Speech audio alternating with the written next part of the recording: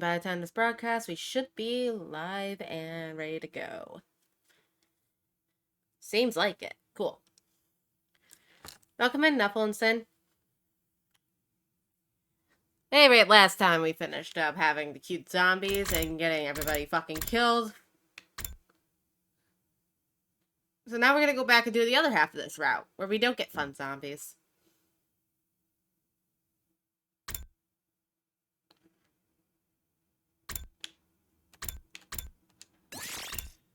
Poor decision.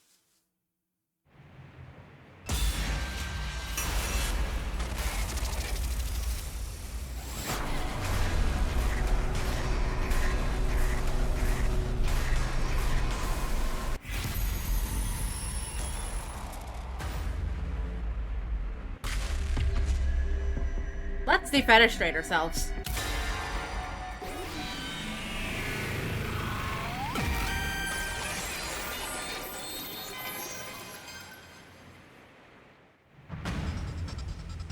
I can't afford to die here. It's a desperate move, but I'll bet it all on this. Nozomi, hold on tight. We're gonna jump. What? Going up! I grabbed Nozomi around the waist and charged into the window with all my might. There was a sound of breaking glass, and then we were in the air. For a moment, it felt like we were floating there in the rainy night sky. But of course, that didn't last.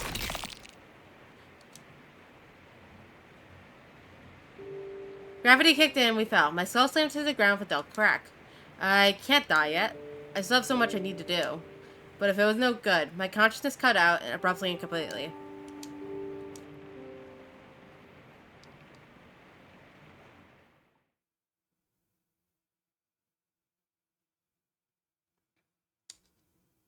Oop, we're skipping days now.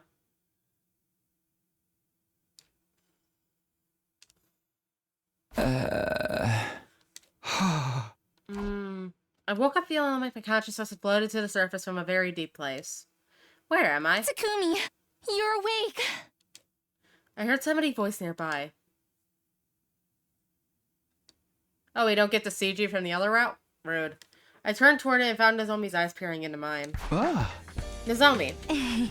Thank goodness you're alright. I was starting to think you'd never wake up. Ah. Huh? How long have I been out? What day is it? Almost 3 full days. It's day 46 now. You remember what happened? You grabbed hold of me and jumped out of the 3rd floor window. Yeah, I remember. We were being chased by the killer. I wasn't hurt too badly, but you, well, you hit your head and died. But if I'm okay now, then I carried you to the infirmary and put you inside the revival-matic. Wow, thanks, Nozomi. You're a lifesaver. Literally. I should be the one thanking you. You saved me from the killer. But even after the machine brought you back, you stayed unconscious. We were all worried, especially Hiroko. Huh? Hiroko? Yeah, she came to check on you all the time. She even helped take care of you when I needed a break. She seemed so cold when I first met her, but she's actually a very caring person, huh? I really wouldn't have expected Hiroko to show that much concern for me. It's nice to know she doesn't hate me after all. But something about Nozomi's story bothered me. So, what about Moko? She didn't make it. I took her to the revival-matic too, but it was too late. She had lost too much blood. I'm sorry, Moko. If only I had been quicker, I could have saved you. It wasn't your fault, Nozomi. Moko wouldn't want you to blame yourself. I know, but I just miss her so much. I wish I could say something to comfort Nozomi, but all I could do was put my hand on her shoulder and let her cry. I had broken my promise that we'd all survive this time. If only we found a killer sooner, or we got Moko to the infirmary in time. Regret washed over me in ways. Even after coming back in time, I'd failed. Was there any point in going on? I can't quit now. That's not what Moko would have wanted, either. Now more than ever, we need to stop the killer.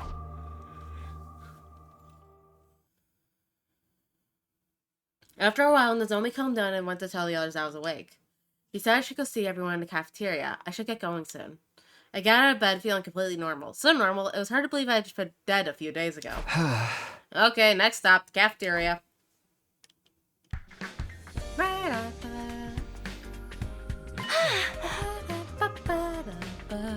Oh, Takumi. You son of a bitch. Good to see you back on your feet. Thank goodness. We thought you died if you slept much longer. Technically, he did die. It was a good thing we had the technology to bring you back. Sorry to put you guys through all that, but don't worry. I'm fine now. Seriously, dude. You gotta be more careful. We'd really be up a creek if we lost you two. Gaku! Huh? Now we know Mr. Maruko didn't mean anything by it. He just lacks any sort of social delicacy. That's rich coming from you.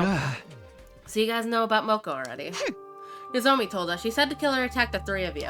Why didn't you bring me with you that night? I can't believe I missed out on more murder. Quiet. Don't you make me shove Kiyoshika's perverted sword down your throat. I'll be nice and quiet from now on. Nozomi got us all together that morning and told us what happened. We carried Moko's body to the morgue and put it in there for now. Hold on. You carried Moko to the morgue. What about the drones? I was curious why I didn't activate too, so I decided to look into it. The weird thing is, there's nothing wrong with the drones themselves. They're operating exactly as intended. Now how can that be? Takumi, what's the meaning of this? You might not believe me, but none of this happened in my future. I was so determined to save everyone this time. But I couldn't protect Moko. I'm sorry. Hey man, don't beat yourself up. This is just how war is, you know? That's right, Mr. Sumino. Your time-traveling hijinks don't even come into play here. At this point, it doesn't really matter whether we believe you about that or not. Yeah, I'm just sad about Moko. Why'd she have to die? Lady Moko, I swear on the Holy Jumanji Sword, you shall be avenged. We've been investigating while you were out, Mr. Sumino, but we haven't found anything. The killer remains just as much of a mystery as ever. If we could go over the incident one more time, you two ran from the killer together, correct? Yes, I remember clearly. I see. Tsubasa, what's the current lifetime total? It's 14. That means the killer's still out there. And you were all in your rooms that night, right? That's right. You, Nozomi, and Moko were the only ones up. We still don't know why the fuck you were the killer in the other route, Yugamu. I feel so bad that I was sleeping just like a piece of human trash while all that stuff was going on. It's not like we could help it. It was still in the middle of the night. Could you two please grow a spine? Feeling sorry for ourselves won't bring Moko back.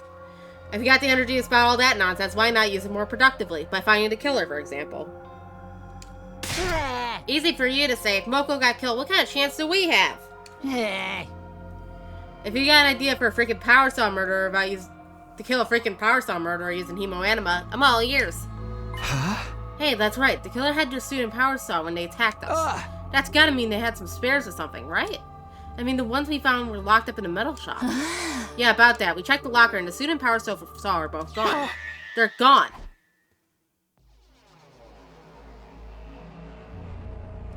I rushed over to the metal shop to see the locker for myself.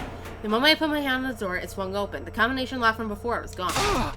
There's nothing in here. How? It was already open when we came to check it out. We didn't find any fingerprints, and there's no sign of the lock being forced either. What? I think it'd be better if you were the only one who knows it, Takumi.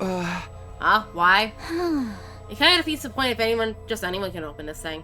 I fucking knew it. I knew it. They're gonna fucking pin it on him. I'm not saying the killer could be one of us or anything, but it's best to keep risks to a minimum, you know? It does make sense from a logical standpoint. It'd mean less chances for the stuff to fall back into the killer's hands. But how could this happen? No one knew the code but me. Could the killer have used telepathy to find out? Anything Anything's possible at this point. How are we supposed to defend against that? I don't want to die.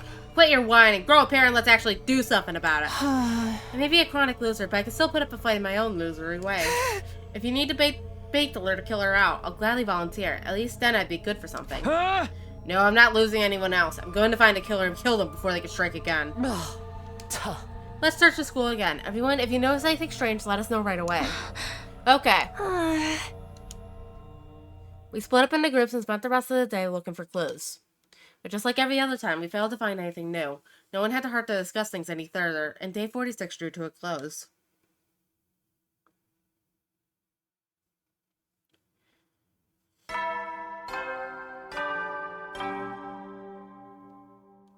Up. Germ Tammy time. Hallucination music. Suffering insufferable. To pave the way for humanity's future greatness. You're ready to give your lives to protect our last war from a vile, barbaric enemy.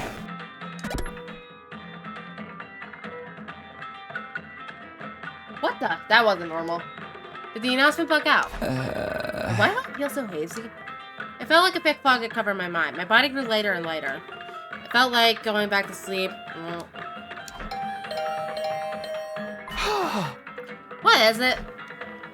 I was brought back to the land of the living by the unrelenting ringing of my doorbell. That was a close one. I almost went out like a light. I hurried over to open the door. Takumi, good, you're still safe. Hiriko, what happened? What do you mean safe? No time to explain. Just use these to plug your ears for now. Hurry. Huh? Earplugs? Without knowing why, I inserted the earplugs Hiriko handed me. She pulled out a notepad, scratching something down and showed it to me. One under attack from an enemy who uses special sound frequencies to create illusions. What? So the announcement just now? Oh, you can't hear me. Give me a sec. I borrowed the pen and notepad from Hiriko and hurriedly wrote out a message. What about everybody else? We'll go help them now. Just then the alarm sounded. Hiriko was right. We were under attack. Intruder, defend. Let's go, Hiriko. She read the movement of my lips and nodded firmly. We split up to talk with one about the situation and how to deal with it. Fortunately, no one had been completely entranced by the illusions yet. But since our ears were plugged, we had to deal with the added challenge of our coordinating a battle without being able to hear each other.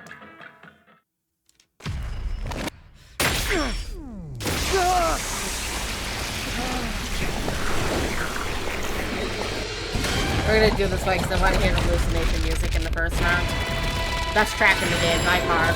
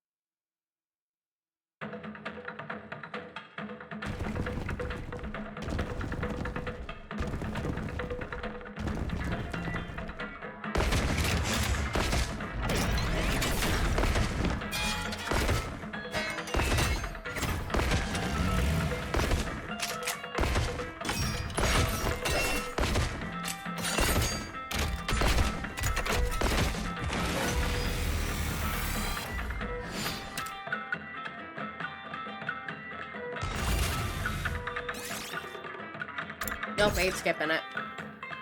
Ready when you are. Oh wait, Let's gotta do go. this first. Time to use I it. appreciate the help. My turn. Yeah. Ready when you are. Remember from last time. Got it. I'll take care. Let's try one of Thanks. these. Make way. I'll take care of this. 4 Let's plus give 1, it to him. 3, 4, 5.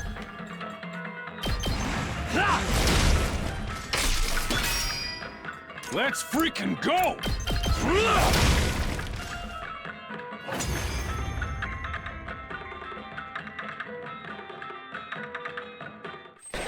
Worth it. Oh, we got some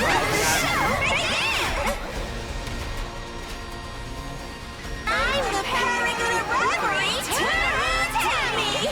Oh, you don't have to worry about remembering my name! Your little story ends here, after all!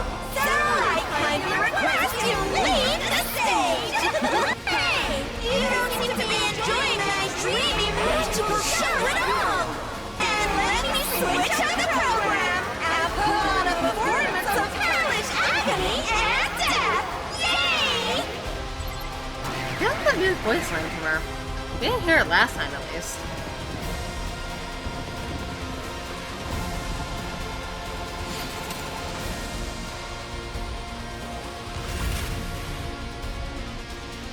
Say when. This should do it. Thanks! Let's do this.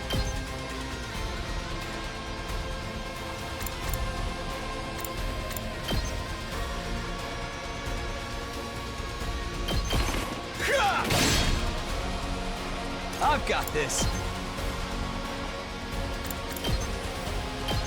Take that! Let's do this. That's it. I've got this. Take that!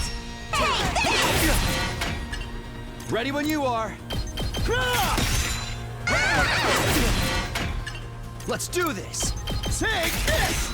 Can't give up! Not there yet! One last strike!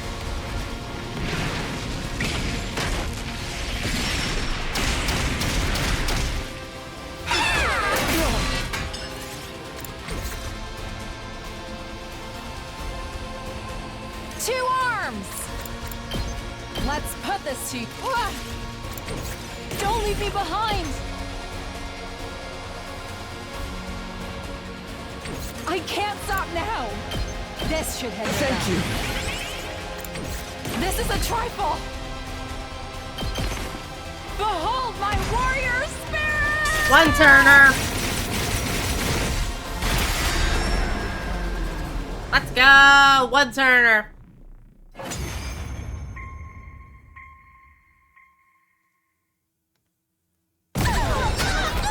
Alright, new gang time.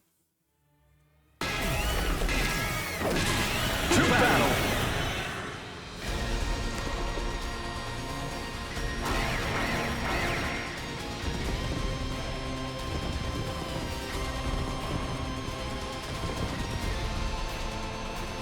He rewound time and brought it back. This commander wasn't able to turn back time so smoothly before. He must have powered up too. What an annoying ability. We'll have to defeat that one first.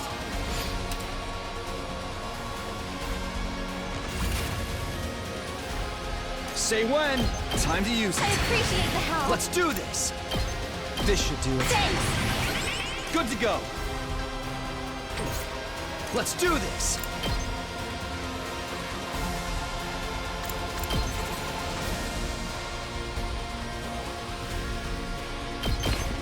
Here! Here we go! There! Ready when you are! Take this! Say when! Good to go! Here! Here we go! There! Let's do this!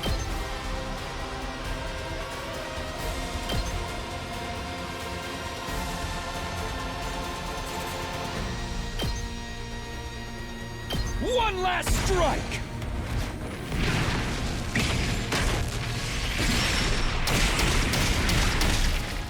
Take care of the rest. Onward!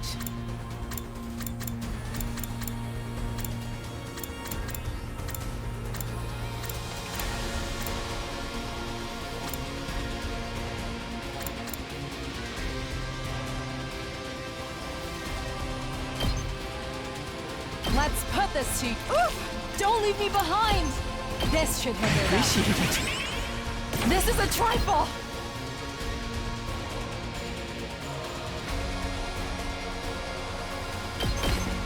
Behold my warrior spirit! One more time. The way of the samurai inevitably leads to death! I'm prepped and ready.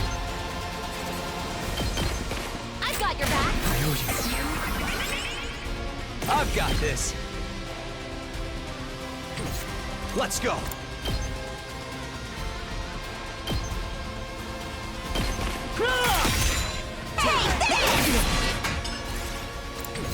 I've got this. One last stroke. Nice.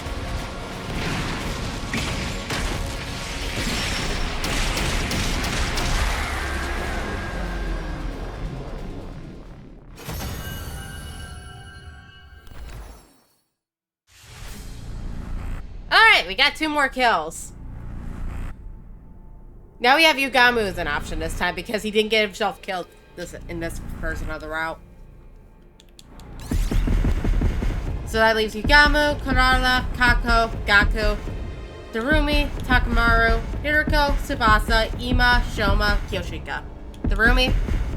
Alright.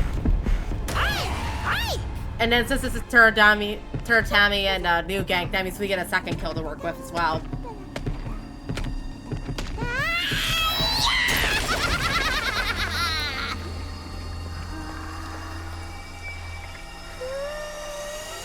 This is so crazy!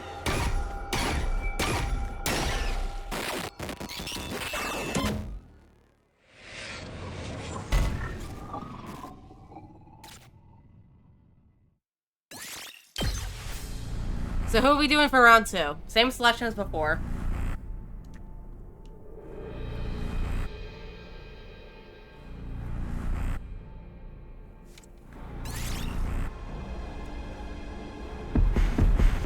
Kyoshika? I will claim this one.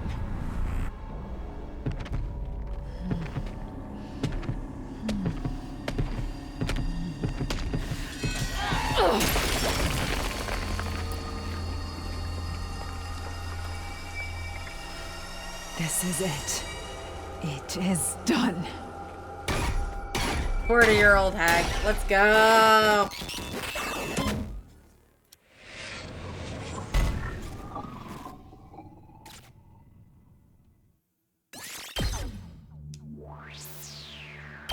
Three turns! Total defense rate 100%. It's like we skipped the battle anyways. Yeah, we freaking won! Keep it down. Their broke boy voice is even more grating than usual. They fought for ears plugged the entire time. I know it was a stop to auditory attack, but it was exhausting. Yes, the Holy Jumanji Sword and I weren't able to hear each other, but it made for an agonizing fight. Wait, what? That sword can hear?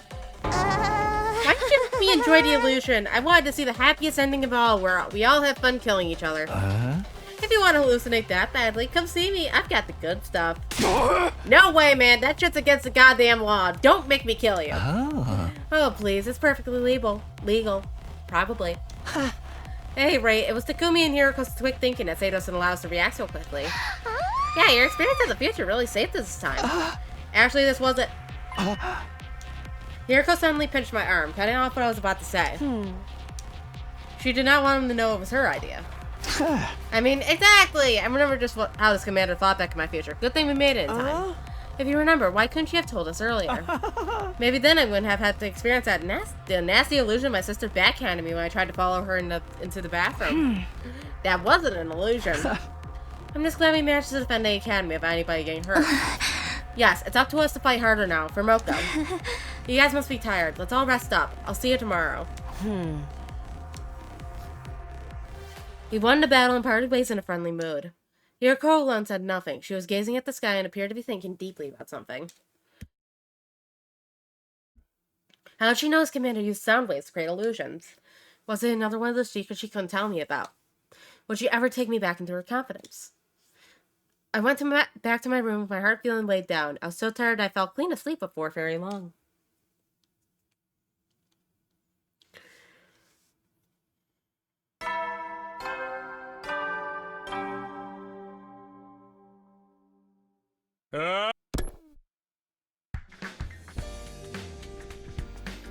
Another morning. I'm feeling really hungry.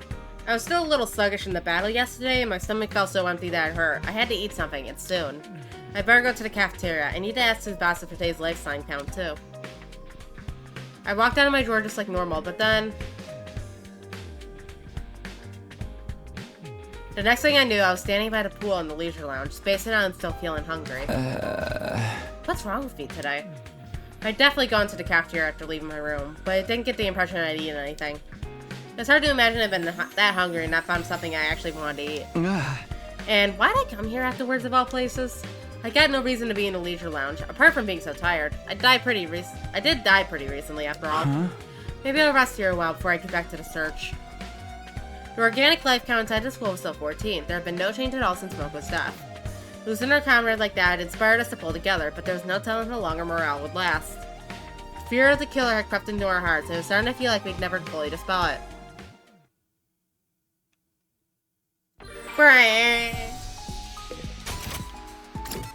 Who cares about serial killers? We get free time.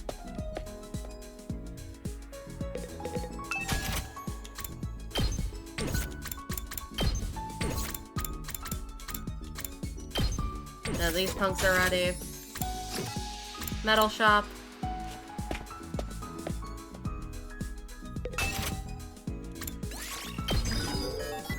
William Afton.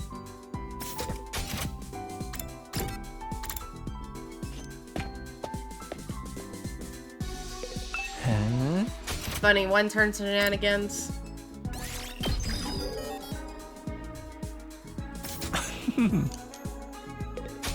And get the fuck out of here.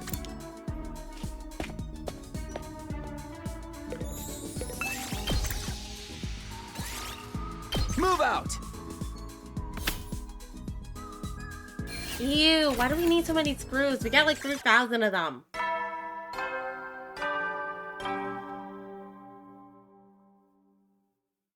Hetty.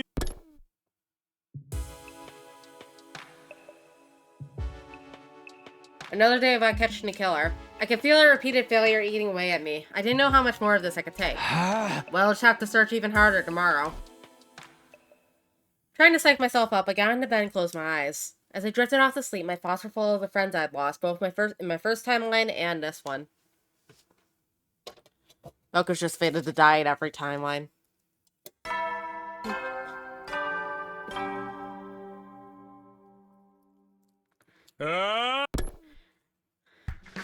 She only lives in rebelling in it, but she's dead inside because all of her girls are dead.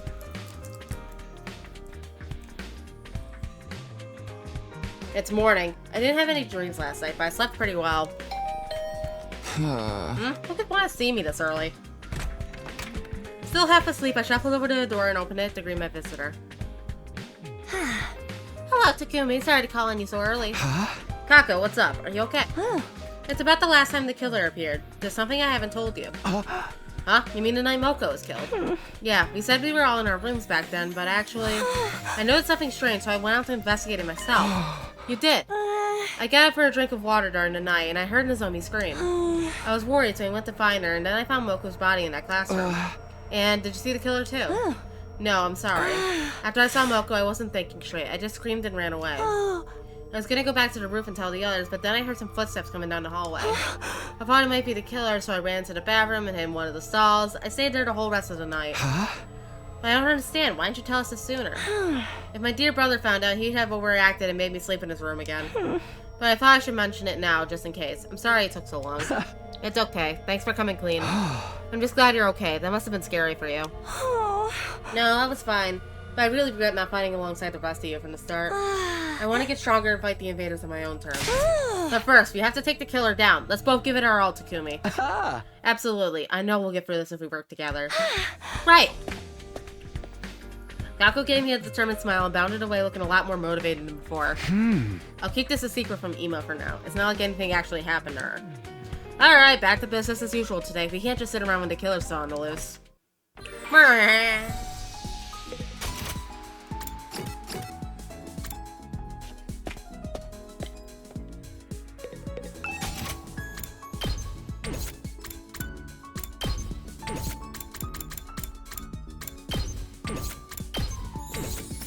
Nothing for that.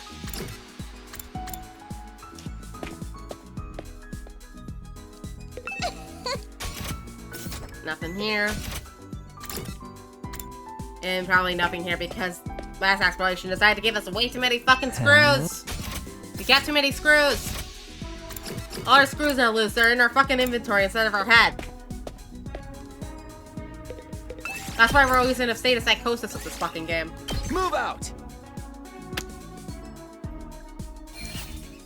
There we go, some fabric.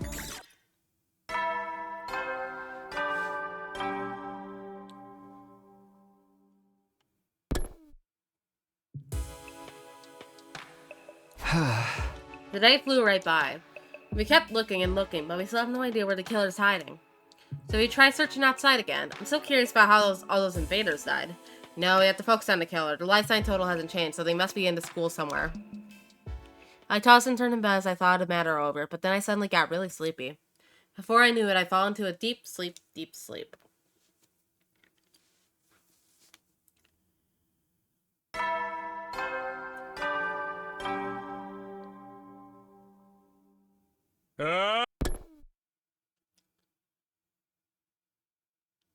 We made the day 50, huh? Technically, this is the halfway point, but it feels like we still have a ways to go. Better go to the cafeteria. Maybe Tsubas's device will say something different today.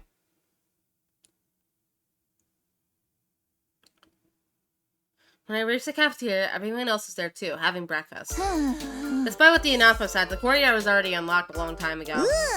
And what's the present he promised to give us? Are you saying there's no gift? No, everything is lies. Everything is lies. Any gift from that, a piece of scrap metal like that would be worth a second class anyway.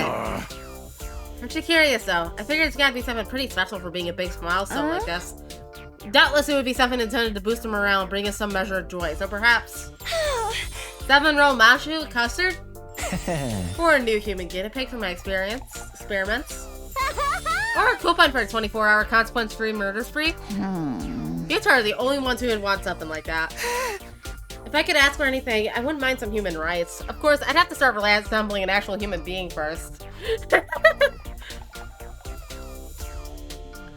I mean, he isn't exactly wrong. No human actually looks like him.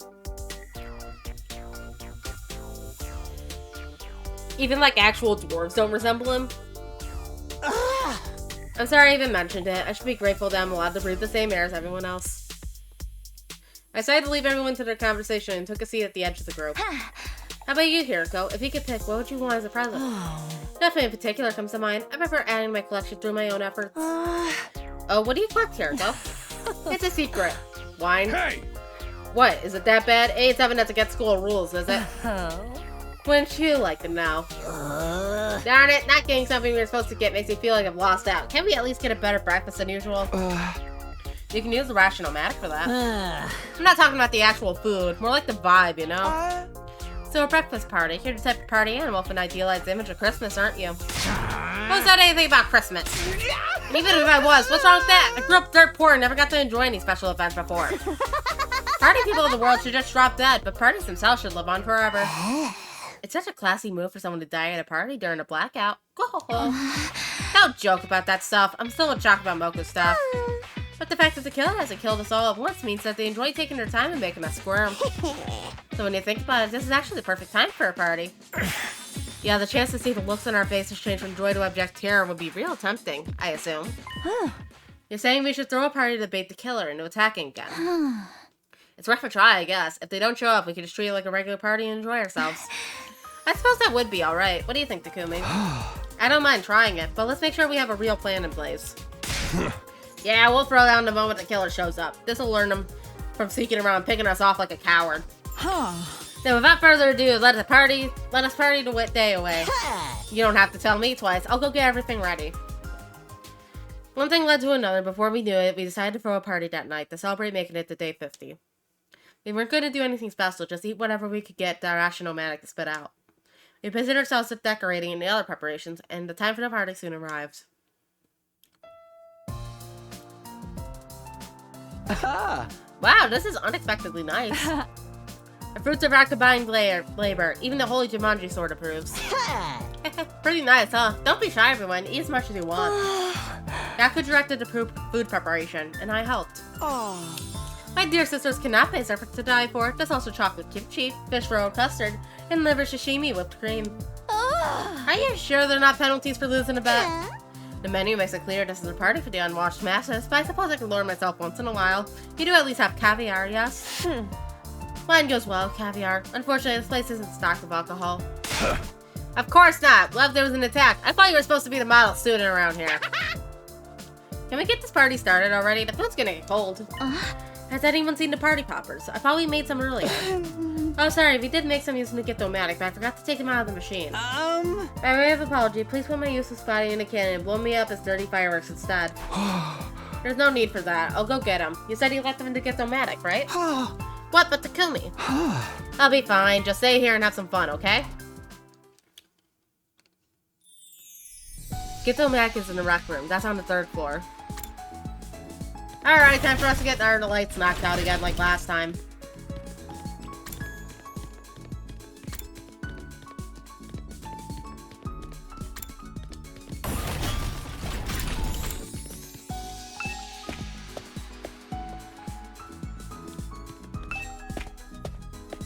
Jump scare?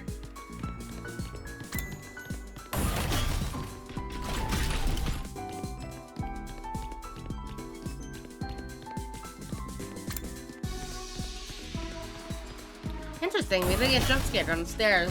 Wonder what that's gonna mean.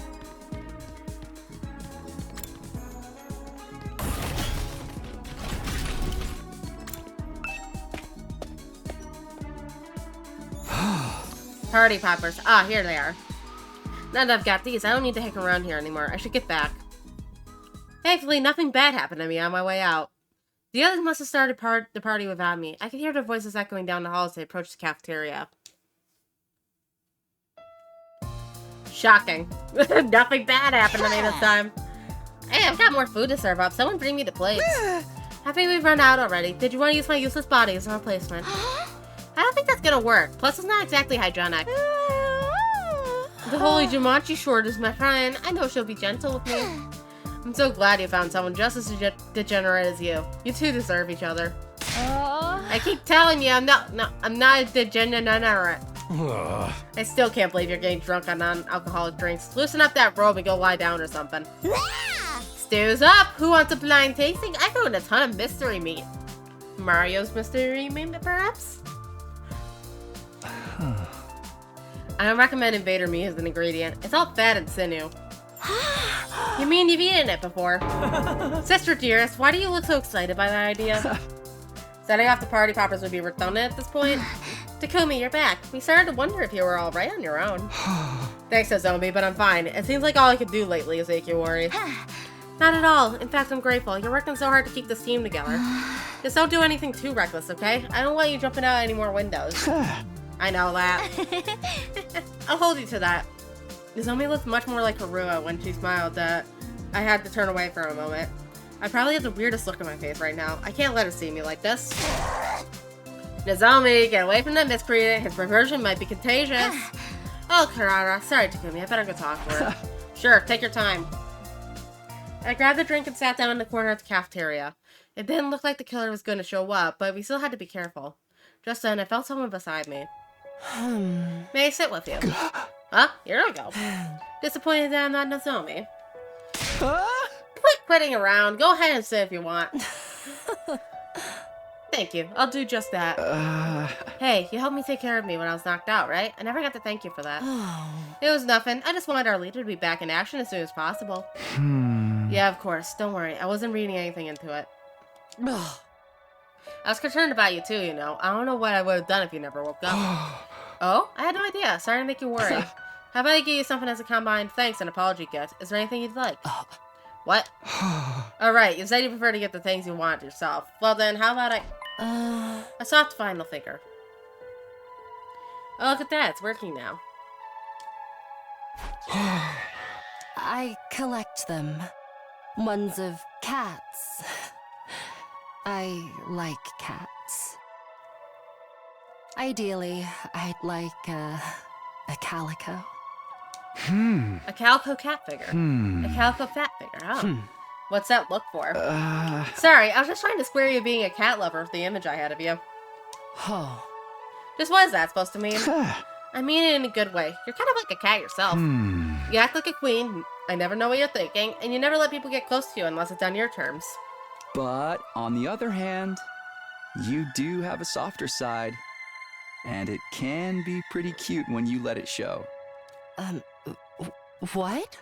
Oh, I was talking about cats. Cats are cute that way, you know? Yes, they certainly are. Hey, what's with this sickeningly wholesome atmosphere over here? You better not be trying to seduce Mistress Hiriko, Takumi. Of course I wasn't! Quiet, Normie. Get your good vibes out of here. Although, it might be fun to see a role reversal of Mistress Hiriko getting dominated for a change. Hey guys, come join us. We can't start without you. Yeah, hurry. We're gonna cut the cake. We'll be right there. The party carried on late into the night, and for the first time in a while, the school was filled with laughter. We did succeed in drawing the killer out, but it'd been worth doing for the memories alone. If only it could have been like this for an entire stay at the academy. As I lay in bed that night, I couldn't help thinking about what it might have been if I had done things differently.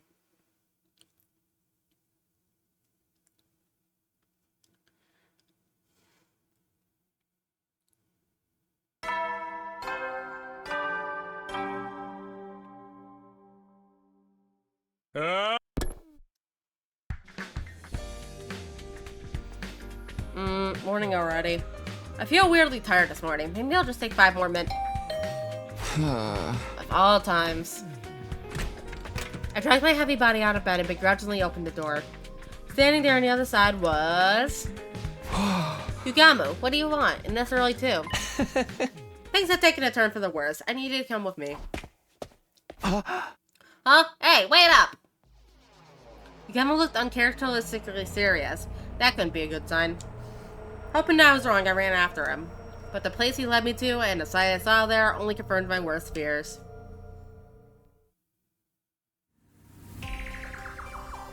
Uh-oh. What? What? It was a sight that had become sickeningly familiar. A huge pool of blood with a corpse in the middle of it. Given whose room we're in, it can only be one person. Takimaru! I smelled blood when I got up this morning. I followed my nose and found Takemaru's door was ajar. I decided to take a look inside and, well, you can see for yourself. No! This can't be! Why? Judging from how wet the blood is, he hasn't been dead very long. Still too long for the Revive-O-Matic to fix him, though. Faced with the sight of Takemaru's mangled body, all I could do was stand there in shock. But the others heard me screaming and came to investigate. When they saw what had happened, they screamed too. The whole place erupted in chaos and confusion. It took a while for everyone to calm down. Later that day in the afternoon, we took Takemaru's body to the morgue and placed a grave marker in the courtyard for him. I swear I wouldn't lose anyone else. How'd this keep happening?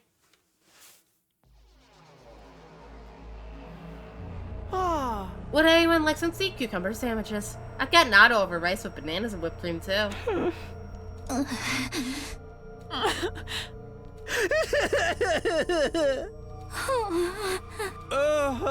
Should I take that as a no? Too bad. I think it turned out pretty well. How could anyone eat after seeing what we saw this morning? I totally could, but I feel like everyone will get on my case if I look too happy. Pack, do whatever you want. You got me like a pig, degenerate that he is. Don't get me wrong, I feel bad for Takemaru, but that doesn't mean I still don't have an appetite. Hey Tsubasa, what's the organic life count in school now? 13. Takemaru's gone, but the killer's still out there somewhere. I say the murder occurred sometime between midnight and daybreak. Did anyone see anything strange during that time? Yugamu's question was greeted with silence, either because no one had anything to say or they just couldn't bear to speak. I wonder why the killer went after Takemaru, and why did they have to kill him in such a cruel way? Yo-ho-ho, no reason. No reason at all. I told you, right? The killer enjoys killing. Taking their time picking us off one by one is just more fun for them. Ugh, the blackguard! What kind of barbarian sits on the sidelines and revels in the suffering of others? Takemaru's wounds are the same as Ava and Moko's. He must have been torn apart by the power saw just like they were. That's if the same culprit is behind it. Huh? What do you mean, Hiriko? Nothing, just thinking out loud. More importantly, we need to make plans for the future. Clearly, we aren't safe in our rooms anymore. Hey, that's right. When are we supposed to sleep? Where are we supposed to sleep now? Let's all stay in the gym tonight. The killer probably won't attack for all together. What, you expect me to sleep with the rest of you peasants? Karada, no, it's not the time for that. Please, just go along with it. I've always wondered whether you sleep in that dumb mask too. I guess it's my chance to find out. If you dare peek at me, I'll call my father and have him fire a nuke at you. That blew the whole school away! Isn't there technically a risk that the killer will strike and take us all at once?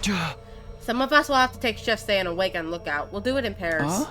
And from now on, no one is to wander around the school on their own. Understood? One more thing. We should probably keep our class armor on even when we go to bed.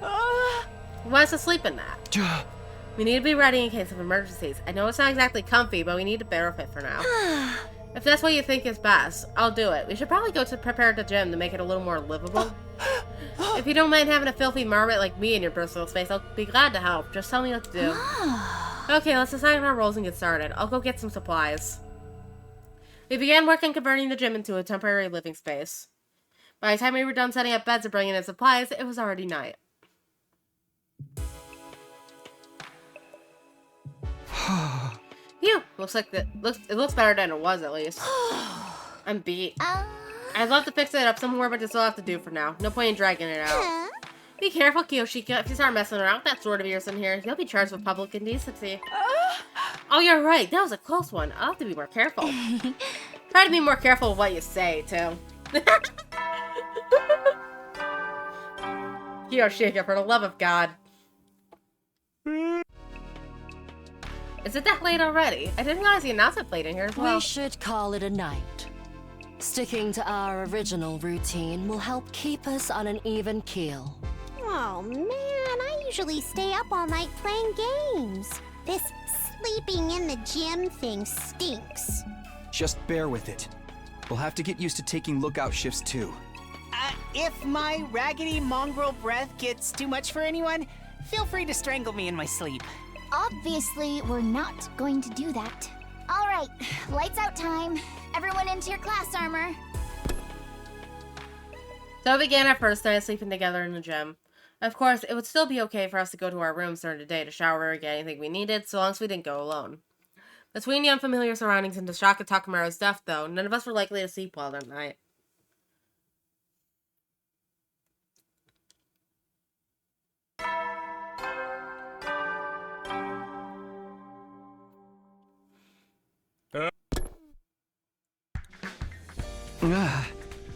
Morning again. Wait a second, where am I? The ceiling seemed unfamiliar. I panicked for a brief moment, then I remembered. We had all slept in the gym last night for safety.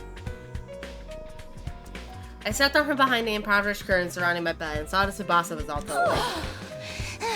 Morning, Takumi. Did you sleep well? I know I didn't. I don't think any of us did. What's the life sign total? 13. No change from yesterday. I guess we should search the school again today. I guess so. I feel like we've looked about everywhere already, though. It still didn't do any good. Takamaru still got murdered. Yeah. Oh, sorry. I didn't mean to sound so negative. Even if things look hopeless, we need to keep going. I'll go wake the others up. Tsubasa's smile looked forced. Nobody wanted to admit it, but this extreme situation we've been put in was wearing us down, little by little. As per my suggestion, we spent the day searching for clues about the killer. We split into 3 groups of 4. I was with Hiruko, Nozomi, and Gaku. Looks like we're ready to go. Let's stick together and work hard today. We'll leave the particulars of where we search and what to do with you. Don't pick anywhere dark or dirty or dangerous, alright? I can't deal with that crap right now. Now that I'm put on the spot, I'm not sure what to say. Then again, there's no need to overthink it. We just have to try and cover as much ground as possible. Oh, and we get free time for some reason.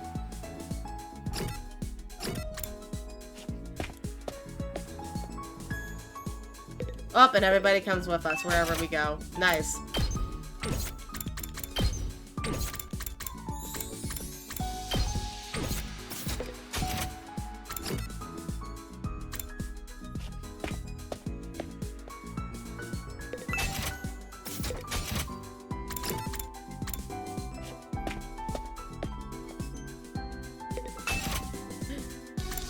They're all staring at me.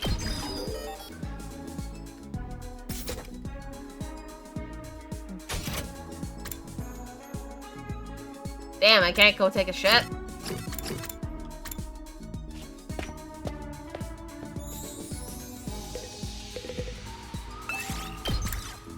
Oh, we can go exploring still. Move out. Interesting.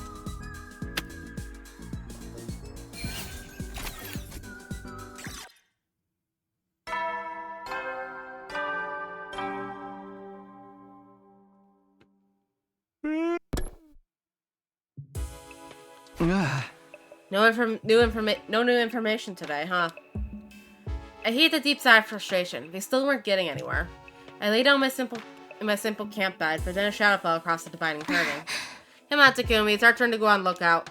It was Nozomi. I forgot we were getting paired up tonight. Sure, I'll be right there. After the nighttime announcement, the lights in the gym dimmed. Nozomi and I sat awake, wrapped in our blankets. This almost feels like we're staying up late without our parents knowing. Yeah, I remember I used to I used to sleep over at a friend's house and stay up like this too. You two must have been very close. Do you think she's still okay up there on the satellite? I don't know. I hope so. That's not true. You are Kurua, Nozomi. I don't know how you forgot, but that's who you are.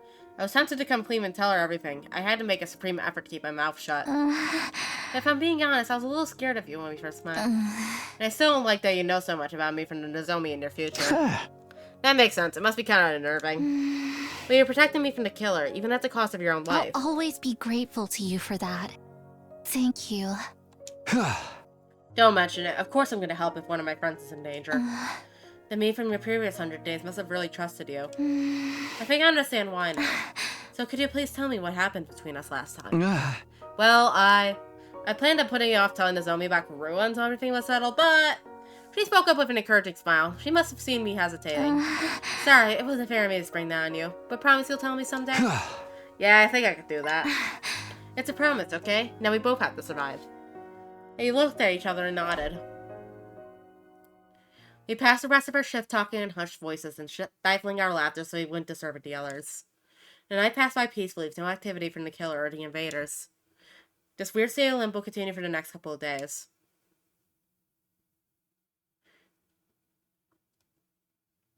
Damn, we don't get the free times? Rude.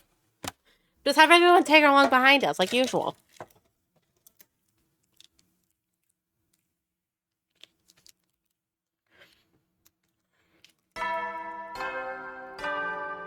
We could have used those free times, Takumi. Be ready to... It's morning. I better get up. I got to my feet and stretched my tired body. I was finally starting to get used to these camp beds. As I was getting dressed, I could hear the sounds of the others stirring as well. Huh? Maybe I should go to the cafeteria and... The alarm! In troop defense.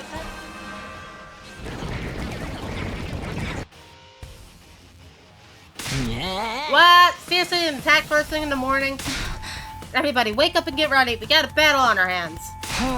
It's time to engage the enemy. Let's protect this school. Oop, gym transformation.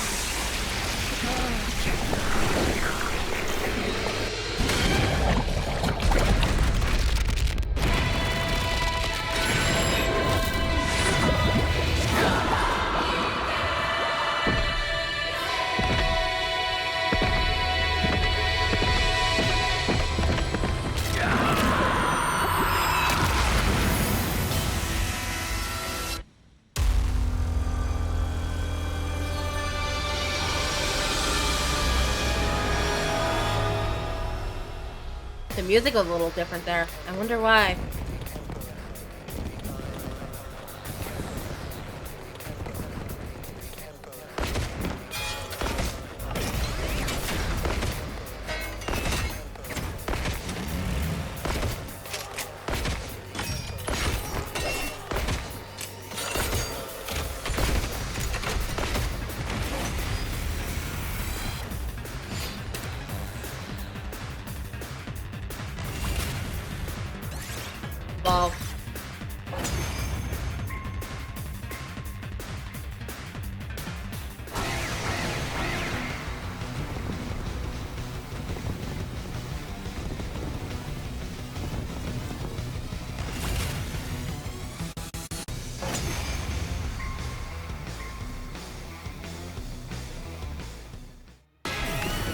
Oh, hi, Senka. Here I come.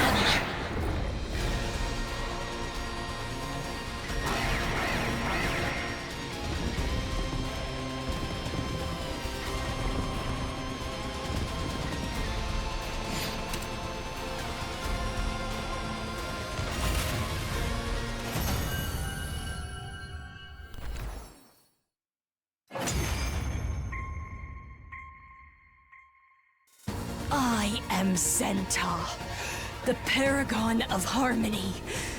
Even if my flesh is destroyed here, my soul shall live on eternally, and it will destroy you all.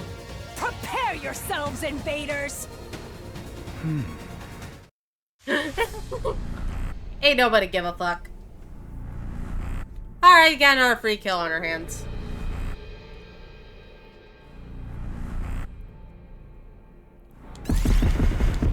Kyoshika, Shoma, Ima, Tsubasa, Hiruko, Dorumi, Gaku, Kako, Karara, Yugamu. Kako? Can I really do it?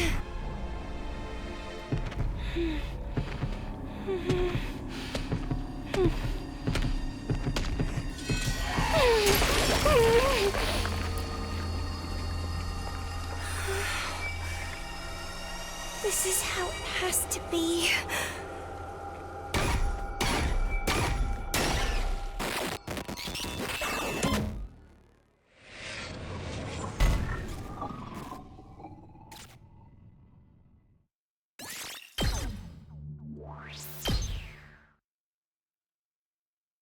That's how we managed to clinch another victory in the day battle.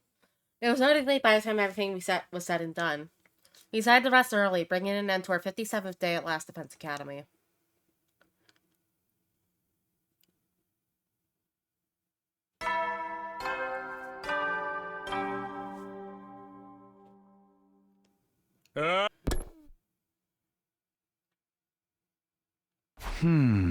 Our group for today is Gaku, Shoma, and Yugamu. Now then, what should we do today? Free time! Now we got these three following us everywhere. It's a fucking sausage fest out here.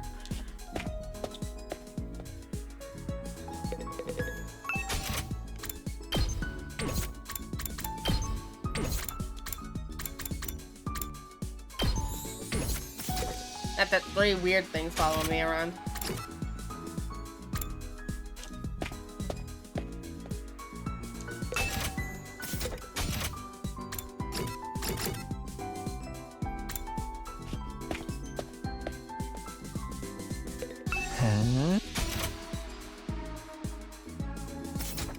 Alright, nothing there, so...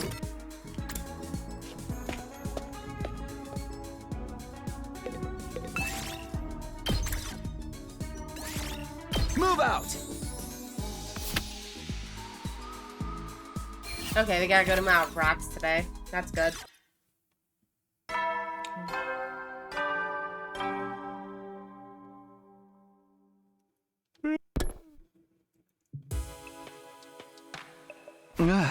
The total number of life forms inside the school is still 13. We had nothing to show for all the searching we've been doing, and we were starting to get desperate. If we could just get one clue, one new piece of information.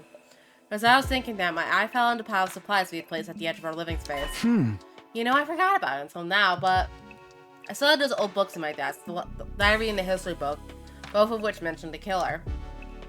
I kept quiet about him to avoid causing further confusion, but how much worse can I make it at this point? I should tell the others. Now's not the time to be holding anything back. Before I do that, maybe I should check the library one last time. There may still be something in there that I missed. Maybe tomorrow will be the day we finally have a breakthrough. I went to bed that night feeling a strange mixture of frustration, fear, and a tiny bit of hope.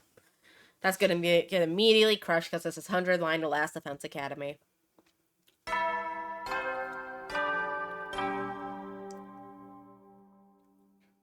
Someone's gonna have wandered off, got their shit rocked, and... It's morning. Looks like nothing's happened last night either. My plan for today is to search the library for any relevant information. As for breakfast, I'll get it later. I wasn't especially hungry, so I put on some clothes and headed straight for the library. Eating disorders, Kumi, the Kumi. Alright, let's see if there's anything important in here. I started with the shelves I'd only skimmed past before, and started taking out books one by one. I worked in silence for a while, and then a scrap of paper fell out from between two books. Ah. What's this? It seemed like a couple of pages had been torn out of another book and crammed in there. I ran my O's over what was written on them, and froze on the spot. Strange Tales of the School, the legendary serial killer. The following is a work of fiction. All resemblance to actual events, persons, or organizations is completely coincidental. You've gotta be shitting me. The other one was missing some pages. I grabbed the history book and turned it to the back. It held the pages I just found up to the frayed edges. They lined up perfectly. The page numbers tracked too, and the text was the same size as font as the rest of the book. So this was just a story after all. The legendary serial killer wasn't real. Somebody made it up. The shock of that revelation hit me like a ton of bricks. I collapsed to the floor. But there was a killer in the diary, too. What's that all about? I struggled to make sense of things, but I couldn't think clearly. Those few pages had wiped out any motivation I had to keep searching. I felt like I was right back to square one. I spent the rest of the day 59 just spacing out and letting time flow around me. Damn, Takuni, you couldn't at least go outside and get some materials? Fucking lazy ass. Mr. Ultimate sleeping in.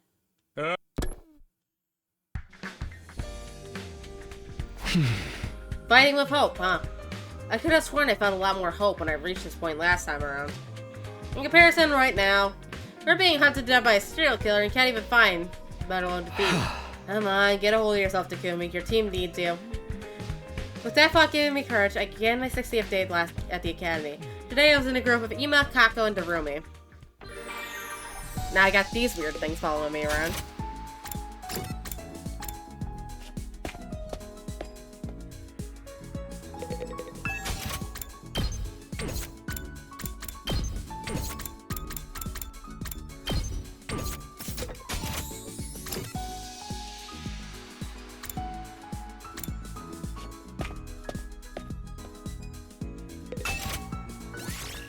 Mines.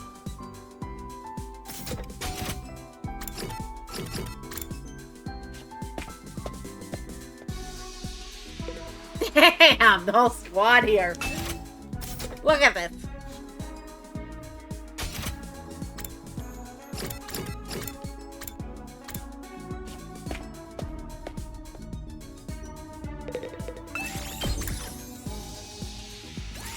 Move out!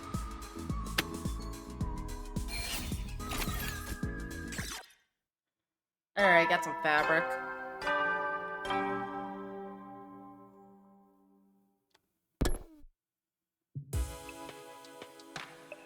Another day is over. After checking on the schedule for the night's lookout shifts, I locked down in my bed. Will the killers show up tonight? If they do, when will they strike, and where? Thinking over the past attacks and trying to find some pattern in the madness, I found myself starting to drift off. There was no attack that night, and day 60 ended quietly and peacefully.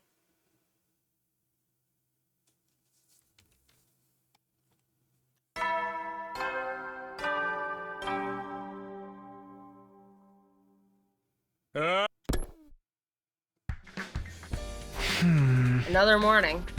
I hadn't decided on a plan for today yet, but I knew I should do what I could to prepare for my any future emergencies. As I was idly turning some ideas over my head. How dare you lay hands on that without my permission? You'll pay for this, peasant. What was that? I heard Kara's voice raised in anger on top of the other side of the gym. I scrambled to get dressed and hurried over to see what was up. Come on, it was just curry. You can spare a little bit, right? Just curry? That's my family recipe you're talking about. It's about a million years too soon for you to lay your filthy hands on a high-class cuisine like this. Guys, do you have to do this first thing in the morning? What's going on here? Kurara made some of her special curry, and Gaku ate it without asking. Because of that, Lady Kurara erupted like a volcano, is threatening to spew lava all over the place. So Gaku stole curry and Kurara is mad. That's the gist of it.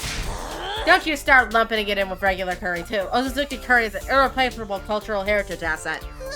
I put so much love into mixing it, cooking it, spooning it into a cooler box to eat later. I even sang it lullabies before bed. Oh, for a filthy peasant like you to sneak it and make off of it while I slept. Don't think you'll get off easy for this. Just committing suicide isn't gonna cut it. What part of that is getting off easy? You are the one in wrong here, Gaku. The least you can do is slice your stomach open to atone. Nay, allow me to behead you too. I promise to make it quick. Whoa, I'm sorry, okay? I got really hungry during the night since we're not allowed to walk around on our own anymore. I figured there'd be no harm in taking just a little. Huh, so that's how it is. I remember something like this playing out last time as well. Back then, the teams from the two academies hadn't gotten used to each other yet, so it escalated really quickly. Of course, we're all just one big team now, so I'm sure Kurara will... I'll never forgive you for this, you thieving little gutter rat! Return to this CG from Route 0. You sent him flying! Magnificent, Lady Kurata. I could never hope to pull off a technique like that. Darn it, after I apologized and everything. You should have been more careful. I might not have noticed if you hadn't spilled it on your shirt. That's just one more reason I hate having to stay here with all of you. That killer has a lot to answer for. Hey, I don't like it either. I'd never taken that curry if it weren't for this crazy situation. Except he totally did in my future. Daku apologized, so how about you let him off the hook, Kurara? With everything that's going on, we need to stay unified. Huh. Next time I catch you doing something like that, I'll boil you, mash you, and stick you in a stew. I'll be careful. All's well that ends well, I suppose. This incident has left me exhausted, though. Me too. The way we are now, even little things like this have the potential to tear us apart. Everyone's feeling the strain of the situation. I'm no exception. When we're not fighting the invaders, we're all living in fear of the killer. We got no time to relax at all. It's no wonder we're all going a little crazy. I don't know how much longer we can hold ourselves together. I should probably put those thoughts aside. Thinking about the future would only make it worse. I decided to focus on the here and now. My group for day 61 consists of Tsubasa, Kurata, and Kiyoshika. Time for these creatures to follow me.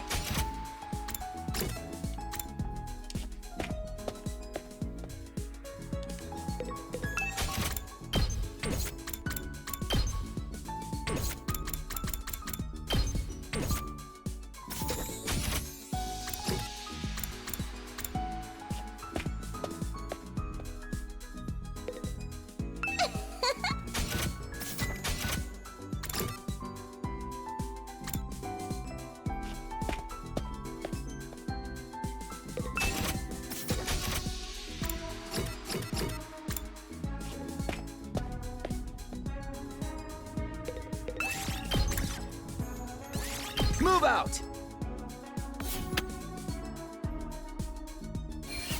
Got some rocks, got some fabric.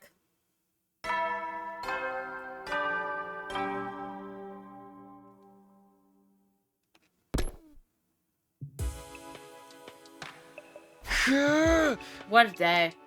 Things had to been quiet for the most part, but we were still feeling the effects of Gaku and Kurata's morning tiff. Maybe because of all the emotional stress, I felt a lot sleepier than usual. Surrendering to the inevitable, I closed my eyes and fell into a deep, dreamless sleep.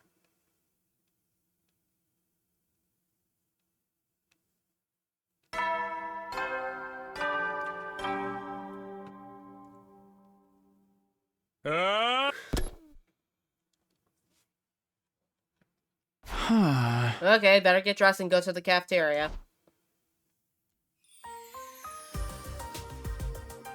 I wonder where we can find some rare ingredients. Rare ones? You mean like royal jelly or wing of the bat and that kind of thing? Kinda, but not exactly. What do you want them for anyway? You plan to cast a curse on someone? No, just to cook with. I feel like we need some new menu items. Everyone's so exhausted, it's more important than ever for us to have nourishing meals. Bravo, sister dearest, you truly are an angel. You offer hope to everyone. Nay, you're the embodiment of hope itself. You're exaggerating. I just want everyone to have a nice food, that's all. If we were back home, I'd be able to supply with the most high-grade ingredients money can buy, but that's not a lot. There's not a lot I could do here. The best we could do is hope for some rare drops or carve up our enemies after a battle. Maybe not though. Is Sari's body still around? Are you suggesting we eat him? Hey, if you want good eating, you can't do better than Frog.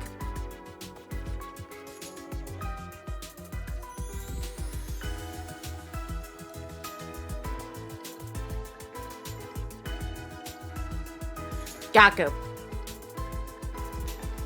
Did the Romi's geek get you? Gaku. Gaku! Their meat's lean, nutritious, and you can get them for free if there's a pond nearby. Frog, really? Indeed, I've eaten them during my training, and they're the most delicious when prepared properly. I've heard they taste like chicken. I might need to psych myself up a little, but I'm willing to try it. It might work, but is there anywhere around here where we can find frogs? The best place to find them somewhere with lots of water. I want to eat frog too. How do we get some? Takumi, stop being a gee. Get the gee out of your head. Oh, have you eaten them before, Takumi? Somehow I didn't think you'd be the type. No, I've never tried them, but I really want to now. I mean, if they're that good. And you just got this craving suddenly. You'll probably think this is weird, but I'd like to swallow one whole. What? Really? Dude, gross. You could get parasites from eating meat raw, you know. If we're talking swallowing whole, I wouldn't mind trying it with an eyeball. Anyone want to pop one out? Sorry, this ain't mainline NATO. Why stop at eyeballs? I'm sure you can find lots of other stuff for you to swallow. I don't really like trying things I can't be sure of, so maybe I'll stick to what I can find nearby. That's a surprisingly normal attitude for you. Hiroko knows we're being replaced by Gi. I'm so hungry now I can barely stand it. Has the part of my brain that controls hunger gone completely insane?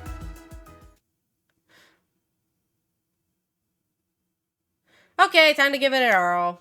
I'm with Shoma, Kiyoshika, and Dorumi today. God damn it, now like half of the cast is a Gi.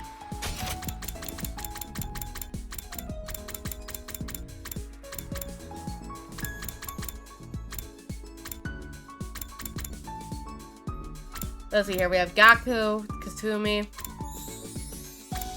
maybe Kiyoshika. Nozomi's hesitant, so that's a no. Or maybe Kiyoshika will be invalidated because of the fact that she's already eaten them, so it could just be past experience.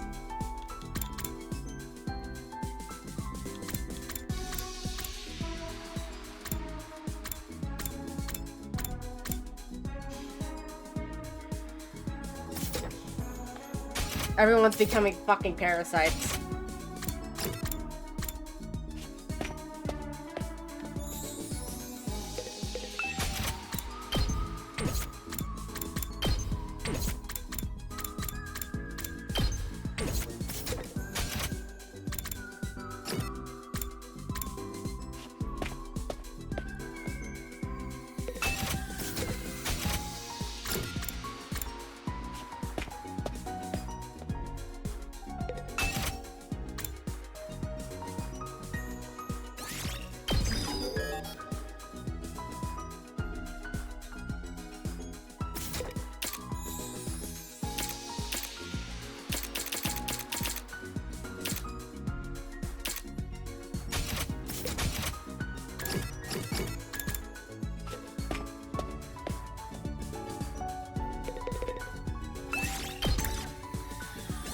Move out!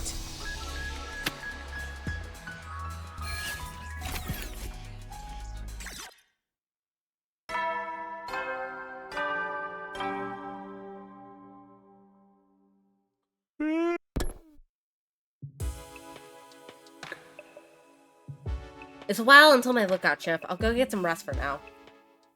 Nothing happened that night, and the curtain fell on my 62nd day at the academy for the second time.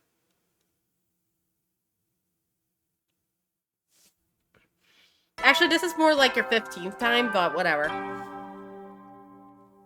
Actually, to be specific.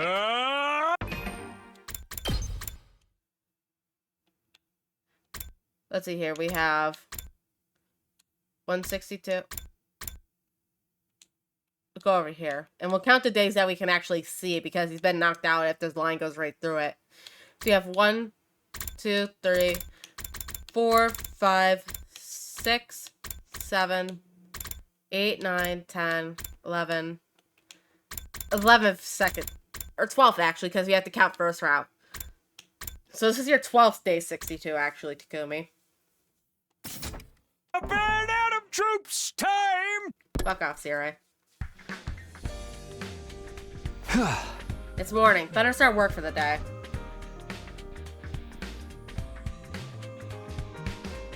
I got dressed and went to the roof, only to see Hiroko coming out of her room. Hey, Hiroko. Did you come to get some of your stuff, too? Takumi. What's the matter? Something on my face? No, I was just thinking about something. Hey, are you ready to tell me what it is that you've been hiding from me? I took a step closer to Hiroko, but then... The alarm! Are we under attack? Intruder, defend.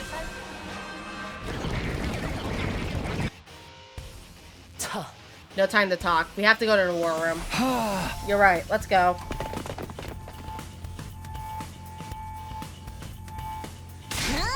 Back again, monsters. I'm gonna slice and dice every last one of you and dump you in my curry. Invader curry. This is the ingredient Fesh Quest now. Yo! Forget curry. We need to get him away from the school. Let's do this all together. That's right. We have no other choice. Everybody ready? Yes, let's all get through this together. Ready. Annihilate them. Empty your minds of all their thoughts. Got it. Everybody, let's fight to protect the school.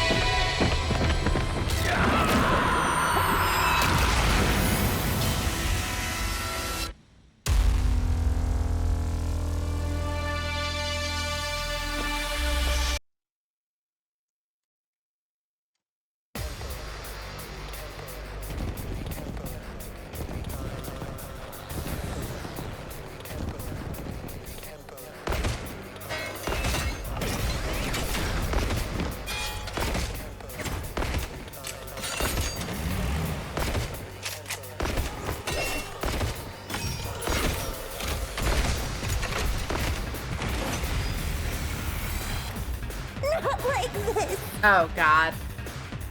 Please let us skip this. I don't want to fight. Does anyone else hear weird voices? Yes, they're all eerie and discordant. What a terrible racket! Sounds like it's coming from the invaders. Are they talking?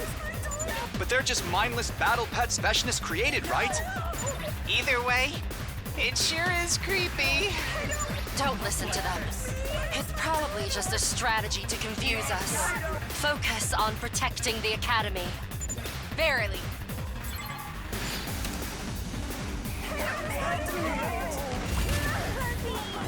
Yep.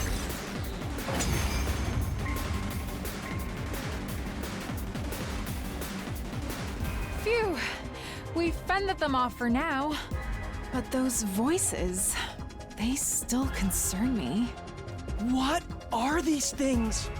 Why did they start talking all of a sudden? Is it just a trick to rattle us? Or is there more to it than that? Looks like there's more of them coming. We'll have to put our questions aside for now.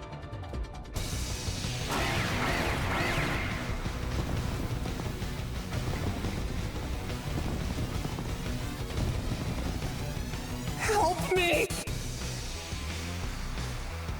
No! More haters and trolls! I have no idea what they're saying, but I'm gonna gobble up their XP. Let's get rid of them quick. They're freaking me out.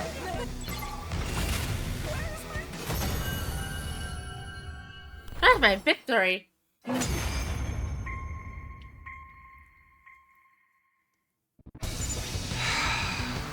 Was that the last of them? I think so.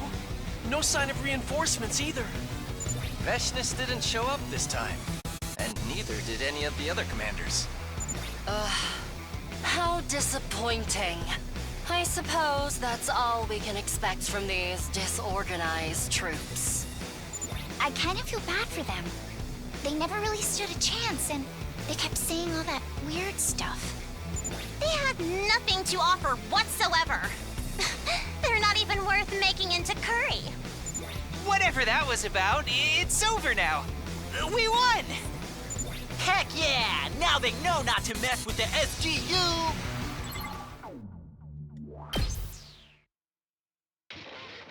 After that disappointing battle, we had a victory celebration to overcome our dissatisfaction. It was nice to forget about the killer for a while and see everyone smile again. Ferrara was such a good mood that she offered to make her signature curry dish next time we had a party. Before we knew it, we were laughing together like old times, and our 63rd day at Last Fence Academy came to an end. I got a bad feeling.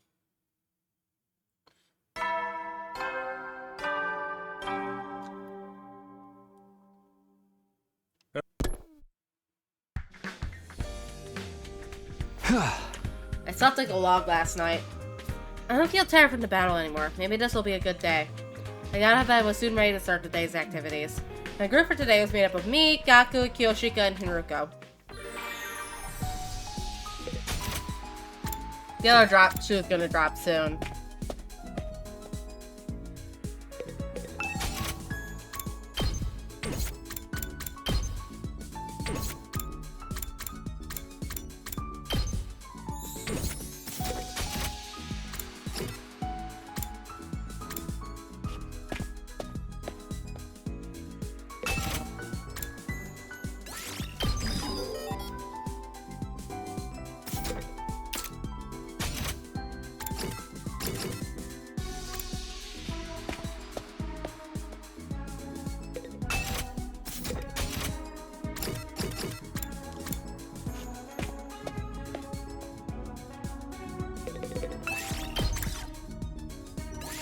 Move out! Ew, not everything going into plans.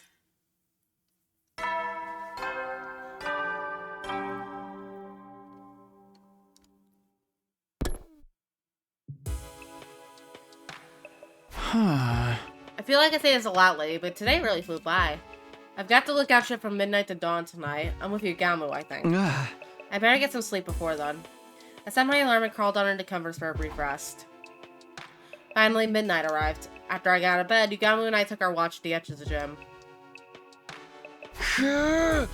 Still kind of sleepy. I shook my head to wake myself up and inspected my surroundings. Everyone else was sleeping soundly. The gym was as quiet as a grave. There's not a lot to do when we're on lookout duty, huh? Unless anything happened, we just sit here and keep watch. But it had to be done. We couldn't very well slack off and risk the killer slipping in unnoticed. I was just thinking about that when I noticed something. Huh? Karara. I wasn't seeing things. It was Karara, and she was walking out of the gym. I scrambled to my feet. Is she going to the bathroom? But she shouldn't be going alone. Even for a simple errand like that, we have to stick together. I better go with her. Hey, Yugamu, I'm gonna step out for a second, so can you? You fell asleep! Jeez, so much for lookout duty. I'll have to remember to slap him awake when I get back. First, I should go make sure Karara's okay. I dashed out of the gym and into the hallway. Where did Karara get to? I looked all around for the first 4 halls, but in the dark, it was easy to lose track of her.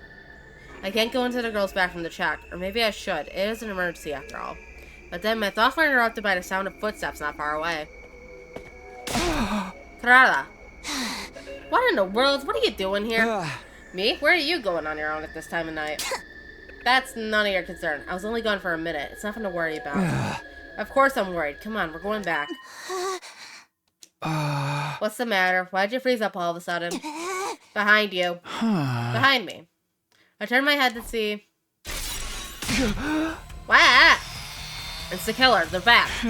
Quick, let's get out of here. What? No. Karada. Where's my mask? How did every time the fucking opponent shows up, Karara lose her mask? We'll come back for it later. Just run.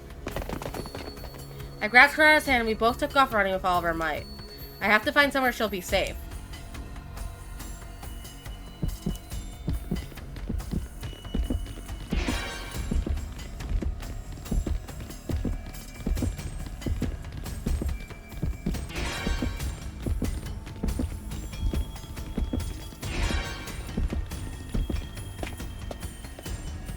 Shouldn't we be going back to the gym?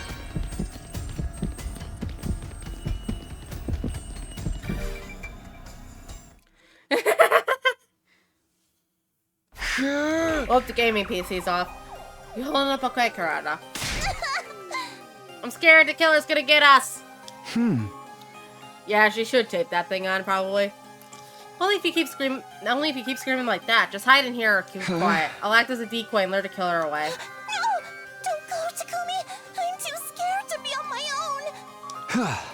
Don't worry, I'll be back for you now, and just don't move from the spot until I come get you, understand?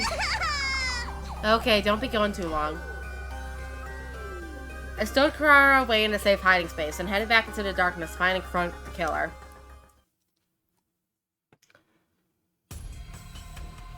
I barely ran down the hall for a few seconds when I heard the sound of the power saw. The killer was still out there looking for us. I screamed as loud as I could into the darkness. Sounds like they heard me. Now I just have to lead them somewhere far away from here. Now the killer knew where I was, and they had already begun closing the distance between us. Okay, good. Now. I took up as a run as well, leading her into the bowels of the school. Ah.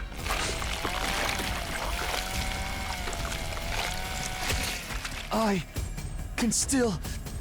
I was thinking you were going the other way because of the fact that it showed the killer coming from this direction that we're running now in the cutscene.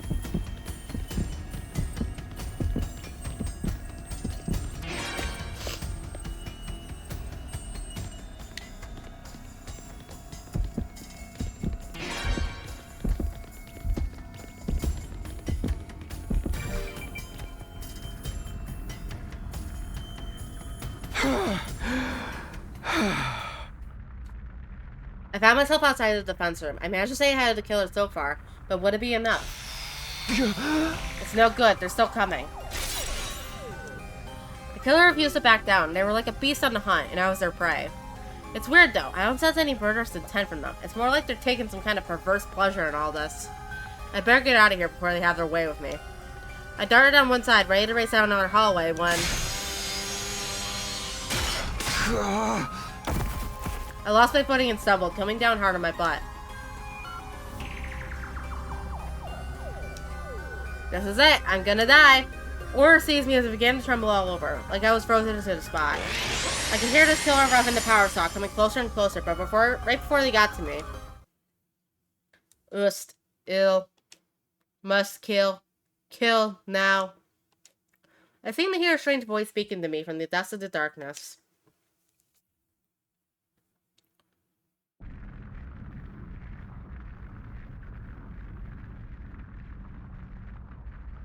My head was killing me and my body ached all over. I'm alive and I'm outside the defense room. The defense room. Of course, it all came back to me in a flash. Last night, the killer caught me and attacked me right here. So how can I still be alive? Why would the killer choose to let me live? It doesn't matter. I have to go see if Carrara's okay. If she had done like I asked, she should still be in her hiding place from last night. I dragged myself to my feet and prepared to head back to the training room. Before I could get moving, somebody called my name. Mr. Sumino, this is where you've been all this time. Email, I'll explain later, but Carrara is... Yes, Mrs. Ozuzuki, that's what I came to tell you about. Come on, this way. No, it couldn't be, could it? My heart began to beat wildly, and I broke out in a cold sweat. I didn't like where this is going, not one bit.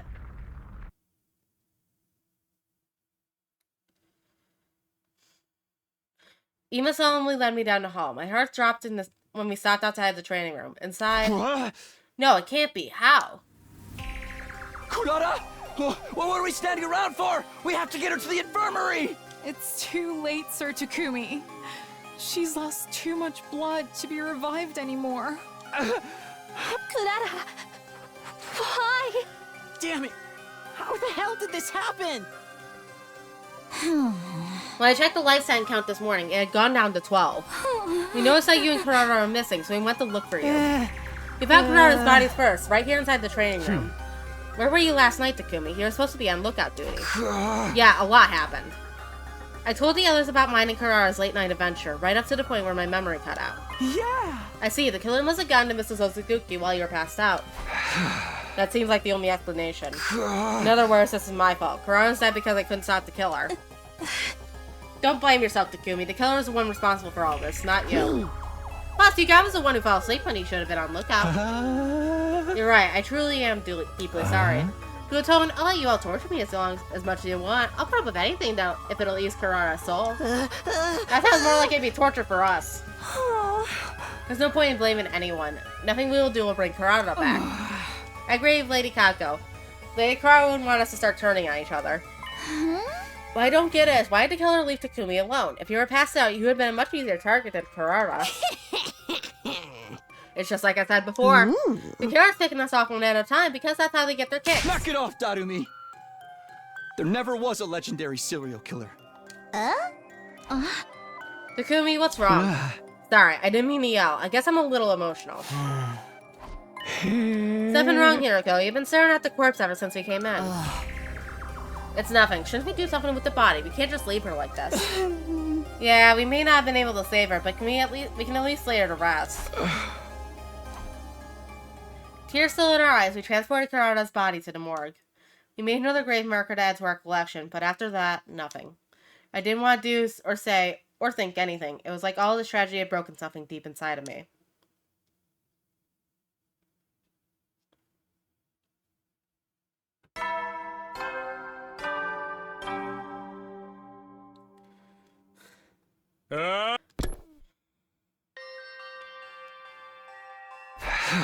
It's day 66 now, huh?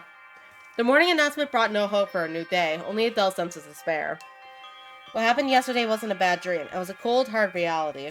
I can't even move right now. I couldn't muster the energy to get up. I was afraid to even open my eyes. I didn't want to face reality. Before I knew it, I'd fallen back into a coma-like sleep. Why am I getting tired so quickly lately? That day, I didn't wake up until long past sundown. I learned later that the others had discussed different strategies for dealing with the killer. One suggestion that came up was to call off the search for one of the team to try and lure out the killer. But it was rejected on the grounds that it would put the decoy in too much danger. Apparently, Darumi volunteered to do it anyway, but they shut her down. We'd never know of her if she just let herself get killed on purpose. In the end, they agreed that further searching wouldn't do us any good, and to further discuss our plans another day.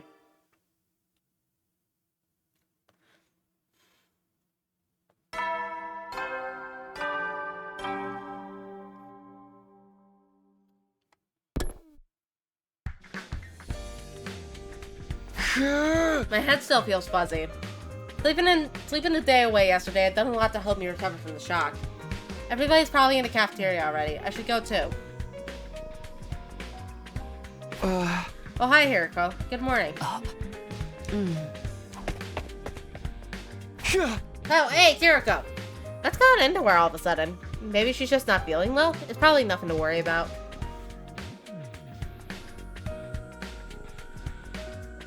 When I got to the cafeteria, I found the others standing in front of the refrigerator.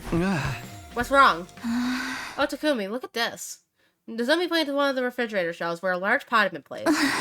It's Kurara's homemade curry. She made it ready for us to celebrate our next victory. I used to see her coming in here to check on it. She probably did the same thing that night. So that's what she was doing when she snuck out of the gym in the middle of the night. She must have been on the way to back up from putting it in the fridge when I ran into her. We mustn't let Lady Kurara's generosity go to waste. We should eat this curry in honor of her memory.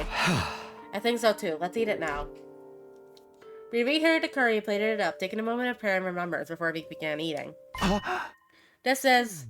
I had eaten it last time too, but I forgot just how amazing the flavor was. This is so delicious. It's like nothing I've never ever tasted before. I can barely believe it. I can't stop eating. So good, so freaking good. I mean, the portion I took before was great too, but the flavor's so much deeper now, and the rice and the sauce are in such perfect harmony. Lady Kurara's skill was sublime. This curry deserves a platinum medal. Even a holy Jumanji sword is enraptured with it. Your sword has a sense of taste? Really?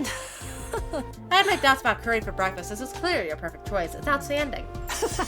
Every bite feels like a new experience. I could eat this every day and never get tired of it. I'm sure Kurara would be happy to hear how much we all like it. She was always really passionate when it came to her curry. Lady Kurara. One of these days, we'll put the killer in a curry and offer it up at Kurara's grave. Burke, you sure that's not disrespectful to the recipe? Speaking of the killer, we called off the search and rejected the decoy plan. What exactly are we gonna do? I guess that's what we need to decide on today. I've been thinking about it myself, but I still don't have any ideas. How about you, Hiroko? Did she just turn away so she wouldn't have to look at me? She was acting weird earlier, too. Is she going to start avoiding me again? Hey, Hiroko. I was about to call out to her again when something stopped me. Takumi, what's wrong? You look terrible. All of a sudden, I got a splitting pain in my head, and my vision started to blur. It was like my consciousness was being forcibly dragged down into darkness.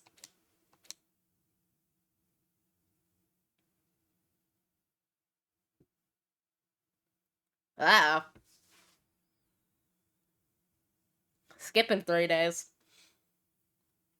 I don't know how much time passed after that. I simply drifted into an endless expanse of darkness with no concept of time or space. My head, my throat, my arms, my legs, they were all burning up. Somebody save me. Please get me out of here.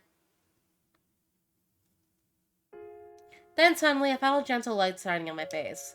It felt good, like the sun on a warm summer's day. I found myself being drawn into the light, and then...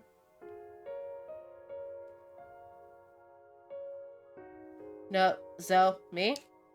Nozomi, you came to save me from the darkness.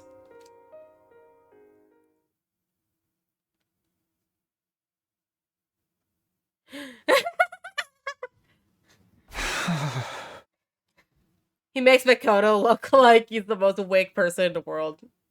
Makoto as in fucking Makoto Yuki from Persona 3. Huh? I'm back in my room. I sat up on my bed, slowly but surely coming back to my senses. Takumi, you're alright, thank goodness. You were asleep for 3 whole days. You've been all worried sick. Right. I think I remember passing out suddenly.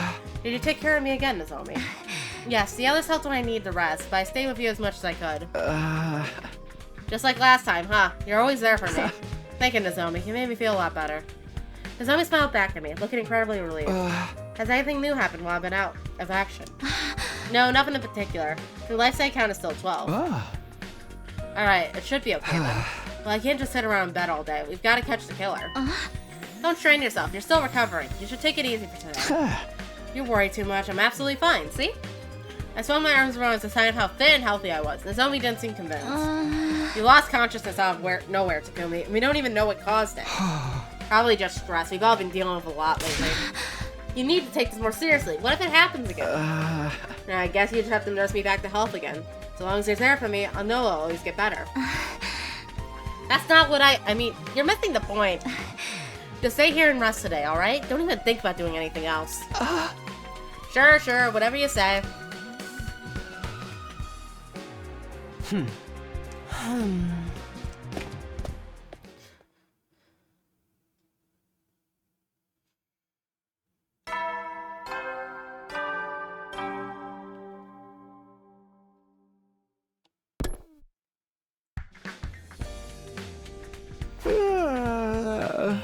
It's morning. I'd done as Nozomi asked yesterday and spent pretty much the whole day in bed. Today, though, things will be back to normal. I couldn't just leave Last Defense Academy and its welfare to everybody else. Okay, I'm feeling better, so maybe I'll discuss things with the others, and... Just as I was about to leave for this cafeteria, the alarm started blaring. Intrude defense. An enemy attack. Looks like we got another battle on our hands.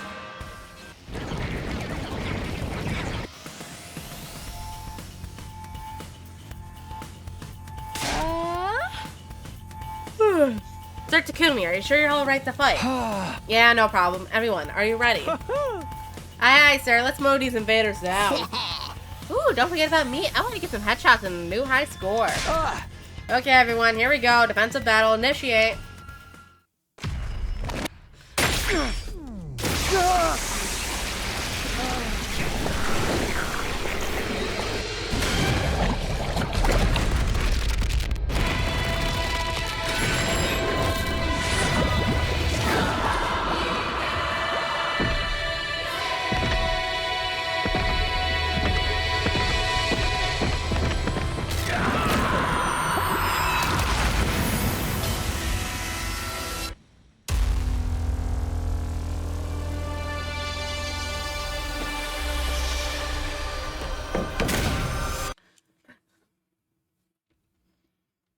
Going to the light, Takumi. It's way better this way.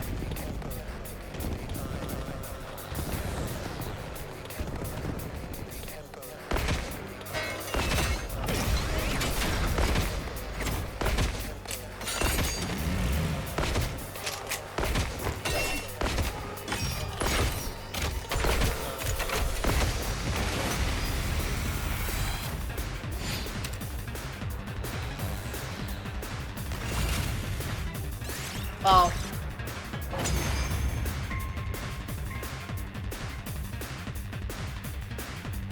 Is it over? Takumi, look! The Supreme Commander! Vile, barbaric invaders.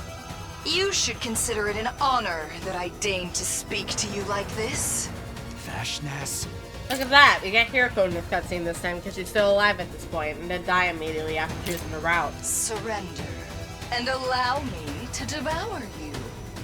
If you do that, I will make your deaths quick and painless. Continue to defy me, however. And I will do everything in my power to ensure your final moments are filled with unimaginable agony. Your words are laughable. We will fight tirelessly for the sake of humanity. That's right! I ain't gonna let myself get eaten by the likes of you. I see. Then I need not hold myself back, as I indulge in the entertainment this war brings me. What's she talking about? Futurum will be at peace. And since they copied this cutscene with the other round, Hiroko doesn't have a single line. And only then. Despite the fact that she's in this cutscene. I must devour all of you and make your power my own.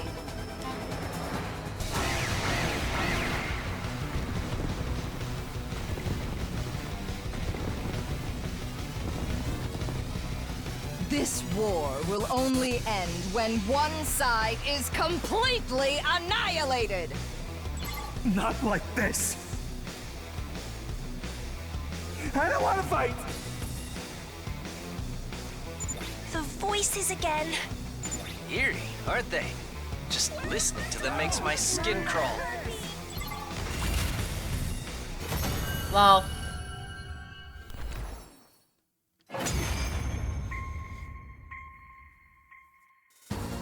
Yes, very good.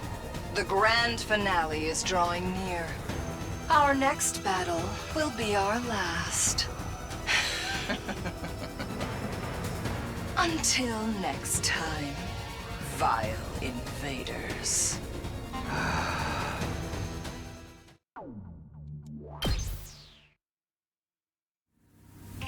After the fight, we dragged our tired bodies back to the school. The final battle was drawing closer. But there was something else we had to figure out before that. Where was the killer? That was the only thing I could focus on right now.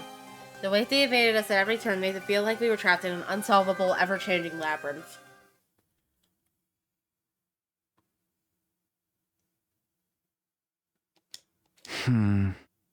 What time is it?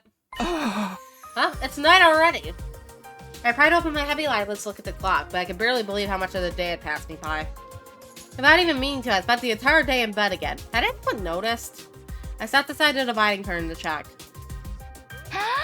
Hey Takumi, you're finally awake, huh? Finally, so you did notice I was sleeping a long time. Why didn't you wake me up? I was gonna, but then Hiroko said that I should let you rest. Really, Hiroko said that. You had that weird collapse a little while ago. We don't want to push you too hard when you're still recovering. I see. Sorry to make you all worry, but I just overslept today. Oh yeah? Let's hope that's all it was. Just so you know, nothing's really changed today, for better or for worse. Thanks. I'm sure we'll make some progress tomorrow. Right? Just let me know if there's anything I could do. Now then, I've still got a little bit of time before the evening announcement, so maybe I'll go take a shower or something.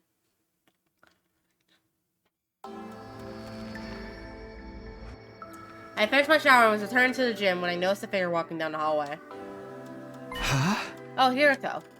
It felt like such a long time since the two of us had spoken. I heard from Tsubasa you told the others to let me rest. There wasn't anything wrong with me. It was just a nice gesture all the same. Thanks. There's something I need to discuss with you. Meet me in the cafeteria at 1 tonight. Come alone. Hey, wait, Hiroko! As always, it was useless trying to argue with her. She ignored me completely and walked away. It seems like she has something on her mind. I wonder what she wants to talk about.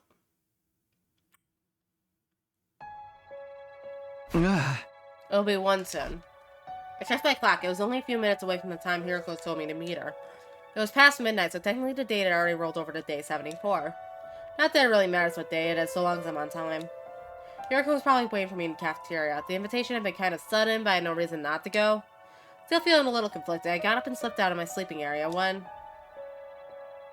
Nozomi, what are you doing up this late? I just got back from the bathroom. Why are you still up, Takumi?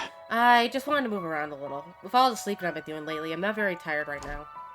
I felt like it was best I kept my meeting with Hiroko a secret.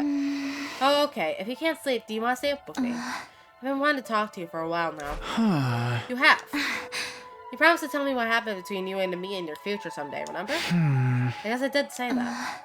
It's not fair for you to be the only one who knows all these secrets. I want us to be on equal footing. I want to know everything there is to know about the relationship between you and me. I wanted to tell Nozomi about Karua, but there's no denying that. But here's my chance. Shouldn't I take it? She wanted to know, and I wanted to tell her. There's no reason not to hold anything back now. On the other hand, Hiriko is still waiting for me. I never actually said I'd come, but could I just really stand her up? After thinking it over, I decided...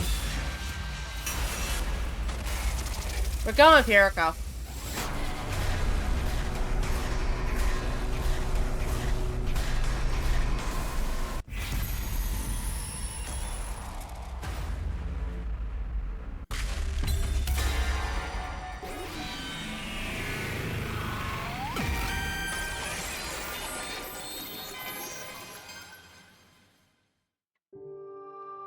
I should really go see Hiriko. I have a bad feeling about it, but it did sound important. Sorry, Nozomi. Can we talk later? Oh, yeah, no problem. Sorry for springing it on you.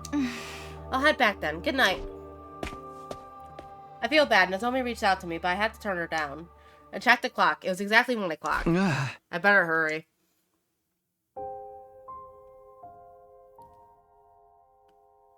I stepped into the silent cafeteria and found Hiriko standing alone. You came. It must be pretty important for you to ask me to meet at this hour. Besides, I've wanted to talk to you for a while. I bet. My behavior must be incomprehensible to you. Now, true enough, I had a mountain of questions for her. What was Hiriko doing in the bio lab when the killer attacked on day 16?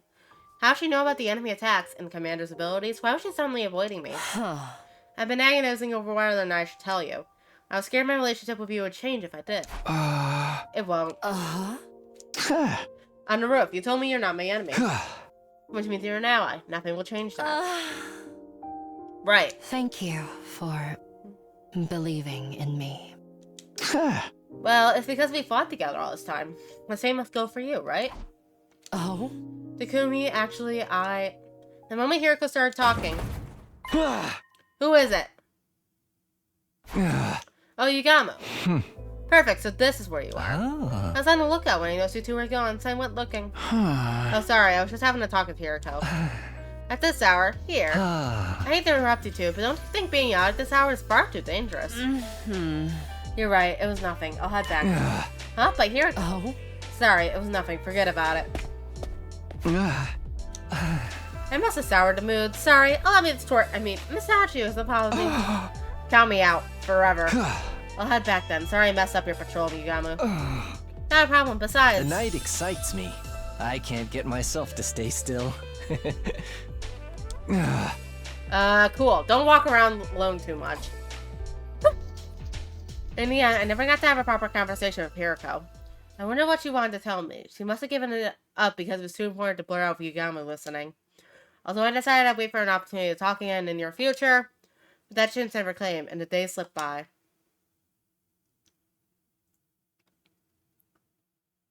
Oh, God.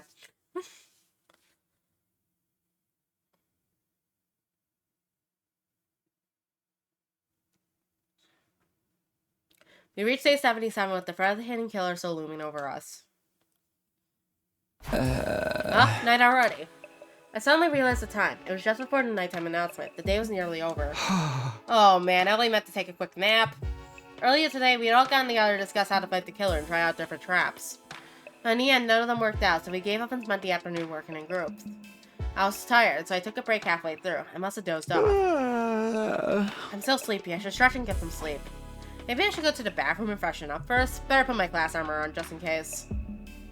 The moment I was in front of the boys' bathroom, I sensed something that stopped me in my tracks. The lights aren't on. There shouldn't be anyone in there, but the air feels unusual, abnormal. There's a sharp stench. Please, no. I'm just imagining things. Right. There's just no way. Just no way. Desperately trying to keep my legs from trembling, I stepped inside the bathroom, and what I saw before me was pure hell.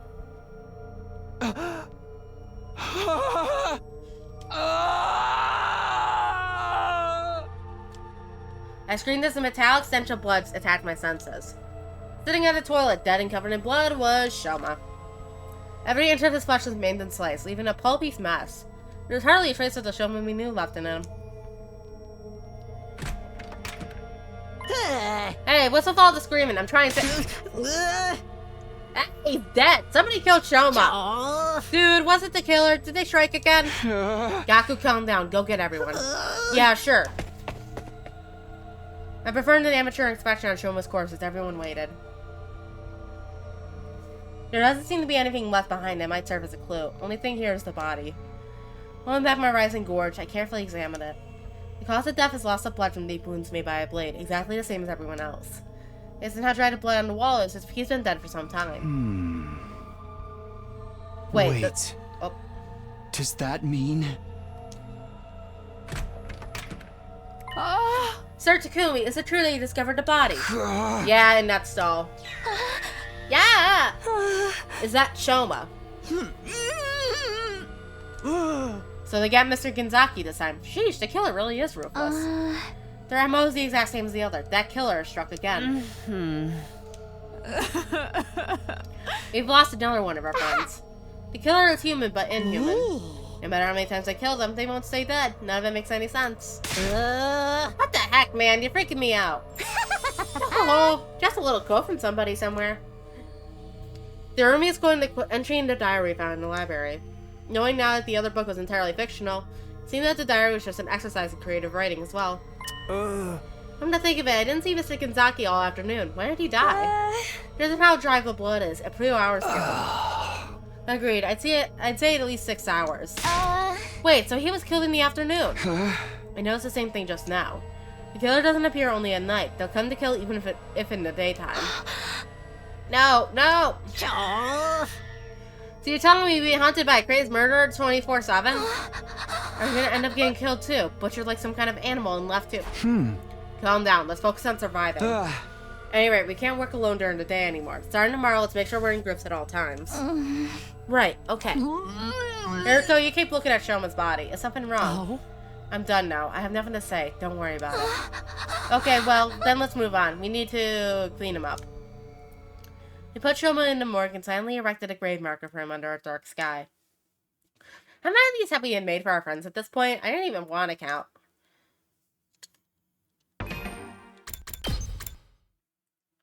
Let's see here. We have 1, 2, 3, 4. So not that many. At least that compared to the other route.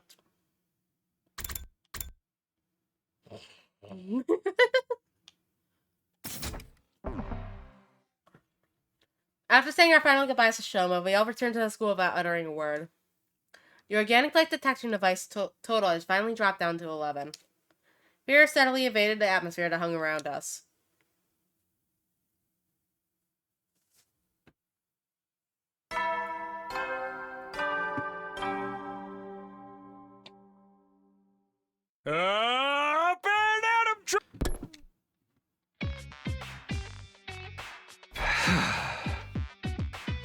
What's so special about it? Who even cares? Sirai's boundlessly cheerful voice irritated me. I was still reeling from the shock of discovering Shoma's body. Anyway, I should go to the cafeteria.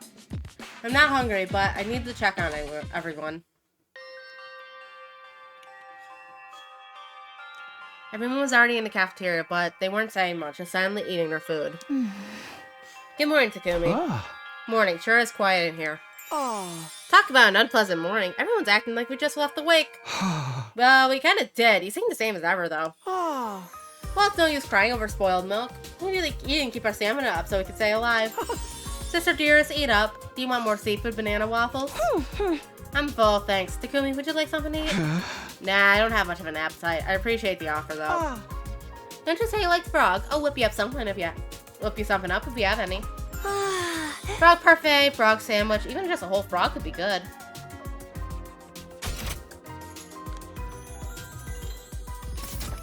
Please stop making me think about these horrible dishes this early in the morning. I don't know, I like it. Eating gory food like that could be fun. Forget that crazy stuff. I'd sooner just eat normal frog. It's craving again. Well, I'm curious, that's all. I'd offer to get you all the frogs you could eat, but you know, if there's a freaking murderer on the loose. I'm so scared I can't even sleep right anymore. And I have to accompany the Holy Jumanji sword whenever she needs to use the facilities. What's that sword even doing in the bathroom? Well, I'm all done eating, so I'm ready when you are. I'm sorry, I'm almost done. Starting today, we'll be spending our days in groups. Today, I was in a group with Darumi, Ima, and Kako. So what do we do now? I want to make dynamite, so we can throw it at the invaders. No way, if there's an accident, I'll blow up the whole school. But then the killer might die too. Although I guess we won't be around to find out. That's not how I want the story to end. If we're gonna make something, let's choose something else. An ending where we all explode and die sounds pretty happy to me. It's so hard living with an unconventional perspective in this world. We made sure we were ready and then split up and get to work. My group headed for the metal shop to try and make some kind of weapon just in case we needed it. Huh? I know we said we wanted to make a weapon, but what kind? We're not going to be able to make anything too impressive. Oh! How about a trap for the killer? We can lay out some super sticky tape. Aha! Fly tape for murderers. You're a visionary, Sister Dearest. 10 out of 10. I'll help you so we can make a bunch. I want to make something too. Is there anything that would let me cheat? Okay, what am I going to make? I looked at the clock. It was 2 in the afternoon. I have plenty of time. Maybe I'll check out a weapon reference book. I grabbed a few books, sat down, and started flipping through the pages.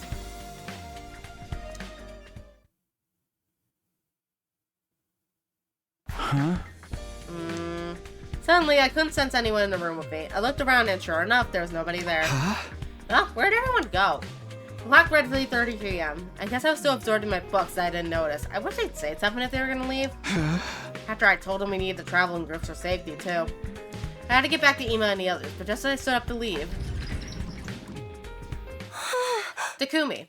What are you doing here? What are you talking about? Where'd you guys go anyway? What? Can someone interpret for me? I'm too dumb to keep up. I don't understand it either. Detective Kako, now's your chance to shine. Takumi underwent mitosis. Stop talking about me like I'm some kind of amoeba. I've been here the whole time. I doubt it. We just saw you going up the stairs. Huh? Is this some kind of joke? Did the shock of the killer reappearing scramble your brain? The killer, don't tell me they showed up again. Are you being serious right now? We just talked about this. While you were gone, there was a huge commotion because the killer showed up again. We tried to catch them, but they got away. Everybody's still searching as we speak. We literally just talked to you. You don't remember. You told us we were in danger because the killer was around again, but then you went off on your own. While I was gone, just talk to me. Went off on my own. None of it made any sense. I was so confused I couldn't even speak. He's broken, just like my dad. Once people lose their minds, they start lying. They forget about anything that doesn't suit their narrative. Let's say, for the sake of argument, you can instantly teleport somehow. How can you forget about the killer? Wait, seriously, what are you saying? Explain it like I'm fine. Even after they explained it again, there was no new information. They just repeated the exact same story. I couldn't make heads or tails of it. It was like I was having some kind of illogical nightmare. Huh? Mr. Sumino, you must be tired. It's not surprising. You haven't been looking so good lately. We're gonna keep searching as a group, but don't push yourself too much, okay?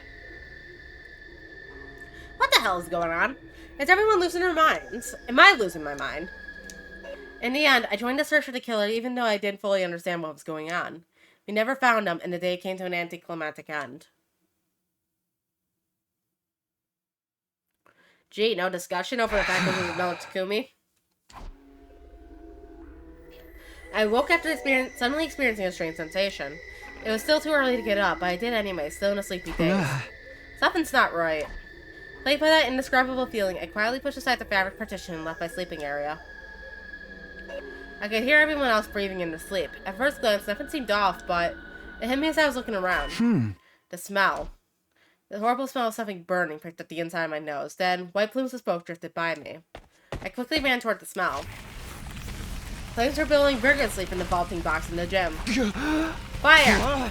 Everybody, fire! Run! I yelled at the top of my lungs and desperately ran around the gym, shaking everybody awake. The fire was spreading to the nearby mats, growing in intensity. You need to get out of here or we'll all get burned alive. Fire detected.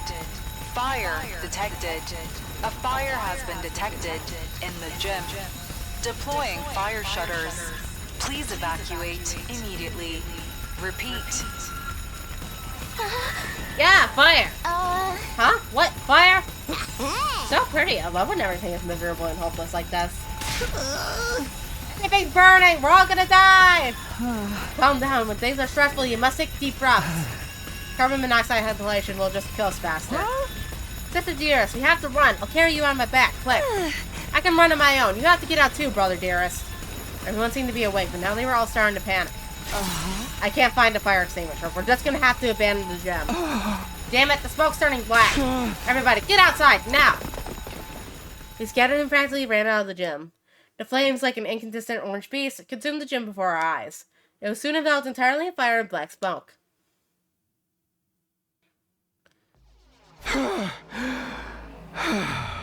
Should be safe out here. I ran at top speed out of the gym and found myself in the hallway on the second floor. I was thankful to be alive since I got out before the flames spread, but I also couldn't believe this was happening. Everybody managed to get out in time, right? I started to head back when... Oh, I thought I heard someone. A wild Takumi has appeared. Darumi, thank goodness. It seems like you got out okay. Hey, someone must have started that fire, you know? What? The vaulting box was burning, right? No way that happened spontaneously. Was it the killer? Was it? Yo-ho-ho. That's not possible. More importantly, we need to get out of here. But the day before yesterday. Suddenly, an eerie metallic sound echoed from down the hall. That sound! It's the killer! Oh my god, for real? Talk about a rare pull. There was even a special animation. Damn it, why now? Darumi, get out of here. Run! Huh? We're not gonna fight them? I bet they dropped tons of EXP.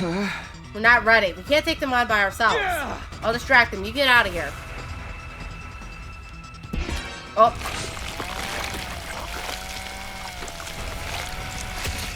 Not like this.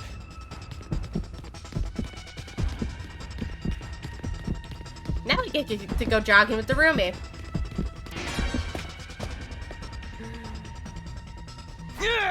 Go, Darumi, get out of here. Aw, Takumi, you're my hero. Yo-ho-ho.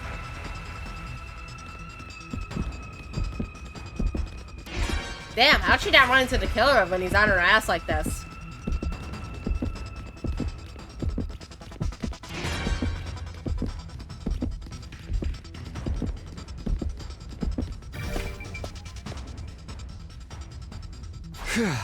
Did I lose them? Relentlessly pursued by the killer, I fled to the roof. There were no signs of them giving chase anymore. I let out a sigh of relief and slumped down. My legs feel like gelatin, but more importantly, I wonder if the others are okay. First the fire, now the killer. I'm worried about how my friends are holding up. Maybe I should head back right away, but what if the killer's waiting for me? I guess I should just hunker down until morning. Everybody, please stay safe.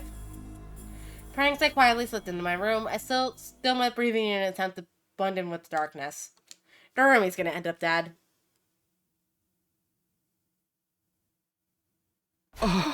Huh? Morning. When did I drift off? I realized I'd fallen asleep, curled up in a corner of my room. I have to find everybody, and I want to see what happened at the gym. I quickly stood up and bolted out of the room. When I arrived at the gym, the stench of fire was still in the air. I opened up the soot-stained fire shutters and was confronted by a grim transformation. This is horrible. The fire had been put out relatively quickly, thanks to the automatic fire suppression system, but everywhere I looked, the place was badly burnt, blackened to the point where it was unrecognizable. If I hadn't noticed when I did, I'm sure we all would have died. That terrifying thought sent a shiver running down my spine. But why did the fire start at the vaulting box? Darumi's right. Somebody had to have said that. If the killer did it, then when? I was deep in thought when... Takumi! I finally found you! Tsubasa! Thank goodness you're alright. I was just about to go looking for everybody. Come with me, I'll explain later. Huh? Did something happen? Tsubasa didn't say anything else. I followed her as directed until we arrived at the leisure lounge.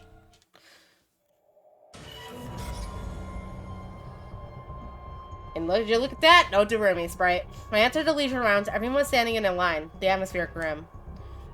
Nobody was smiling, they were just staring silently at the pool. I was ready to tell them how relieved I was to see that everyone was okay, but words escaped me once I saw what everyone was looking at. It was a body, floating face down in bright red water. It was covered in slashes and the flesh split open with deep wounds. Taru? Me? We just found her. We were going to take her to the Revive-O-Matic, but... She's in water and she's lost too much blood. We won't be able to bring her back.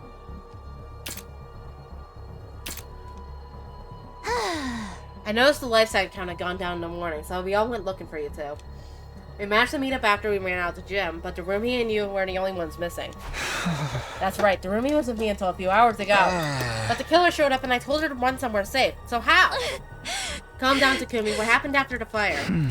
Well, I desperately tried to keep from panicking as I explained what happened.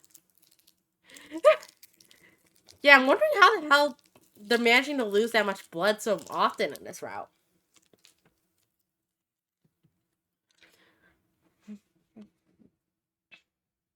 I'm thinking they're just too tired of everybody dying and gave up. I definitely tried to keep from panicking and explain what happened. Everyone listened in silence, each of their faces wearing a different expression. Alright, I understand. So you and Darumi ran to the killer and then split up in an attempt to escape. Yeah, the killer was chasing me. Darumi was going to use the opportunity to hide. Hey Takumi, you're not the one behind all this, are you? Huh? Excuse me? Of course not. But both Kurara and Darumi got killed when they were alone with you. I knew this was gonna happen. Are you pinning it on some crazy killer when it was actually you all along? Stop, Gaku. You can't point fingers like that without proof. I understand how he feels. We've looked so hard for this killer and haven't found so much as a single clue. Don't tell me you think it was me too. And now they're gonna pull up the locker thing. No, Sister Dearest and I can prove your alibi after all. Oh, how's that? Actually, we saw the killer too. Wait, really? After we fled the gym, we were walking down the hall together. Then we heard the sound of a power saw. We hid in a nearby classroom. Then we peeked outside and saw Takumi and Darumi running from the killer. We wanted to go help them, but my dear brother stopped me. My dear sister twisted her ankle while we were running from the fire, so we decided to stay hidden. Sorry. No, I get it. What happened after that? After some time passed, we left the classroom and met up with everyone else. Then Tsubasa noticed the life sign count had gone down by 1. The device read 10 instead of 11, and you two were the only ones not with us. So we panicked and split up to go looking for you. This is my first time hearing that the twins saw the killer too. Terribly sorry, we just never had a moment to tell you. The point is, Mr. Sumino's alibi checks out.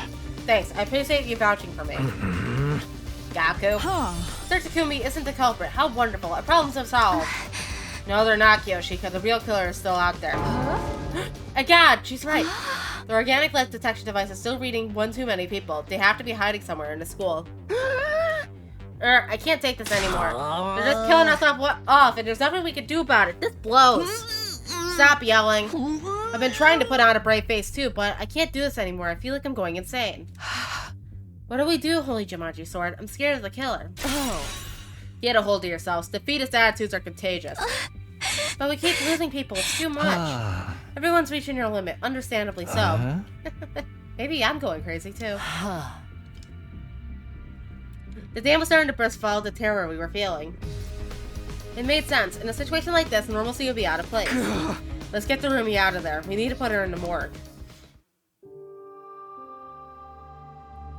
We took the bodies to the morgue, something we had unfortunately gotten too good at doing quickly.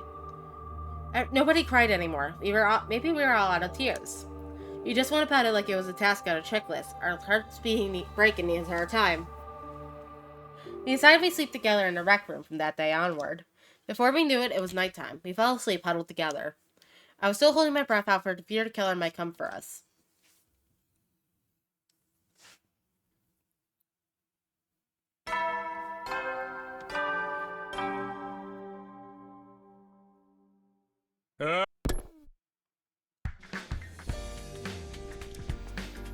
As I woke up to the morning announcement, a dull pain shot through my back. My whole body hurts so bad.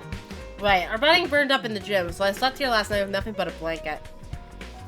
I looked around and saw everyone else starting to wake up too. Morning, I had a bad dream. Me too, I dreamed I ate a loofah sponge because I thought it was a big croquette. Even in my dreams I have rotten luck. I had a dream that Holy Jumanji Sword turned into some kind of cannon. What was it called? Neo Strong Armor? Neo Strong? Jet Clone Arm Cycle?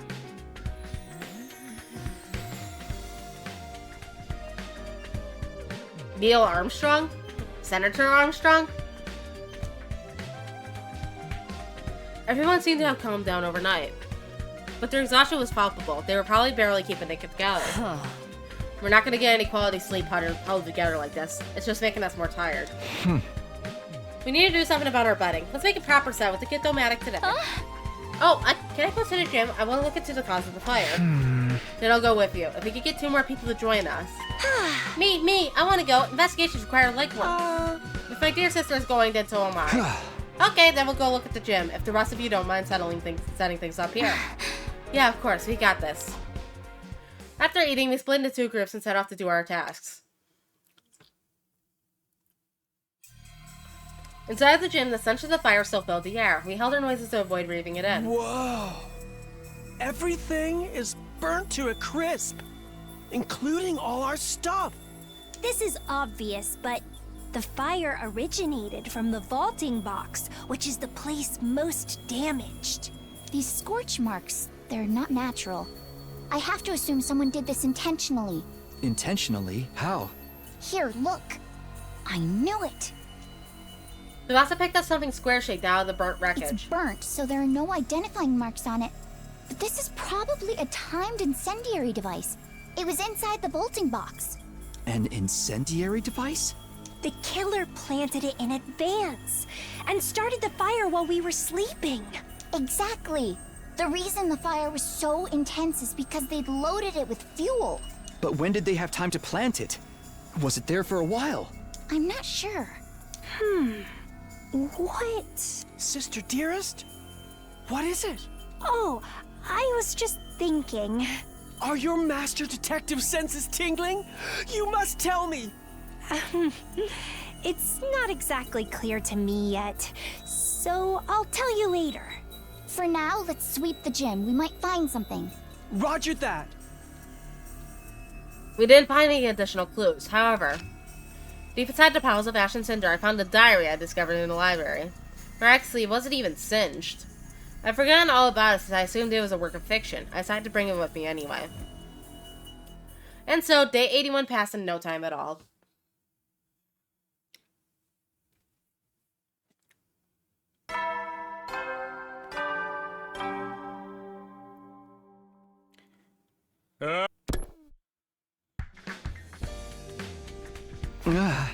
Yeah, I got some good shut-eye last night.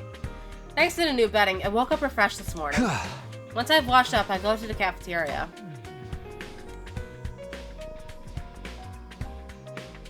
We were all sitting at the dinner table. With our numbers decreased yet again, the cafeteria was unnaturally quiet. There was only 9 of us now. There wasn't even time to mourn the past anymore. The only thing on our minds was getting through it one day at a time. Let's assume you know. What are your plans for today? Well, maybe I'll try to make a trap for the killer, or some kind of weapon. I read all those books the other day and don't have anything to show for it. Takumi, you already started making something in the metal shop. Huh? What are you talking about? When the 4 of us went to the metal shop together, don't you remember? I only remembered yesterday after my dear sister mentioned it. Playing dumb won't get you anywhere. In the hands of the famed detective Kako Tsukumo, your secrets will all be laid bare. Wait a minute, hold on. What are you talking about? Are you sure you don't have me mixed up with someone else? Well, it's mystery route Takumi coming in play. The 4 of us had gone to the metal shop on day 78, that much was true. I've been perusing reference books to turn myself into Meg, and suddenly found myself all alone. Human and the others reappeared just as suddenly, and they told me the killer had been spotted. So in the end, I never got to make anything. Sorry, but I really don't know what you're talking about. I never made anything. I spoke firmly and clearly. Emo and Kako exchanged mystified looks. Best to proceed. Maybe we misunderstood something. We'll be taking off if you don't mind. Sister Dearest and I have something we need to do today. Hey! After arbitrarily deciding that our conversation was over, the 2 of them left the cafeteria. Jesse, what was that all about? Come to think of it, when that happened, they were saying all kinds of nonsense about me instantly teleporting and the like. Do they suspect me? But that can't be. They were the ones who backed up my alibi. Everybody jumping at shouts because of the killer. Not what you want to see. After letting out a heavy sigh, I gathered myself and decided to get to work. Today I'm with Yugamu Kiyoshika.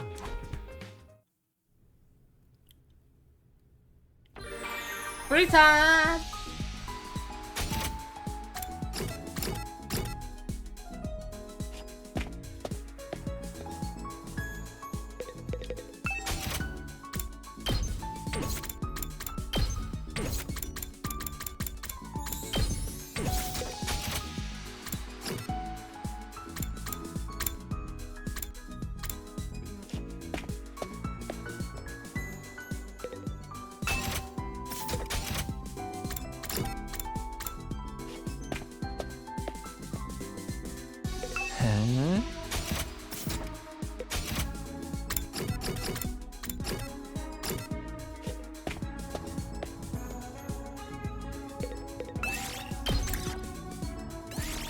Move out!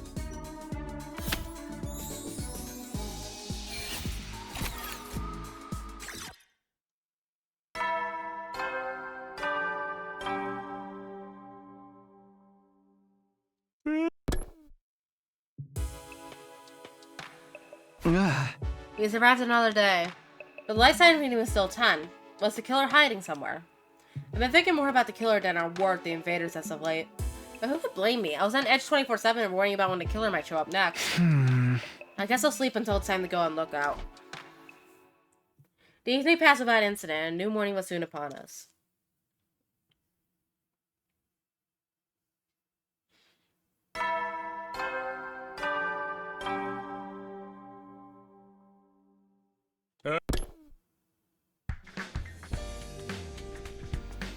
Okay, what do I do today? Good morning, Mr. Sumino. Do you have your plans figured out for today? No, I was just thinking about what I should do. How about you? I was hoping to run some tests on the prototype killer trap I made with my dear brother. Oh, you mean the murderer fly trap you guys were talking about before? Hey! But of course, it's an outstanding development created by brother and sister. Sister dearest, you should get a Nobel Prize. So they really made it. When did they pull that off, anyway? We were hoping you could help us, Takumi. We want to test its durability. I don't mind, but... that settles it. Then the three of us will team up today. At Ima and Kako's request, the three of us ended up working together in the afternoon. When we met up in the metal shop, Ima and Kako immediately pulled out their prototype trap. They quickly laid a large adhesive sheet out on the floor. The construction is very simple, but it might be able to catch them in the night or in places with low visibility. Isn't it dangerous to have this flying around? What if it accidentally snags one of us? That's the problem. We wanted to see for ourselves, so we're going to have you pretend to be the killer. Me, the killer? This is going to get me covered in glue, isn't it? We have other sheets with different viscosities of adhesive that we made in the biolab. I'll go get them, so wait here a second if you don't mind.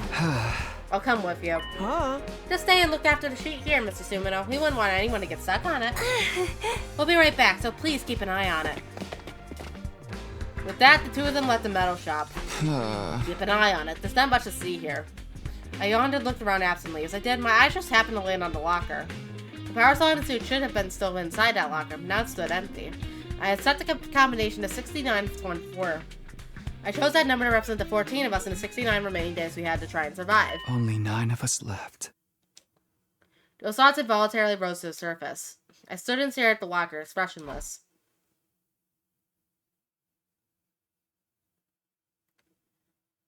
Uh-oh. It suddenly hit me that Ima and Kako have been gone for quite a while. This is taking too long. What happened to those two? Maybe they had some kind of trouble that was slowing them down? They said they were going to the biolab, right? I'll go check. They opened the door to the biolab. There was no sign of anyone inside. Where'd Ima and Kako? I was just about to ask where they had gone when I stopped in my tracks. An unpleasant stench pricked my nose. Don't tell me. With an ominous feeling, I stepped further into the biolab to find...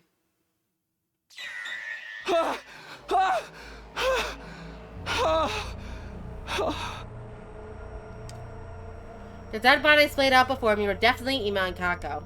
The two of them were huddled together in a sea of red blood, their bodies covered in slashes. I have to revive them. I reached out to grab the twins' bodies, but I couldn't get a grip on them. The blood kept making my hand slip. I can't. I need to get someone else. My mind was strangely calm given the horrific scene of despair. In the back of my mind, I already knew the truth. They had lost all of their cryptic glow, and there was no saving them. I can only remember fragments of what happened after that. I went to get everyone else, trying not to slip on the blood. Everyone was shocked to see their friends covered in so much blood. There was a lot of screaming. No! Ima! Kako! More casualties. How shameful that I couldn't save them. Not again. Why is this happening? Takumi, I thought you were with them. How did this happen, man? Blaming him won't do us any good. We just need to try and come up with a way to prevent further harm. It's pointless. We're not going to come up with jack, dude. We're just stuck here waiting to get murked. Damn it, damn it, damn it. Gaku, stop. Hitting stuff won't solve anything. Let's get him to the morgue. I can't bear to see him like this any longer. The double. I just sat back and watched my distraught friends in silence. I wasn't the only one, though. Hiroko did the same. Takumi's no at this point. He's so over this shit.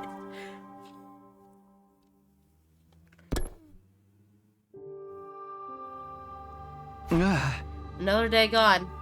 We brought Kako's bodies to the morgue, and before we knew it, it was night. Maybe it was a mental exhaustion, but everyone went to sleep before the nighttime announcement. Time for me to stand watch. I changed into my class armor, grabbed a blanket and weapon to defend myself with, then headed for my post. Huh? Are you on lookout tonight, Hiroko? Oh?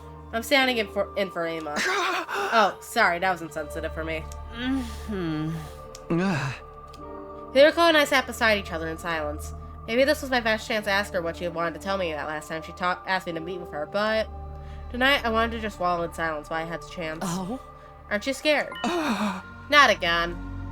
Hiroko's the first to break the silence. Everyone's terrified, worried they're gonna be the next to die. Yes, I'm scared. Not of dying, though, of everyone else getting killed. I came back to the past to redo everything, to save everyone, but now this is happening. What am I supposed to do? If I died, maybe I'd be free from this nightmare. That doesn't sound so bad. Takumi. Sorry, that was awful. Saying stuff like that isn't gonna help anyone's anxiety. You don't have to put on a brave face. I'm the only one here. Hideko, thanks. That's nice of you. I let out everything I had been keeping locked deep inside, and as if I was talking to myself. My anxiety, my sadness, my rage. Hiroko listened to all of the feelings I've been keeping to myself in silence. The night went by slowly and quietly.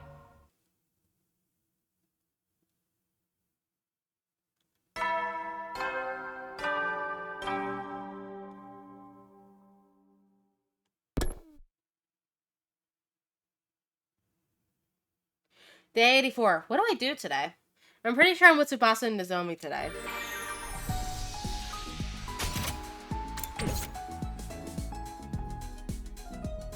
Oh, I'm assuming that's the equipment for our bed today.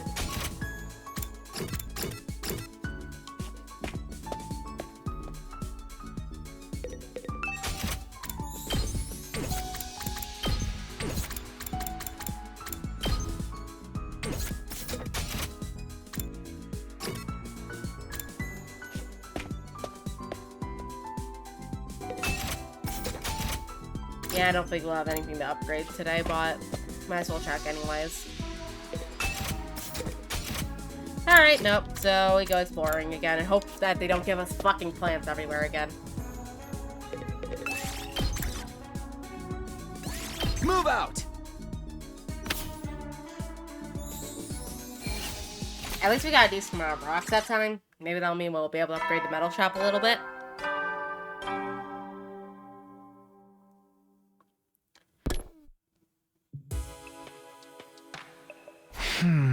No changes today, I guess.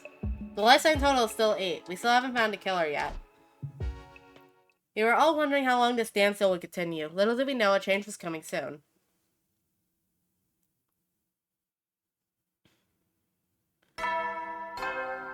Is the glue trap still laid out in the metal shop?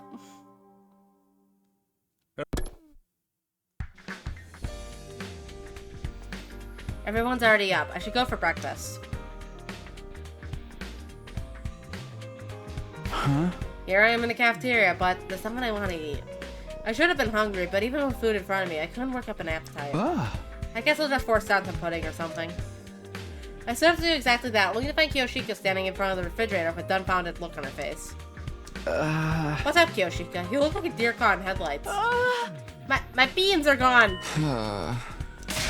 My red beans! I put them in a container, but they've completely vanished! I was so looking forward to making sweet bean paste. Did you say something about a deer? Did a deer eat my beans? Calm down. You'd be surprised how often it turns out what you're looking for is just hiding behind something else. I peered into the fridge, but there was nothing inside.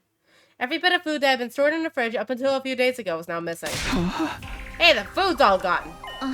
Huh? Oh, we were completely stocked up. Did some hungry little rascal sneak in for a midnight snack? Don't look at me. I didn't do it. Not this time, anyway. Then who? Nobody would do this except you, Gaku. Whoa, no faith in me at all, huh? That would mean the culprit is someone not here with us. What's the current lifetime count? 8. Don't tell me. A deer flashed its headlights into the fridge and took my special beans. Okay, Kiyoshika, let's be quiet for a second, okay? Not the gentle parroting. So the killer stole our food.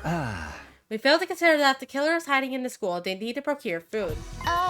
Maybe if we stay on lookout here, we'll be able to catch the killer the next time they come to the cafeteria. Nice idea. No reason to be scared if we can all just dump on them together. Let's do it. Oh. I don't know if it'll be that easy, but it seems worth a shot. Now let's all stake out tonight with our weapons. How about it, Takumi? Yeah, we better act fast. Let's go for it right after midnight. Then I'll put some of the food in the pantry and the refrigerator as bait. Everybody was excited, finally seeing a ray of hope. With the weapons in hand, we waited for midnight. And finally, it was time.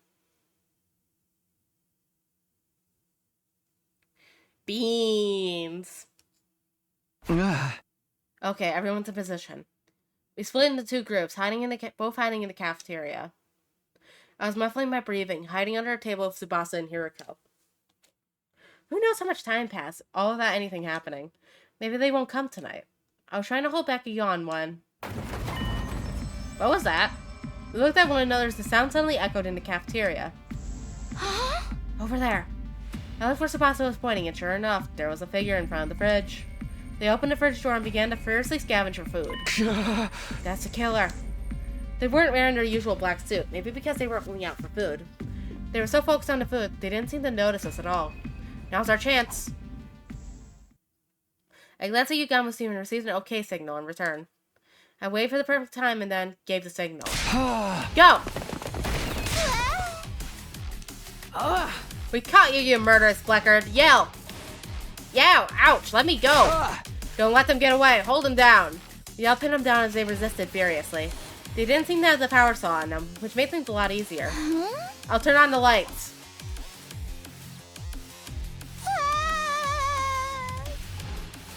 Huh? You're... Our eyes were wide as we took in the unexpected appearance of the killer. An invader. What are you doing here? Please! Do not kill me! Please! Enough of your nonsense. We shall avenge our fallen comrades. Hold on. That thing has a weird device on it. She's right. What's that? Wait, don't touch it. No! If you remove that... The moment Gaku removed the device, we began to hear a strange electronic sound. What's that sound? Is it coming from inside the invader? Everybody, stand back! Suddenly, Hiroko took off at full speed, heading outside with the invader in her grasp. Wait, Hiroko! Hiroko! Confused, we chased after Hiroko until we ended up in the schoolyard.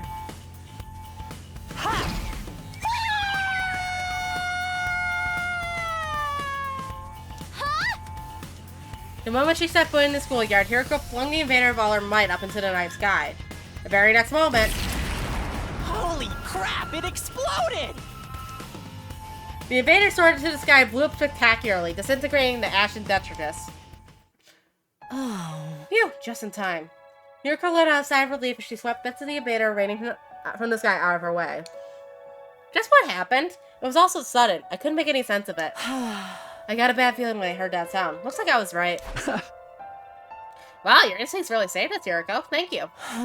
It was nothing. More importantly, Tsubasa, what's the organic life count? Oh, right, it's 7 now. That thing was our 1 extra.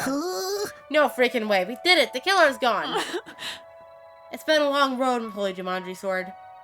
That's definitely not the end. There's no way that thing would fit in the suit.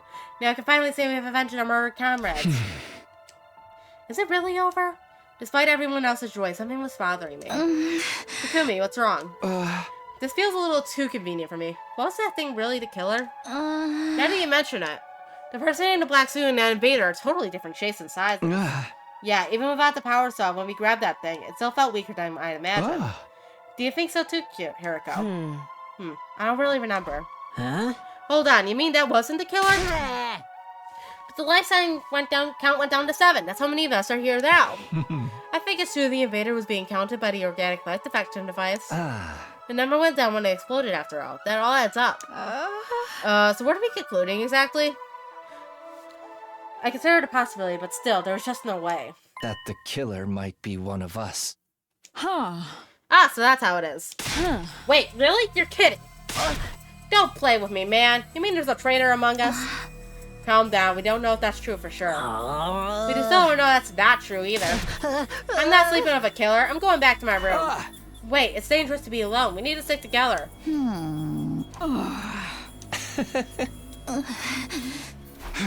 Oh. My words fell on deaf ears. Don't anyone come into my room. If you do, I'll freaking kill you. Self-defense. I'm going to sleep in my own room starting tonight, too. I'll take a look at the remains from the explosion. Maybe that invader really is the killer. Sorry, I don't want to doubt any of you, but we're going to have to sleep separately for now. Oh, for the love of murder. What a headache. I hope things don't get any worse than this. Holy Jumanji sword, you're the only one I can trust around here. This is our only choice for now. Good night. All I could do was silently watch as everyone went off to their rooms.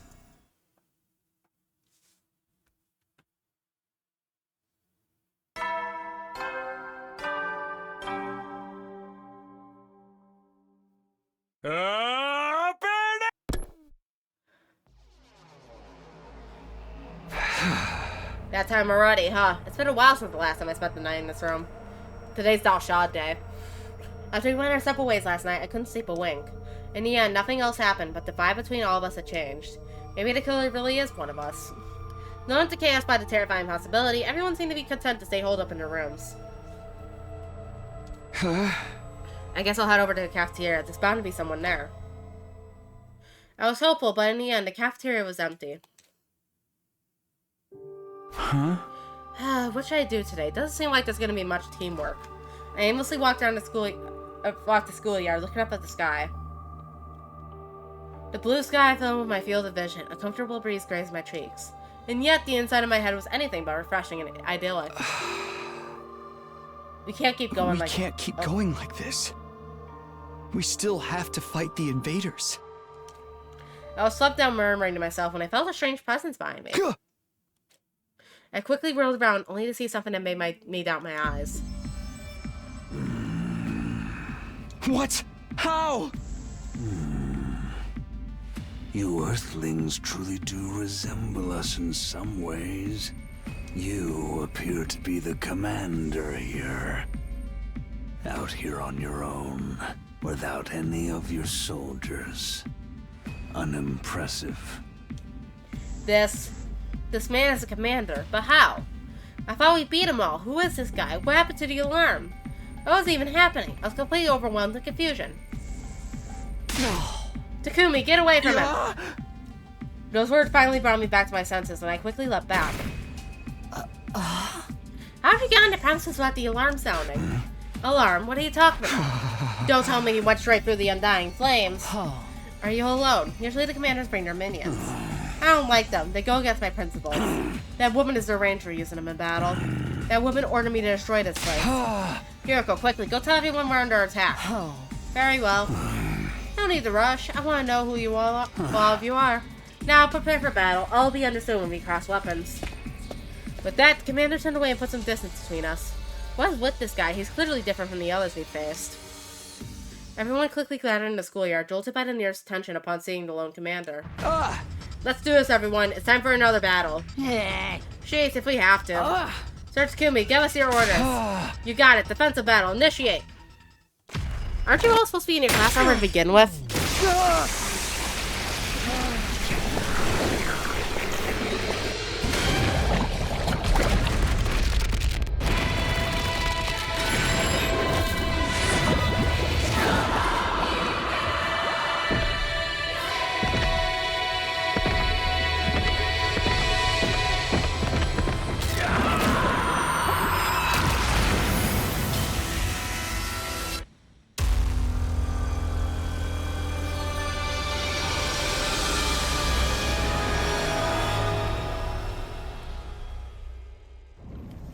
That same alternative music again.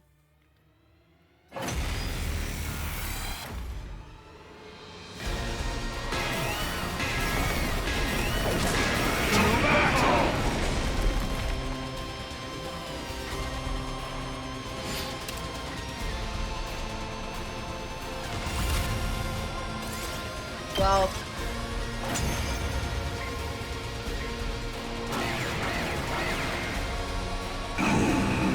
Not bad. As expected for the slaughterers of this planet's heroes. What a powerful foe! It's They're certainly formidable, but our attacks are hardly doing anything to him. It seems like that may be his ability. That might be what got him through the wall of fire. We can't give up now. Keep going, everyone. Damn it! I hate work without pay. Let's make this quick.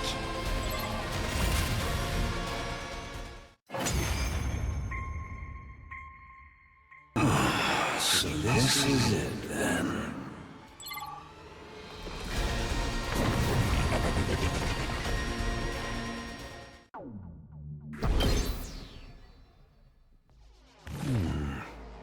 I get the gist of what you're all about. He detransformed. Why? Hold on. Now just give us an opening. We can get him now. No, hold on. What, dude? What's the matter? I wasn't sure why myself. I think I was overwhelmed. As a mere ordinary human, I couldn't help but be cowed by the dignified conduct of this lion of a man standing before us. I understand you now. You seem a little bit different from the wicked and cruel invaders I was told about. I want to hear it straight from the source. What are you fighting for? Why are you asking us that? Coming back from death after death to fight again? You live solely to fight in this war. It will make you no different from those abominable combat organisms created by that woman. Are you comparing us to that cannon fodder? So that's how you refer to them too. Cannon fodder, guinea pigs, slaves, playthings. Do you consider that sense of superiority to be something like wisdom? I suppose all living creatures reach the same endpoint eventually. What are you getting at? Are you telling us to surrender? If we do, we'll all be killed, won't we? I doubt Veshnis would let us live. Then shouldn't you simply accept that? Stop messing with us. We're not going to give up on life. We swore we'd all survive this. That's what pulled us out of our despair. That's why we... My vision lurched. There was a loud thump. When I saw the great blue sky unfurled overhead, I realized what had happened to me. I had been beheaded. Takumi! And when I heard Hariko's voice in the distance, my vision turned red. And then from red to black. My whole world was enveloped in darkness.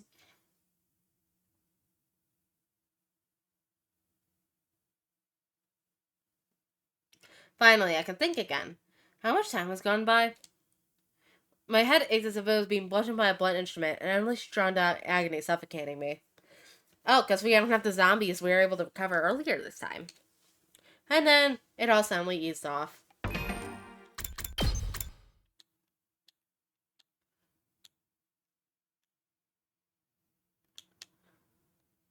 Because, yeah, that was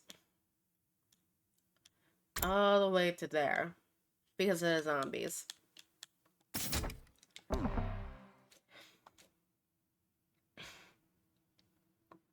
Suddenly, I was awake. I was in a familiar place. My room. Takumi! Thank goodness you're awake. Are you okay? Yeah, but what's going on? What happened to me? Well, the commander suddenly lopped off your head. Of course, we brought you back right away with the revival-matic, but you weren't waking up, so we carried you to bed. What happened to that Dalsha guy? How did the battle go after I was gone? After he killed you, he just left. He said he'd be back soon. What do you mean? I have no idea, but I can tell you what he said before he left. According to Nozomi, Dalsha was the father of Squad 1 Commander Murvarum. He wasn't looking to avenge his son, and everyone sensed there was some friction between him and Veshnis. I see. How is everyone else doing? Because he's such a strong enemy, we realized we needed to come up with a plan or we'd be in trouble. But the others are still scared that the killer may be one of us. Everyone's so tense that we're not getting anywhere. Right. I don't know if they'll hear me out, but I'll try to get through to them. Thanks. We won't survive this if we don't cooperate. Aren't you scared, Nozomi? The killer might be hiding somewhere nearby. Sure, I'm scared, but I don't want to suspect my friends. I don't believe that the killer is one of us. It's easier to doubt than to trust. But we don't know anything for sure. Nozomi looks so much like Karua to me that in the moment. I'm sure Karua would have said the same thing in a situation like this. Alright. Tsubasa said she has someone to report to everyone. Now that you're awake, we should meet up with them all in the cafeteria. Okay, let's go.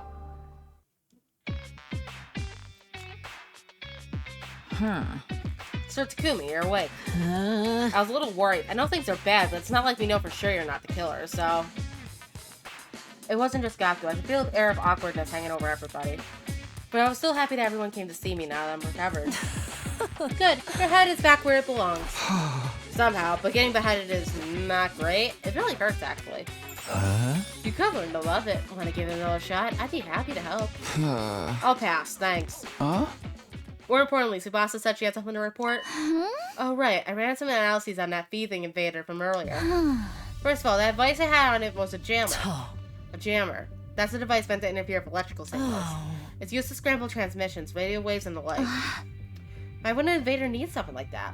Oh, that's how the revival manic was down. I'll try to explain. I found a recording device in the remains of the invader. A recording device. Was anything on it? It had everything from voice data to activity logs. I think it was forcibly implanted in a little guy to monitor it. It's amazing the device was still intact. If its host was rigged to explode, you'd think that it would also be designed to automatically erase all that data. The signal from the jammer worked a little too well and ended up partially jamming the signal on the remote detonation device. So the bomb only partially detonated. Normally it would have been completely blown to smithereens, but the explosion was unusually diminished. That's it, so that's how some parts survived. So I examined the data and learned a few things, like how long the invader had been in school. It came here during the defensive battle on day 21. It didn't want to fight, so it ran away from its unit and hid in the school ever since. It was hiding here since day 21? That thing has real talent as a shinobi. The invaders wouldn't just let it run away scot-free. Deserters are usually punished harshly. That would mean all manner of torture, punishment, and discipline, right? What's even the difference between any of those? Anyway, the invader exploded because the bomb used to execute deserters was activated, but the reason it managed to hide out for more than 60 days was because of that jammer. With that thing, it was able to avoid being tracked and blown up by a commander. I see. So it came prepared. But when we found it, Gaku pulled off the jammer and the bomb inside of it went off. Then Hiruko threw it in the air, and it got blown apart. So that's what happened. What does that mean? When we heard sounds coming from the school that one night, that was the invader too. If we're talking about day 43, then definitely yes. It was all in the activity log. Day 43, that was the day Moko was killed. Nozomi and Moko came to my room that night. Nozomi said she heard sounds coming from somewhere downstairs. We wanted to go check out what they were. So the invader was moving around the night of day 43. Then that means the killer really could have been the invader. Unfortunately, no. I checked the recorder data against the estimated times of the killings, but it doesn't line up. It's all from my report. I was hoping to find some information that might give us a clue about the killer. But now it's clear the invader was innocent, which means one of us is a freaking murderer. The mystery is solved. No, it's not. Not even close. Yelling is just a waste of energy. It's not like you're going to inspire the killer to reveal himself. Shut up. We're all going to get killed here, and you're lecturing me? Hey! Wait, hold on. Is it you? Stop it, Gaku. We're not going to solve this by blindly pointing fingers. So what do we do about Dalsha? We'll have to figure out something out between us. We can't just ignore him. Then we should all stay here, right? The killer can't strike if we're all together. Let's do that. Any objections, Gaku? Whatever, fine. After that, we discussed strategies for beating Dalsha. But the move was so horrible, we couldn't even begin to decide what we needed to do. In the end, the day ended with no real progress made.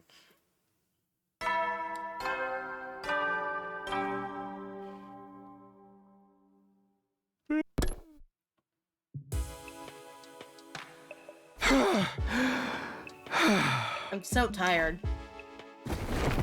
With a sigh, I flopped into my bed. My head hurts, it's throbbing. It must be the stress. There's the killer, now Dalsha. There's so much I need to think about, but I don't want to think about anything anymore. My entire body was exhausted. I couldn't even bring myself to move. Gradually, my eyelids grew heavy. But before I fully gave in to sleep, I could have sworn I saw a flickering flame out of the corner of my eye. Whoops, Shion tried to visit us. Who's here this late at night? Cautiously, I sat in bed and waited to see what would happen next. It rang again. Maybe it's an emergency. Something might have happened, but I should keep my guard up. Just in case, I held my infuser behind my back as I opened the door. I warily cracked it open to find... Tsubasa, what's up? Sorry, I know it's late. I probably woke you up. Don't worry about it. Did something happen? Well, actually, I've been analyzing the remains of that invader for a while now, and I think something is missing. Judging from the shape of the hole, it's probably some kind of external storage. Like a memory card or something. Exactly. I might have gotten dislodged and blown somewhere during the explosion. I thought about waiting until tomorrow, but I think the sooner we find it, the better. So you can ask me. You want me to search for this thing with you? Yeah, if you don't mind, that is. Not at all, but... Hey, I'm not the killer, you know. Me neither, but neither of us can prove ourselves innocent either. It's okay, I'm prepared to kill you if things go off the rails. That makes me feel so much better. Anyway, I'll get ready. The fucking smile on her face. She loves killing people. She just doesn't want to admit it. I know I'm saying the obvious, but it's really dark out here. I brought flashlights. We're just gonna have to sweep the area. Tsubasa shined the flashlight on the ground and stepped over. I did the same, looking at the ground. This seems pretty inefficient. Yeah, and it's 3 days since the explosion, too. Pretty sure this is where it happened. This is gonna be a long night. I sealed myself and set to search with Tsubasa. But it turned out my result wasn't gonna be needed after all. There's something on the ground here. It was something small and black, covered in dirt. I picked it up and Tsubasa practically lunged at it. Hey, let me see it! She took the thing from me and excitedly began to examine it. Good job, Takumi. This is the external storage device I was looking for. For real, I thought that would take longer. I'm going to analyze the data on this. Ooh, I can't wait to see what's on it. If they felt the need to blow up that invader to keep it away from us, there might be some important secret intel on it. I'm excited too, but try not to overwork yourself, okay? You can't be working such long hours every day. Don't worry, I'm done for today. Let's head back. Looking satisfied, Tsubasa put away the storage device and started to walk back to the school in high spirits. Phew, we found what she was looking for without anything bad happening. Thank goodness. On top of that, we might even get some new information. Myself suddenly feeling lighter.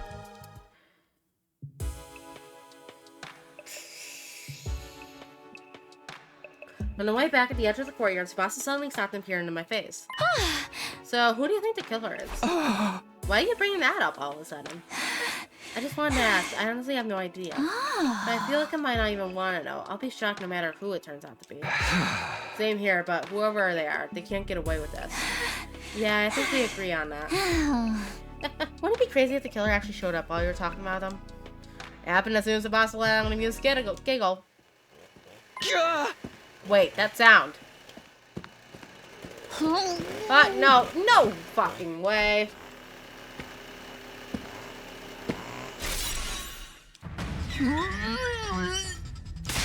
Tsubasa, run this way.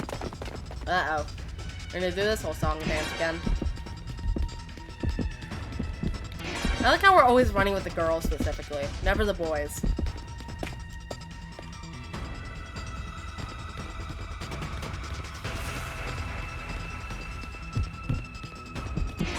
Oh.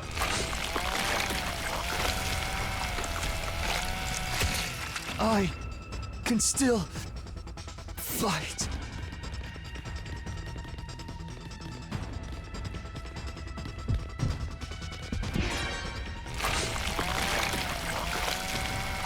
Do I just have to run one way and then turn around and go the other way?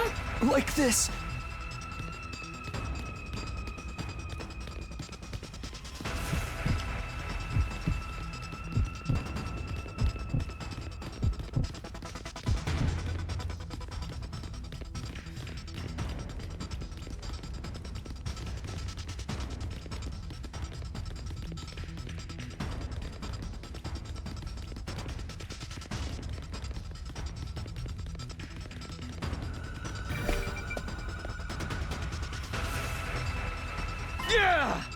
Alright, just how long are they gonna chase us?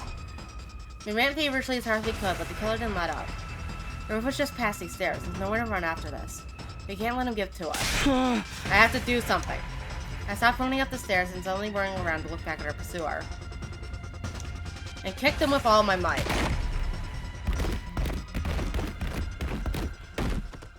They tumbled down the stairs and fell in a heap at the bottom.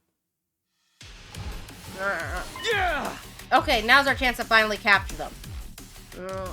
They groaned in agony, but paralysis must have been setting in because they made no effort to resist. Yeah!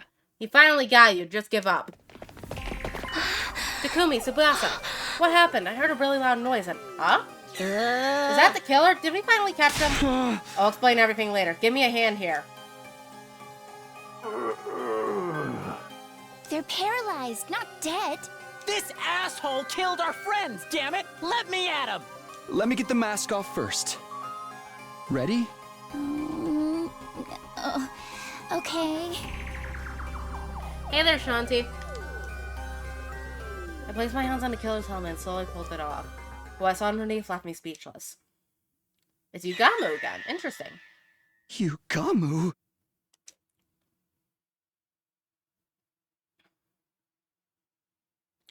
We peeled off the soft suit Yugamu was wearing and brought him to the rec room. He was limp, breathing shallowly, but his expression seemed almost as if it had traces of a grin.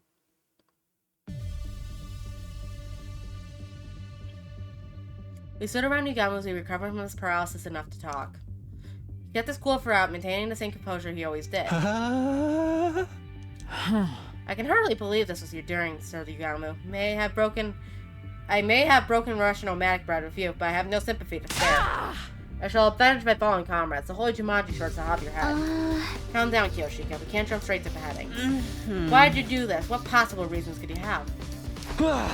Say something, Yugamu. I know you're not hurt that bad. Apologies, I was just trying to figure out where to start. Let me lead by saying, I haven't killed anyone. Are you playing games, dude? What kind of idiot would believe that? Gaku's right. If that's true, why are you dressed like that? Why do you have the power saw? Let me start from the beginning. I'll explain everything, so hear me out. Fine, we'll listen, but you're on thin ice. The killer first appeared on day 16. Well, maybe it was already day 17 by then. It was late at night at the biolab. Takumi said he saw Hiriko getting cornered by the killer there. That's right. When we got into a struggle... In the end, they got away, but I managed to recover the weapon and suit. I was with Gaku and Kyoshika during that time. Huh? You were? I was right here, in the rec room on the night of day 16. You and Gaku invited me. Oh yeah, I forgot about that. What were the three of you doing that late at night? Gaku said he found an adult video in the store room and wanted to have a watch party. Don't snitch on me, dude. Turned out it was just footage of cute critters. Not an adult video, but an animal video. Yes, they were precious little fur balls, although Sir Gaku seemed very disappointed. Okay, can we just move on with the story? Anyway, I was here in the rec room. We had headphones on, so we didn't notice any noise. Isn't that right, guys? Gaku and Kyoshika nodded. It seems like Yugamu was telling the truth so far. There's more. The next time a killer appeared was... Day 25 when Ava was killed inside her cage. Right, I had nothing to do with her murder. However... After seeing her dead body, the murderous impulses inside of me began to resurface. I didn't remember exactly when I heard it, but something Yugamu said in the cafeteria began to replay in my head. But I can't help it, man. Ever since I saw her dismembered body, my passion's been at a fever pitch. That's the kind of loving killing I've been craving all my life. Not being able to do it myself has got me climbing the walls. I can't keep going like this. If you can't help me out, I really might have to kill someone. Right before roaming lost, I tried to find an outlet for my feverish mania. I believe it was day 38 when I finally found my solution, and I was just about to kill Gaku. What? You were seriously gonna kill me? Yeah, I was seconds away from going through with it. I had a lot of pent-up bloodlust. But the moment I saw the fear of death in his eyes, I noticed my dark desire was temporarily sated. This guy's a freak. Now that I think about it, he mentioned this in a conversation we had with Bimo. After what happened with Gaku, I finally figured out a way to suppress them better. I don't actually have to kill anyone. I just have to see the look of despair when they stared up in the face. It's not exactly a long-term solution, though. More like a coping mechanism. My only problem is that no one seems to want to show me their seconds before death face. What about day 43 when Moko was killed? What were you doing then? I was in my room. I couldn't sleep that night because of the bloodlust festering deep inside of me. Then I heard Nozomi shrieks and the sound of glass breaking, so I went to see what was going on. When I did, I found the killer's suit and power saw at the bottom of the pool. The stuff missing from the locker was in the pool. What? Sir Yugamu must have stolen it, correct? No, I didn't know the combination. Right, you weren't even in the room when Takumi set the code. Wait, I was chased by the killer the day Moko was killed. They had me cornered by the pool, so I shoved them aside and got away, but maybe when that happened, they fell in. I see, you might be right, but I wasn't concerned about the details. I had other things on my mind at the time. Like taking the killer's things so I could dress up like them. Surely you're not telling us you pretended to be the killer just so you can see the looks of despair fulfill your desires. Sorry, I just couldn't hold back the urges inside of me. So that's why Yugamu was there when we made the decision to go with zombies? I really wasn't gonna kill anyone. Just seeing your faces twisted up in despair was enough to satisfy me. Nothing you're saying makes any sense. What was your involvement in the murders of Takamaru, Kirara, and Choma? I had nothing to do with Takamaru's death on day 51. I swear it. The first day I dressed up as the killer was day 64, the day Kirara was killed. You were on guard duty that night, right? You fell asleep, so I went with Kirara to the bathroom. I sensed the two of you were going to leave, so I pretended to sleep. I figured it would be my chance to enjoy the thrill of the chase. I quickly put on the suit and hid in my room, and chased you with the power saw. So you were the one chasing me in the hallway. That's right, I chased you like the killer would, and once I had you cornered in front of the defense room... I finally got to see your terrified expression, filled with despair. My lust was sated. Was it as good for you as it was for me? Once I had my fill, I hid the suit and power saw in my room and went back to the gym. That's all I know. So you really know nothing about Lady Kirara's death. Speak the truth, prepare to come and rest on the blade of the Holy Jumanji sword. I'm sorry, but I had nothing to do with her murder. I can't tell you anything. I had nothing to do with Shoma's stuff on day 77 either. Keep talking though about the room on day 80, or the twins on day 83. When the fire started in that vaulting box, everyone scattered and ran away from the gym. I smelled an opportunity. You're kidding. You took advantage of the chaos and masquerade as the killer? Correct. I went back to my room, got the suit, the power saw, I pretended to be the killer for a second time. I went inside and found the Rumi and Takumi immediately. I felt bad knowing it would be my second time doing it to you, but... You put on such a good performance the first time. I couldn't resist a chance to see you like that again. Seeing the enraptured look on Yugamo's face, I was at a complete loss for words, for many reasons. After further taste, I told the Rumi to run. I lured the killer, you, and then chased me alone.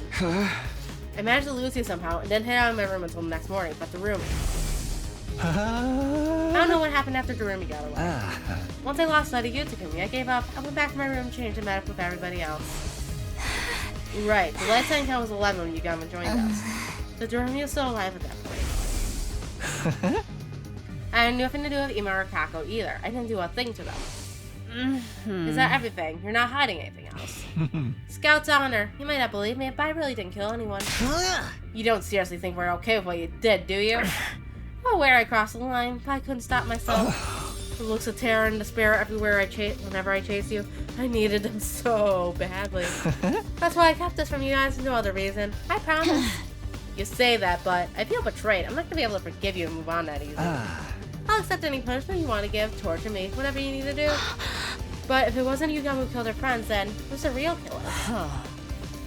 Suddenly the image of the killer on day 16 crossed my mind. Were they still hiding inside the school? No, that wouldn't add up with the lifetime count. Then what? Where are they? I'm getting rather lost. What are we doing with Yugama? I think we're gonna have to keep him separated from the group until we find the real killer. Of course, that should help with my little problem. How about we use that weird room on the first floor? We can lock it from the outside. The room with the strange devices from when we were at Kamakura. That might be the perfect place to lock Yugama up. We'll have time to ditch him for 11 days. Of course he is. All Yugama ever wants to do is get his rocks off to murder porn. Hey, mind if I take the power saw in the suit he was hiding? I'll hide him someplace where nobody can find him. Where's the proof that you're innocent? I don't have any, but the same goes for everybody here. Trust me, I know I'll be under suspicion if somebody else gets attacked. Fine, you can deal with him, Gaku. We'll take care of Yugamu. Yeah, that's fine with me. We handed the power saw and suit over to Gaku, then took Yugama to the strange room. We put him inside and locked it securely from the outside, and his only the one in charge of the key. After that, we went back to the roof and met up with Gaku when he finished his task. We made sure everything had gone according to plan, then decided to call it a day. Nobody was any the wiser, but a shocking development was waiting for us right around the corner.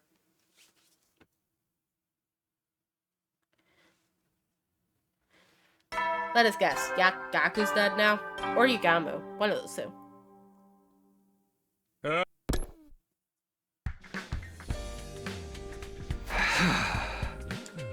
A happy ending. Happiness stopped being an option a long time ago. Anyway, I guess I should head over to the cafeteria. I need to give Yagami some food, too.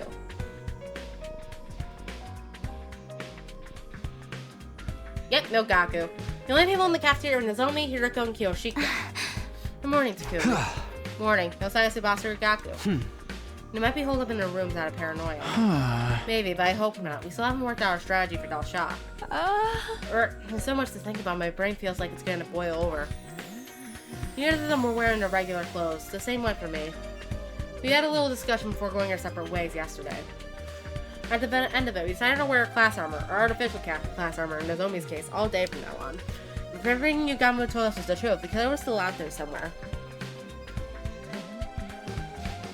They might not even be showing up on a lifetime tunnel, or they might even be... Before I could finish that thought, I heard footsteps outside in the hall. Tsubasa burst into the cafeteria, breathless and with a grim look on her face. Tsubasa, what's got you in such a hurry? I just woke up and checked the life sign count. It's gone down to 6. Huh? The only ones missing were Gaku and Yagami, which meant... Let's start the school. We'll start with the nearby rooms. Everybody stick together. Yep, Gaku's dead. They systematically opened every door in the school, making sure nothing was out of place. No more. I'm sick of it. I've had enough to spare for one lifetime. My heart was screaming if each door we opened, and in the end, my prayers would go unanswered. Oh, nope. Oh, yep, okay. I was right the first time. So it was Gaku. In the library, I found the blood-soaked remains of Gaku Maruko, his body sliced to ribbons. An unpleasant stench of blood emanated from his mangled corpse. The revival-matic! It's pointless. We're too late.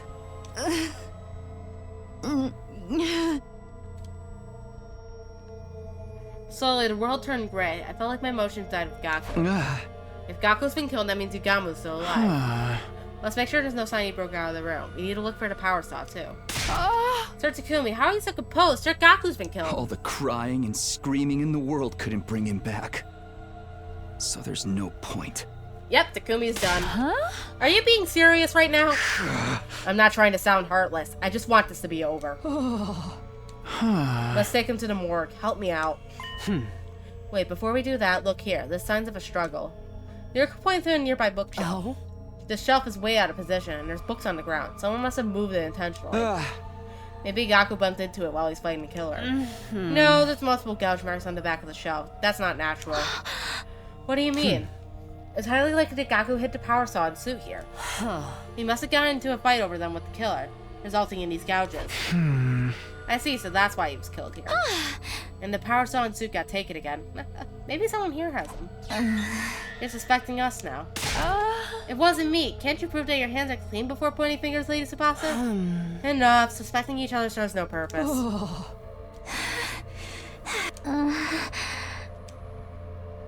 Hiroko and I lifted Gaku's body in silence. The others came to help soon after, but no one felt like talking. After bringing Gaku to the morgue, we went to the room where Yagami was locked up. Yagami's eyes went wide upon hearing the news of Gaku's murder, then he just stared down at the floor. There was no signs that he left the room, but our suspicion of one another was only growing. Our worst-case scenario just keeps finding ways to get worse, and there was no stopping it now.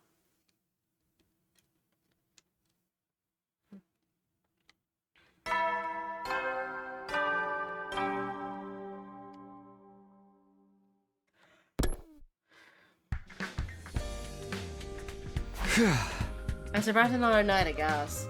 I let out a deep sigh after making sure my heart was still beating. It wouldn't surprise me if I was the next victim. If they just kill me, too. I was taken aback by the words that I left my lips. What was I saying? I need to switch gears. I'll go to the cafeteria.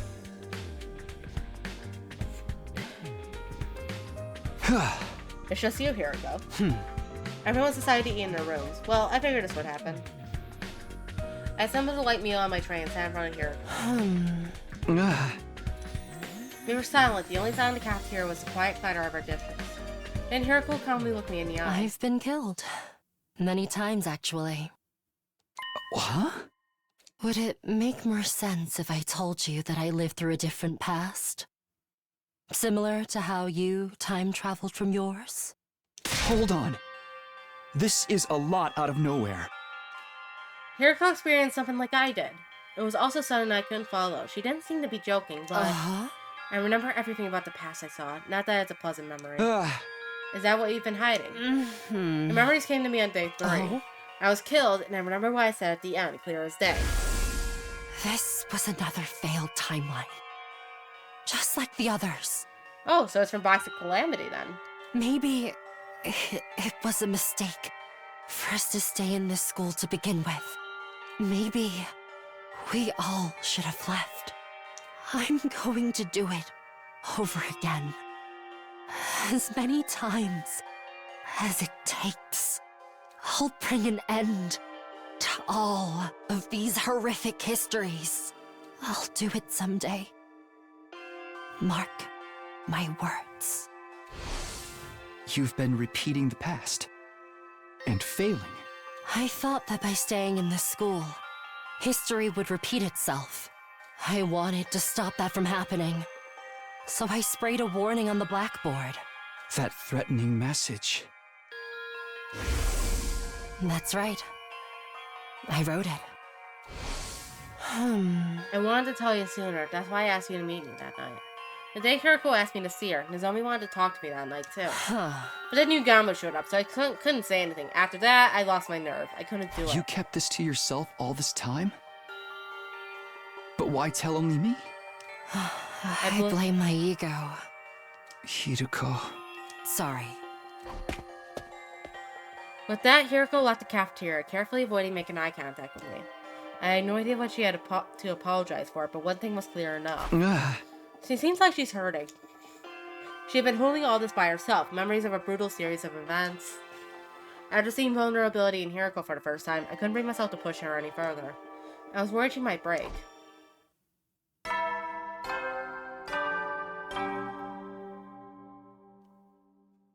Daddy. The announcement changed. I guess the countdown will begin soon. We got more problems than just the invaders now. It had been another day of almost no progress. We still hadn't solved our Dal Shah problem, but there were too many other things to worry about. I can't believe Hiroko time traveled too. But looking back, the things she said and did that hadn't made sense all before all added up now. What happened in the timeline she lived through, and why bring it up now? I'm always a few steps behind. Ugh, my head hurts.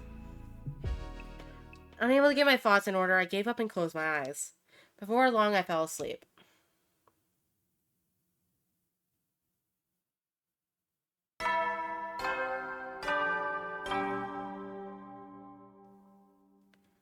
Up and at 'em, troops! Time to rise and shine! It's your 92nd day of active service here at Last Defense Academy! Finally remembered to pause this. Because I was browsing... No zombies in this route. We did all the zombie stuff yesterday. Basically, by choosing to go out the window instead of dodging the attacker, we somehow butterflied affected into not having the Gie problem. That we had in the zombie timeline. By the way, the reason why I didn't automatically skip this, and I finally remembered not to, is because I remembered reading somewhere on the wiki that outside of Route 0, this is the only route where Nozomi doesn't show up in this cutscene. Because of the fact that Siri died before he ever learned of her existence in the SDU. That is all.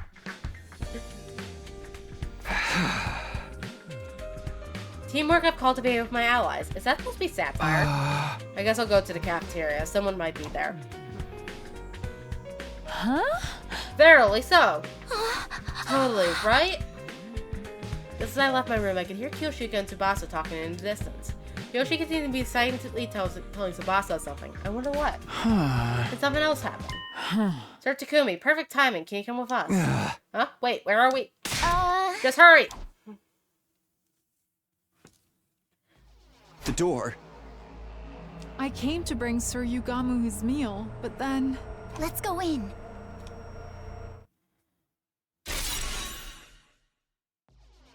We opened the broken door and saw Yugamu, covered in blood, face down and lifeless. Yugamu. Yeah, of course. I expected as much. Just like everyone else before him, his body was sliced to ribbons. Hiroko and Nozomi, you're here. Yeah, we weren't the first to hear the news from Kyoshika. You can probably tell, but he's lost all his crypto glove, and we can't revive him. Let's get him to the morgue right away. I feel bad leaving him like this. Right, we need to make a grave marker as well. No one lost their composure anymore. No tears flowed. Even the anger was gone. We just accepted the death of our friend and dealt with it matter-of-factly. We were used to this now. The death of Yugama was just another part of our day. I don't want to do anything. Lying listlessly in bed, I finally realized it was long past bedtime. Invaders, humanity, whatever. I just want this to be over already. Just then, I felt a familiar presence I hadn't felt in a while. I sat up, and there he was, standing in one corner of my room. I knew it. It's been a while. Right. I guess it has been for you. Huh? What do you mean by that? I've been watching you all this time. I know what's happening. But you must not remember. Yeah, you might have been watching us, but we haven't been able to see you. What do you need anyway? Did you find some kind of clue about the killer? Unfortunately, even I'm not sure what's going on or why. No matter what happens, all I can do is watch over you. Nothing more. Is that what you came here to tell me? I'm sorry I couldn't save you. With a sad look on his face, the undying flame boy abruptly vanished. What's up with him? Unwilling to frustrate myself thinking about it, I pulled the blanket over myself and closed my eyes. I wanted to forget reality, forget everything, and find refuge in sleep. The morning announcement hadn't played yet. The sun was only just coming up. And right on cue... the sound. Intrude. An enemy attack. Is Dalsha finally here? But we don't have a plan for dealing with him at all. Damn it, I'm just gonna have to go. I dashed out of my room and ran as fast as I could, headed to the war room.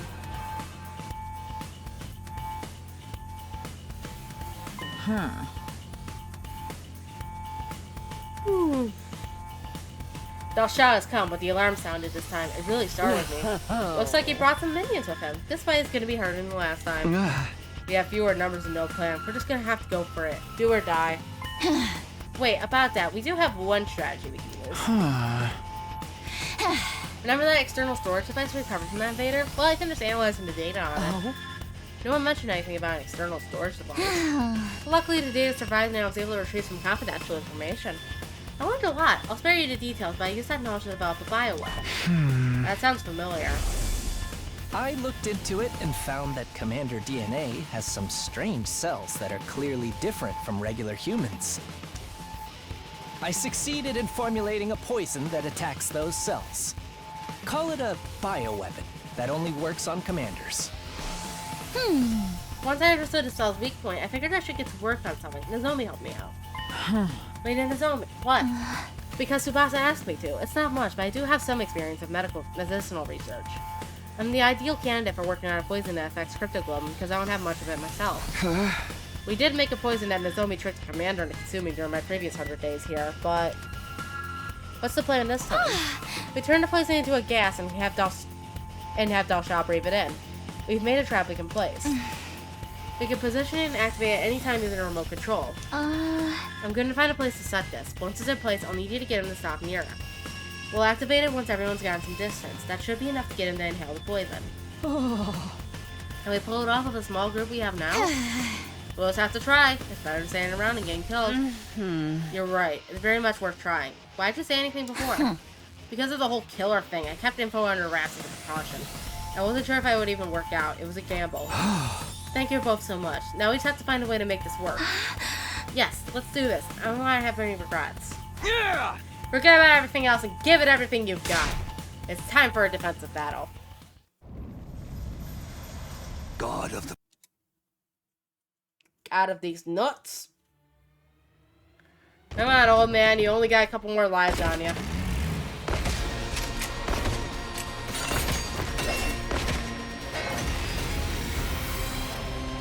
Let us begin.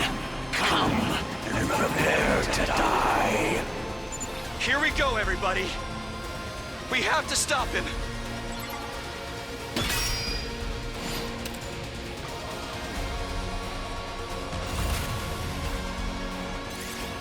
Lol.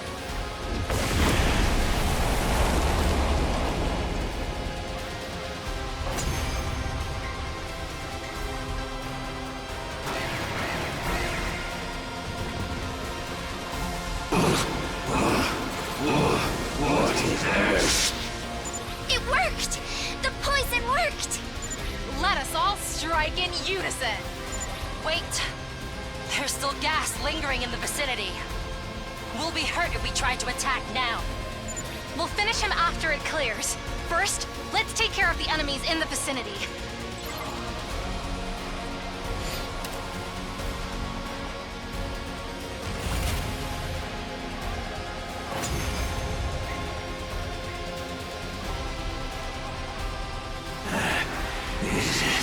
Is this poison gas? Incredible. I never would have guessed there was a poison that could work on me.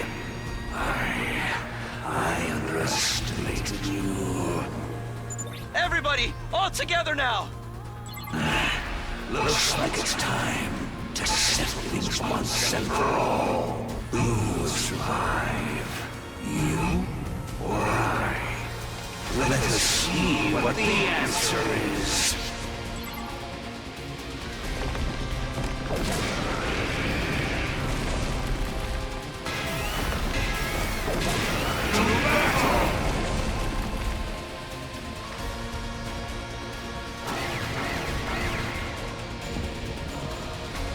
No!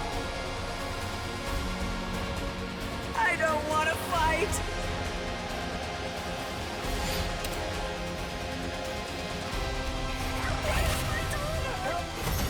Well.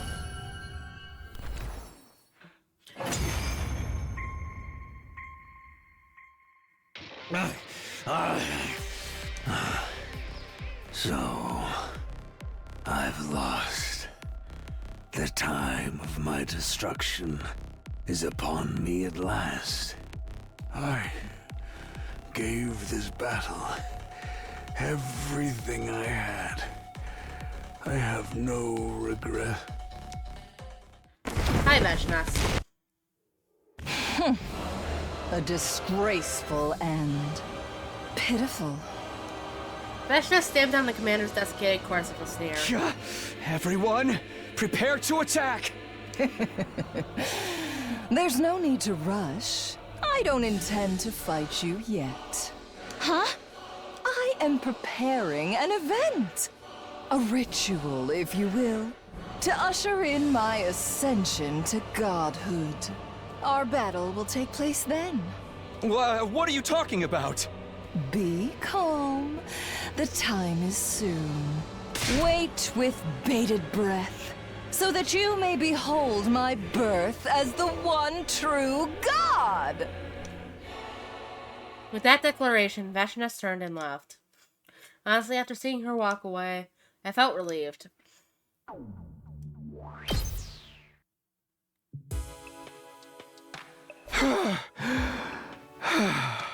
Everything hurts. I was resting in bed, recovering from our long, brutal battle. We managed to defeat Del Shah somehow, but the time to settle things with Vashnas is getting closer. Our only option is to fight. I know that, but even if we beat Vashnas and manage to survive, what do we have left to live for? Suddenly, the face of all our dead friends flashed through my mind. Was there really any point to playing out the rest of this worst-case scenario? No, I have to stop thinking about this. My head is starting to hurt again. I'm sleepy too, though it may be from all the fighting. It's too early to sleep, but I don't have any appetite either. I'll just rest here. Deciding to abandon all thought, I pulled up the blankets and curled into a ball. Eventually, I passed out like a light.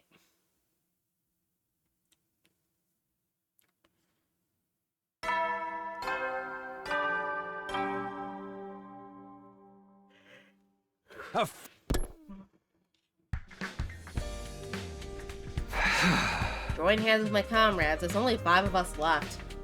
The pointless complaint left my mouth before I could stop it. On top of that, my body still hurt. The exhaustion from yesterday's battle wasn't gone yet. No need to get up. No, I need to get up. Otherwise, the whole day will go by while I'm in bed. I pushed myself to get out of bed, getting ready for the day. Maybe somebody's in the cafeteria. I should go see. Is that... The moment I stepped out of my room, I saw Tsubasa, Nozomi, and Hiriko all standing stock still. Uh-oh. What are they looking at? I followed their gazes until... That's the door to Kiyoshika's room. You can't be serious. Kyoshika? Hey, Kyoshika! I hurried into her room, already half suspecting what I'd find inside. No! Kyoshika's corpse was laid on the floor with a tormented expression, her body shredded like all the others. Kyoshika! The others had followed me into the room, now stunned by the destruction scene before them. It's just like what happened to Yugamu. The killer broke down the door of the power saw and killed her. Wait, wouldn't we have been able to hear someone breaking down a door with a power saw? Now you mention it. I saw Kyoshika in the cafeteria last night. We went back to the roof together, so I think she must have been killed after that. When was that exactly? I think it was around 9 p.m. when we met in the cafeteria. We had a late dinner because of the defensive battle. We got back to our rooms after 10 o'clock. I went to sleep right away. I was already sleeping before 9. I didn't wake up until morning. I was really sleepy yesterday too. I went to bed early, but how did we not hear anything? Even if we were tired from the fight, the sound of a door being slammed down would have been fairly loud. Kyoshika would have gotten up and ran if she heard it. The more I think about it, the less it adds up. Let's think about this more later. For now, I'd rather we do something with the body. Yeah, you're right. Let's do that. After we brought Kyoshika to the morgue and made a small gravestone, we gathered in the cafeteria. Of course. The lifetime count is down to 4. There's so few of us left. Yeah, it's sad, but I don't know what we should do. I couldn't think of anything to say. I'm too depressed myself to cheer anyone else up. I'm just one big mess of confusion. By the way, what are you up to here? I just wanted to check on something. Yuriko seemed to be inspecting the water cooler in the cafeteria. Is there something off about it? Looks fine to me. I'm curious about what's inside. Tsubasa, could you lend me a hand? Huh? What do you need? We're going to find out what's in the water. All of you, come to the biolab. With that, Yuriko exited the cafeteria with a cup of water in hand. Oh, we're gonna go play Delta Room. And soon after...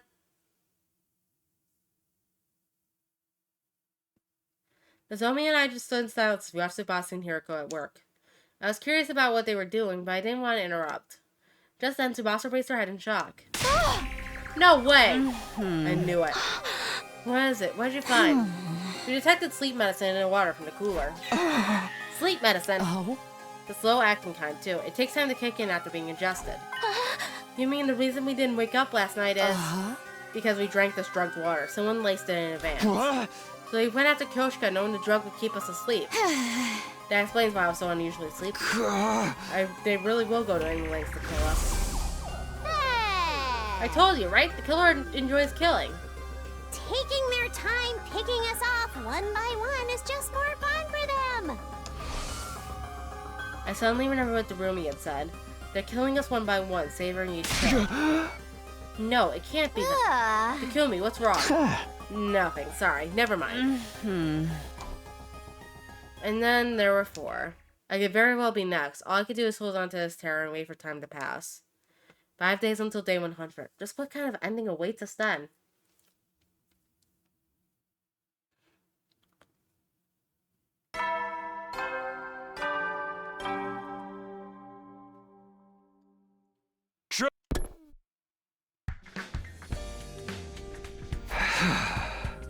Morning already. I sat upright and barely managed to drag my heavy body out of bed. I should head to the cafeteria. Gotta make sure everyone's okay.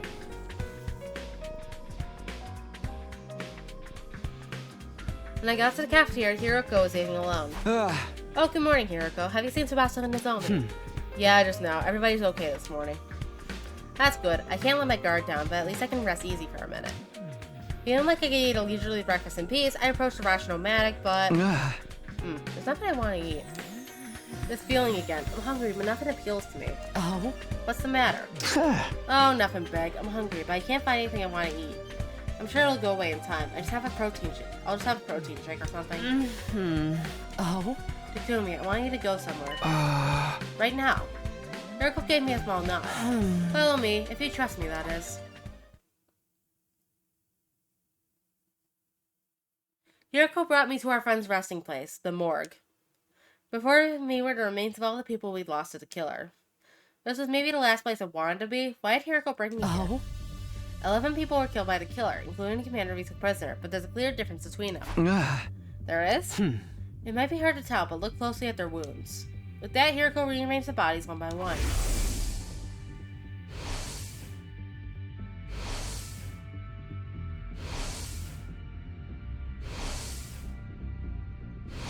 Oh?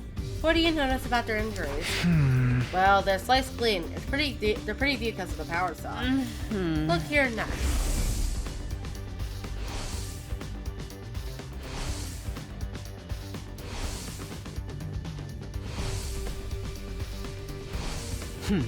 Come, take a good look and tell me what you see.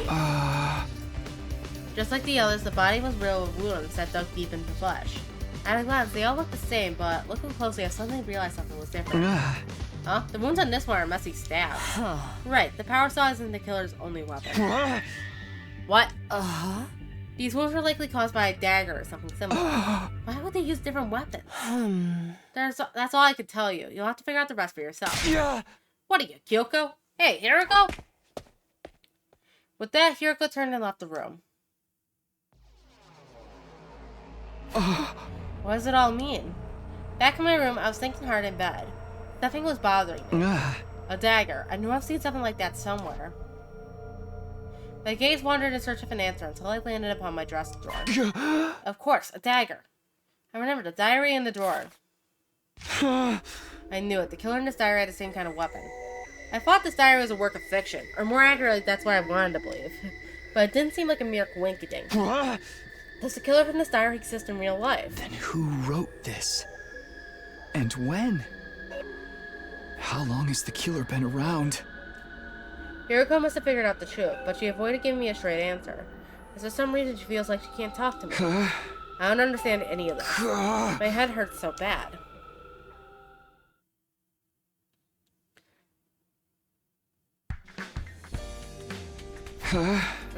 What time is it? I tried to open my heavy eyelids, looked at the clock. It was just before noon. Right, I spent all day yesterday deep in thought. I must have passed out. I feel like I slept too much, but there's no sense in dwelling on it. I should get ready. I left my room, but all I did was stroll around the school, never coming across anyone. Were we all keeping to ourselves, unsure of who the killer could be? I wonder where Hiroko is. I wanted to continue our conversation from yesterday about the killer's weapons. She didn't seem to be in her room. Maybe I'll find her in the cafeteria. I was thinking out loud, walking the halls until... Takumi. Hiroko, you scared me. I was just about to look for you. Me? What for? It's about our discussion yesterday. I wanted you to tell me what it means. I thought about it, but I just can't get the pieces to come together. You figured it out, right? Fine, come with me.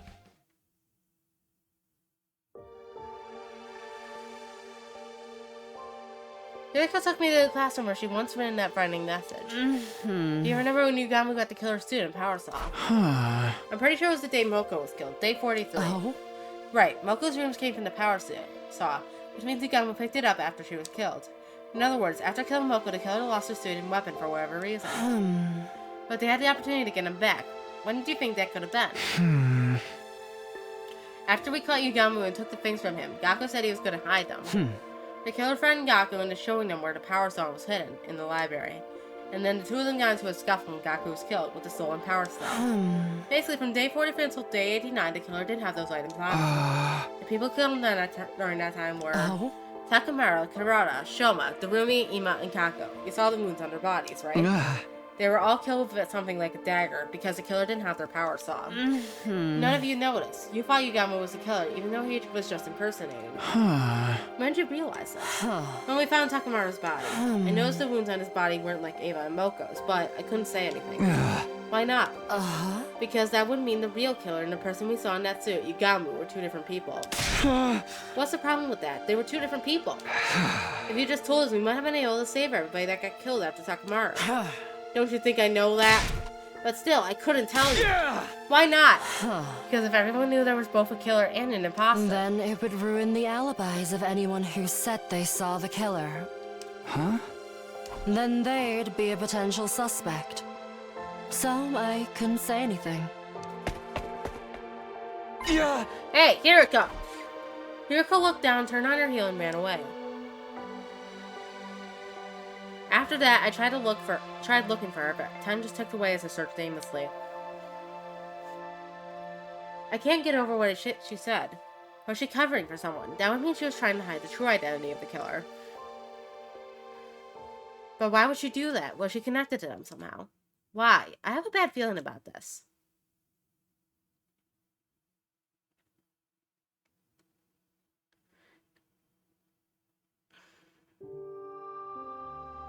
It was day 97. A new day was beginning. But there I was, still lying in bed. What are we supposed to do with just the 4 of us? We still have to fight Veshness.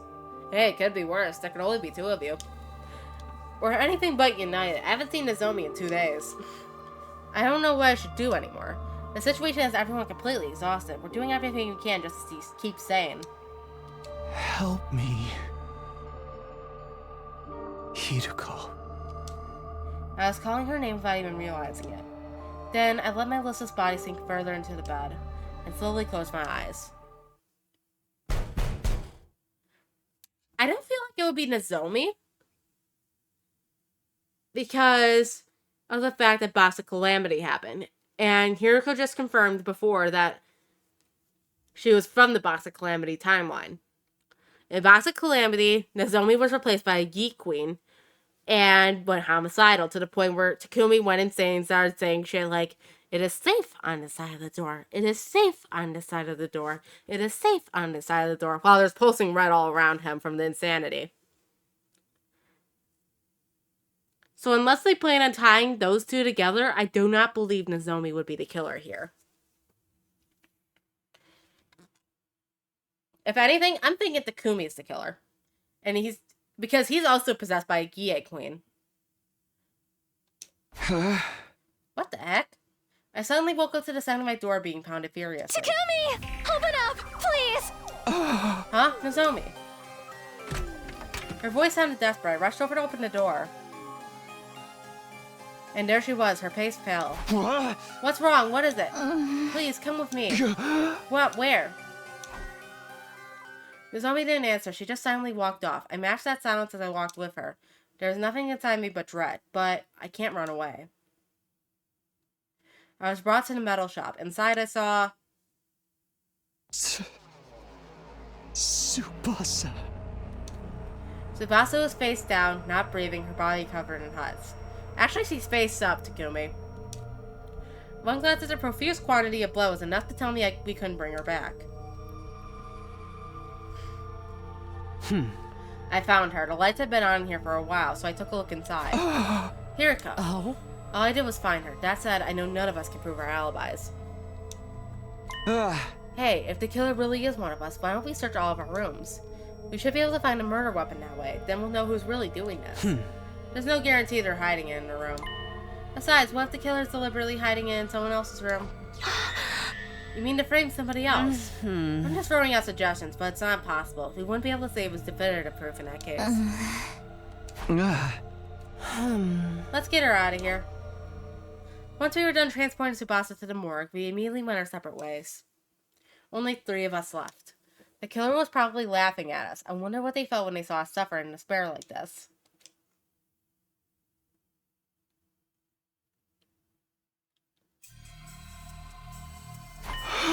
What time is it? I woke up feeling suffocated. My heavy eyelids opened up to see that it was already bright outside. I hate night sweats. Well, gee, don't be in fucking 3 layers then, Takumi.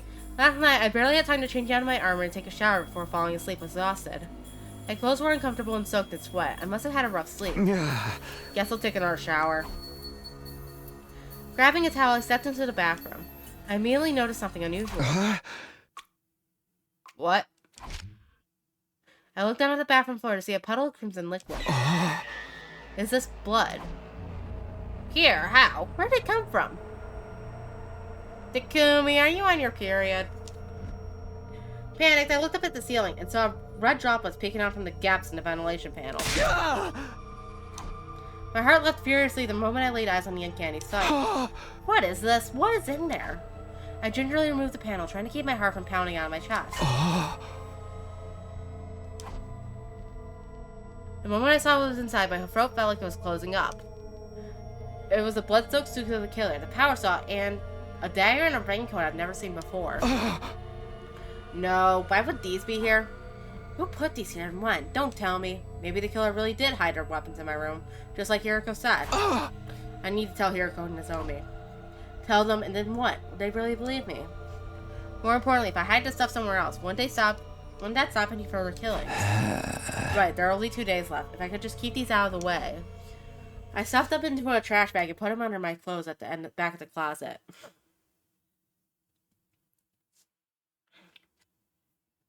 We've learned in Killing Game route that Takumi has an inner Edo now because these are part of the Kill Edo routes. Yugamu purposely tried to bring out the Edo side of Takumi during that route. So I'm wondering if it's either the Gi that took over Takumi on day 3 or his inner Edo.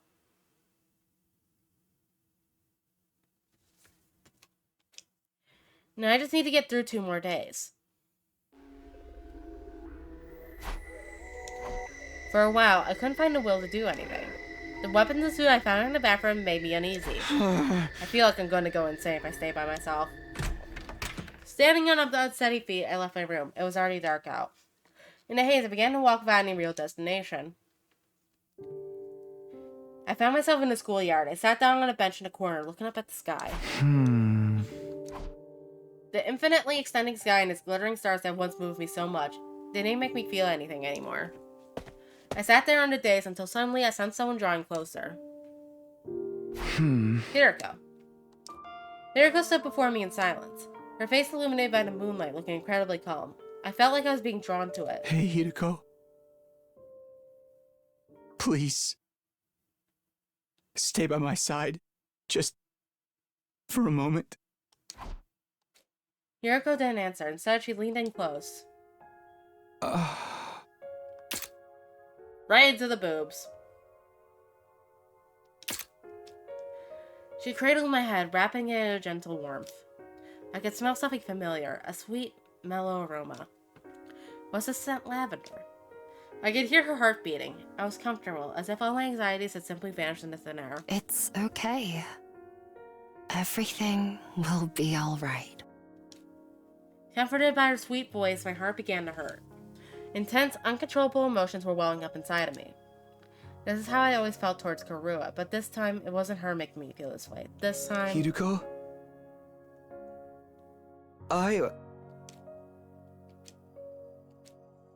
For one moment in this hellish, hopeless existence, I felt happy. All I wanted to do was bask in this afterglow.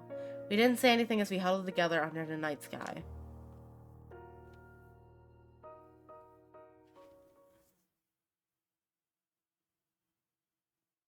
Time for the fight with Fashioness! At last, it was day 99. It happened before the usual morning announcement. The intruder alert blared through my room. Oh, she's finally here. I was so composed that I even surprised myself. I don't know what the 3 of us were going to be able to do, but there's nowhere we can run. We just have to do this.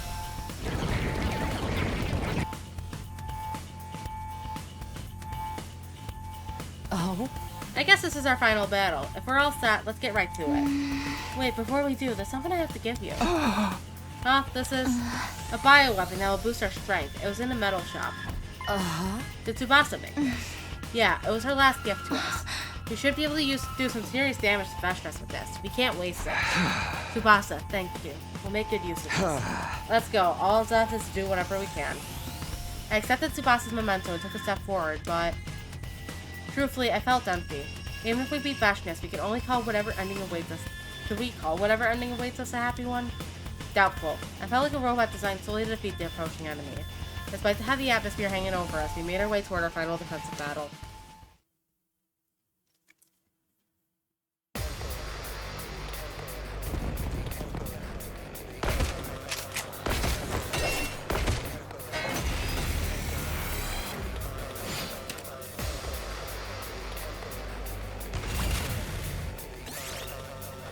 Okay, so we could skip this version. Is it because we already beat the one with Yoshiko? That's... Fashioness was calmly walking towards us as if she owned the place. The moment I saw her, my heart started to race like it had never raced before. It was this at the hemoanima, the cryptic globin inside my body responding to her as she approached. Then she stopped right in front of us and we all stood on guard. We have to have a bomb Tsubasa made for us because in the other timeline we had to use the fucking zombies in order to kill her. Don't think I'll grant you an easy death. Your power and the power of the Second Coming are mine. I shall devour all. Gee, just the same canned lines, Vashtis? Got nothing to say about the fact that there's only like 3 of us? Or do you just think it's fucking hard?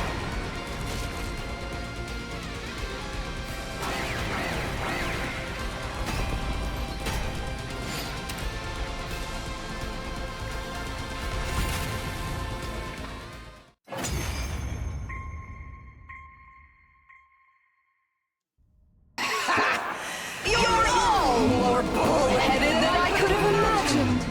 Know your place, wicked invaders.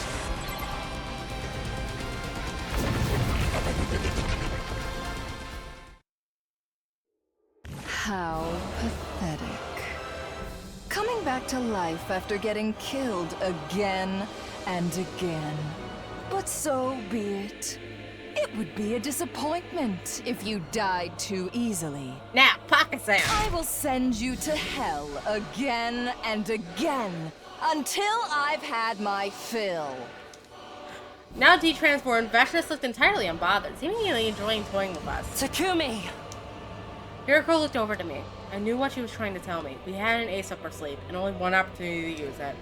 Vashtis was fully convinced the invaders were going to win. This was our chance to turn it around. Let me savor the sight of your faces as they become contorted in despair. Think again! Big fast chuckle nuts. What's that sound? I activated the device, expelling the massive quantity of poison that rained down on Vashtis' body. What is this? I cannot move! It's working! You wicked invaders! You lose, Vashnis! You dare kill the great...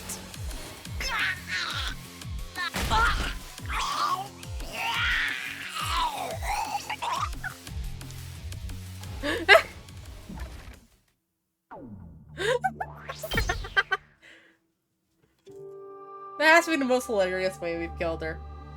Well, second most hilarious. I don't think anything's gonna be beat the fact that she got fucking mauled by zombies one time.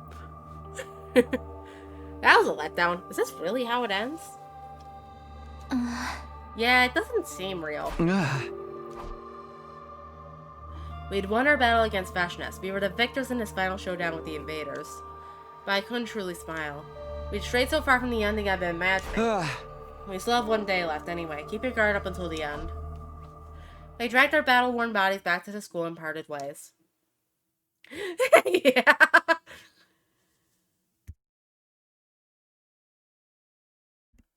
Of all the ways for Vashnis to die, she got fucking gassed. Between the deaths of our friends and knowing the killer was still hiding somewhere, I had so many imaginations I hadn't fully processed. To hell with it. There's no salvation in my future. Our 99th day at Last Defense Academy came to a close, and finally...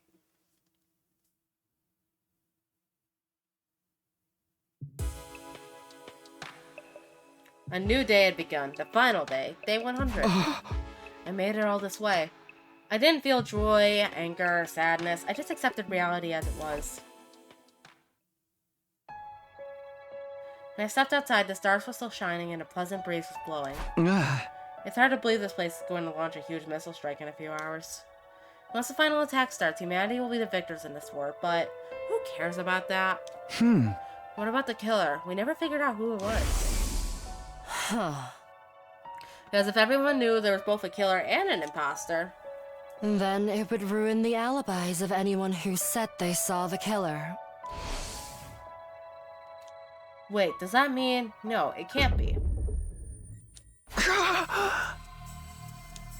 Suddenly, a violent pain ripped through my head. It's so intense it felt like my brain was being split in half.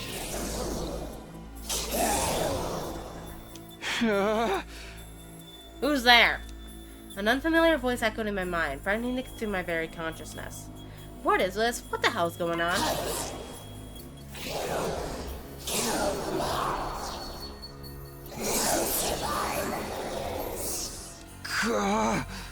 Shut up! Stop it!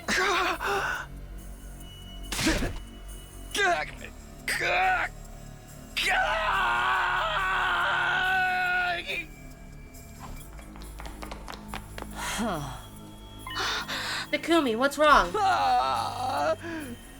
Stay back! Run away! Yeah! Nozomi, run! Kill! Kill! Kill! No, stop! Why can't I stop? My body is rampaging out of control. I'm trying so hard to resist, but I can't do a thing. If I don't do something, then... Somebody... help! Don't... kill! I don't want to kill.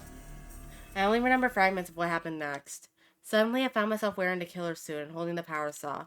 That voice from before was endlessly commanding me to kill, and I answered the call. I was on the hunt for Hiroko and Nozomi, and then...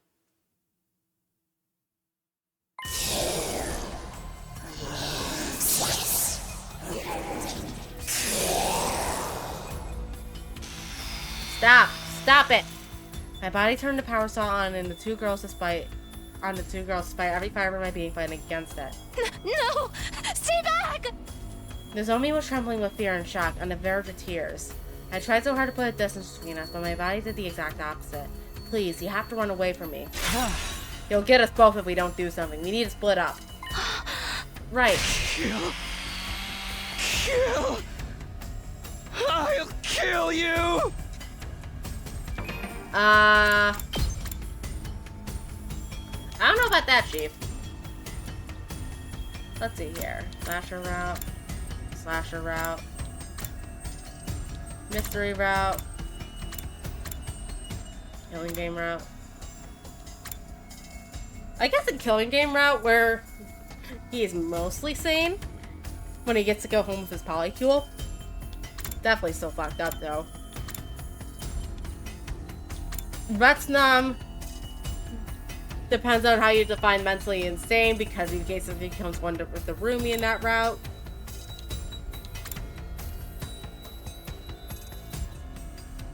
Serial battles route, he gets so worn out, he goes back in time in order to do it all over again.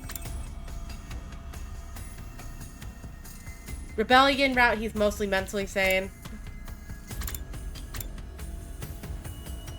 Second scenario, he's mostly sane. It's just that he fucking dies in the end. Reset route, he gets his brain reset, so that means he's a happy little boy, so. Ava route. I'm not sure if impregnating a woman twice her age is considered mentally sane, but there's that. Box is a blessing route is Box is a blessing route. Fuck that shit. Box of Calamity, he's very much lost his fucking marbles. So Box of Calamity is out.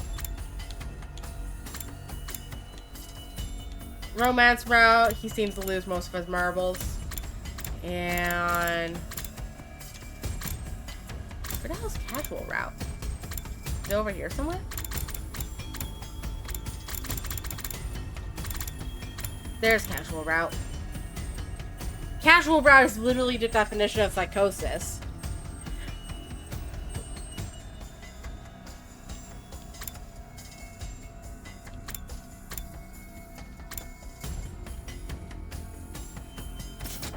So we're past the point where he's able to stay sane. Oh! We can decide who we get to kill.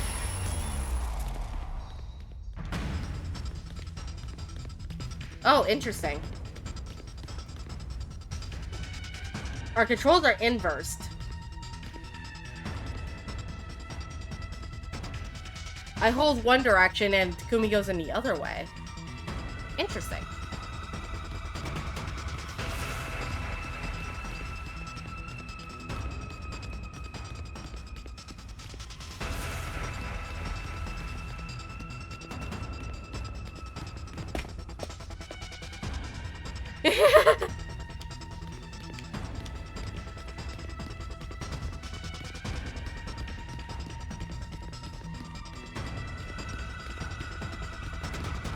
I mean, I've already lost my mind playing this game for 150 hours. Imagine being the fucking protagonist in this game for 150 hours.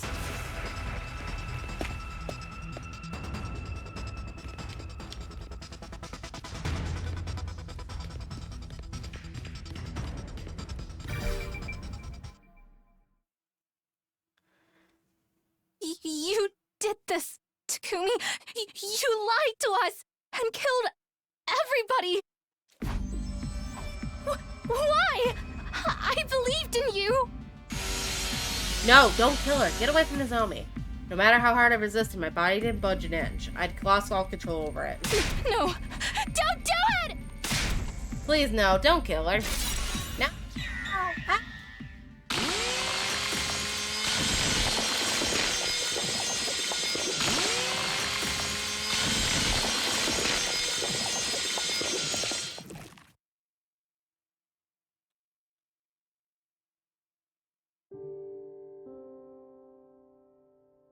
I vividly felt the sensation of the power saw cutting into Nozomi's body. I killed her. I stood rooted to the spot in a daze, covered in my victim's blood.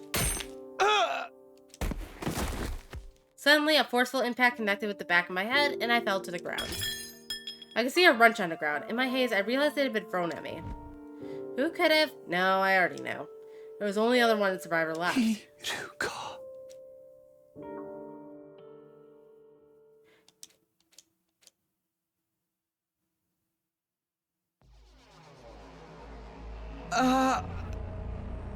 Where am I?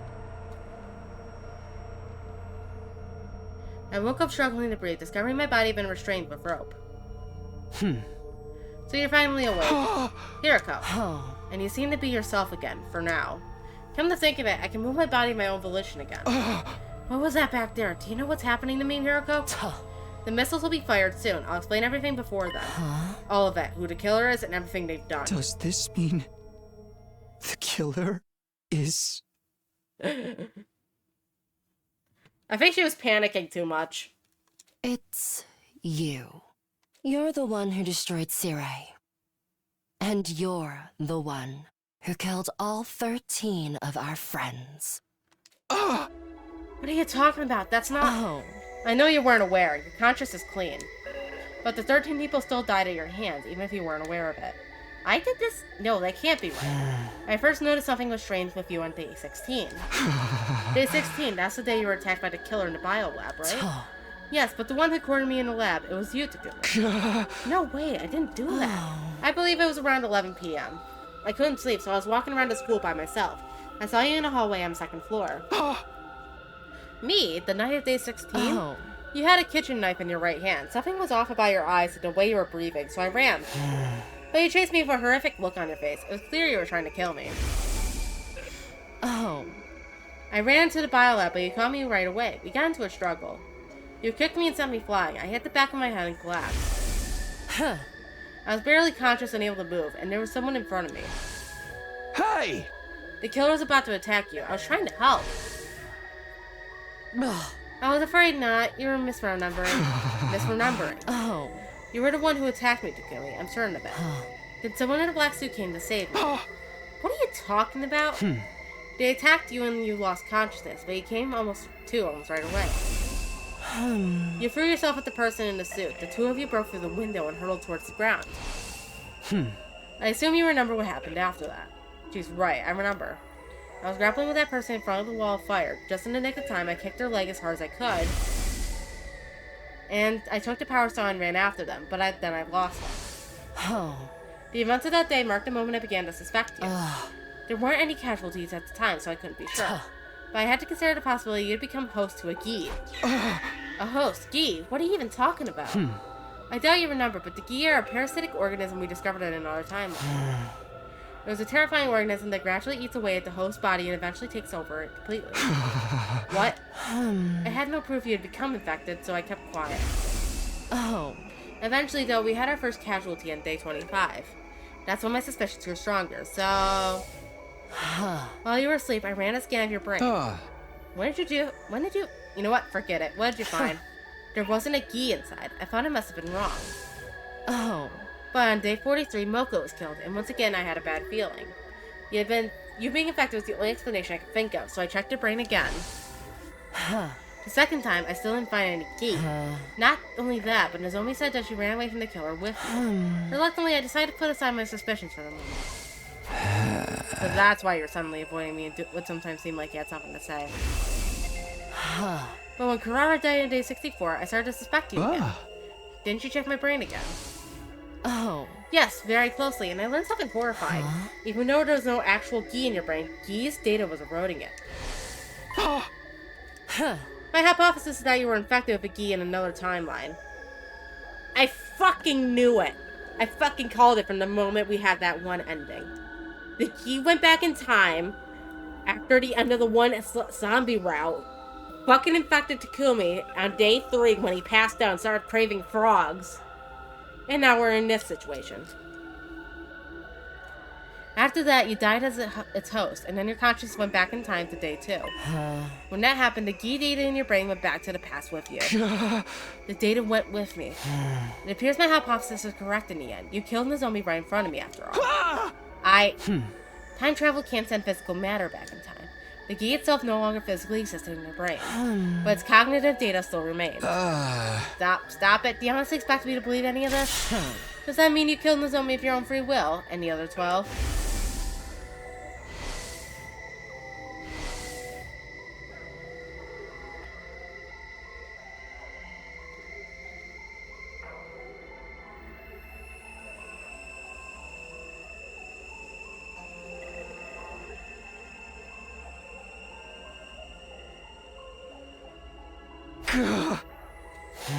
You didn't know it was happening. When the gi awakens, your own consciousness vanished. So it's like some kind of split personality. It must have happened this way because you're only infected with gi data. If the entire organism was in you, your brain and body would have fallen under its control immediately. Once you knew I was infected, what'd you do then? Naturally, I wanted to do something about it, but I didn't know how to cure you. I considered blowing your brains out and putting you into Revival-matic, but... your head already got smashed on day 43. Right. I remember Nozomi telling me that happened. But the murder still didn't stop. I knew destroying your brain was futile. The revival system must have perfectly recreated the brain data stored in its database. I went to the library to do some research and trying to find another way to cure you. That's when I found out about a certain drug. A drug. It was possible that injecting you if it would remove the gi data from your brain. So around dawn on day 67, I stuck in your room and administered the drug as you were sleeping.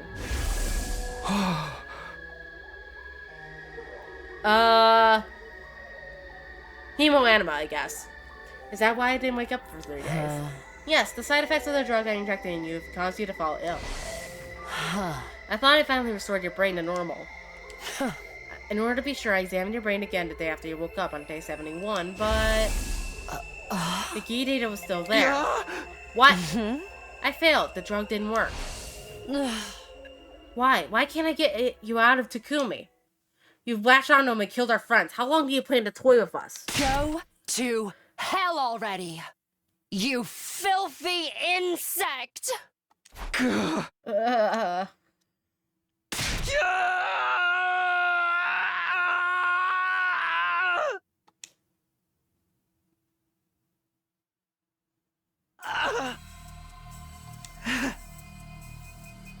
Well done, Hiruko. You figured it out. Gi, you finally showed yourself. Would you like to hear what this filthy insect was up to while in control of Takumi? Only if you don't mind me sawing off your head with this power saw. You're too foolish to kill this man. The first one was Ava, the prisoner. I killed her on day 25. Takumi took the power saw I saw from the visitor out of the metal shop. Visitor. After breaking down the door to the cage, I sliced her to ribbons. When I was done, I threw the power saw into the wall of fire to hide it, but Takumi immediately found it and recovered it. I had no idea he was watching. And who is he exactly? The boy covered in flames. He was so confused and scared whenever he saw me controlling Takumi. But enough about that. You and your little friends discovered the student helmet as well, correct? Shoma found him in the boys' bathroom. They definitely belonged to the person who came to save me in the biolab, didn't they? Yes, I believe the visitor was pursued by Takumi and forced to abandon him to move around faster. At any rate, you put him in the locker in the metal shop and Takumi set the combination, right? Only you knew the combination, or so you all thought, Takumi himself included. But you were looking too. That's why you knew how to open the locker. Precisely. The second person I killed was Moko Mojiro on day 43.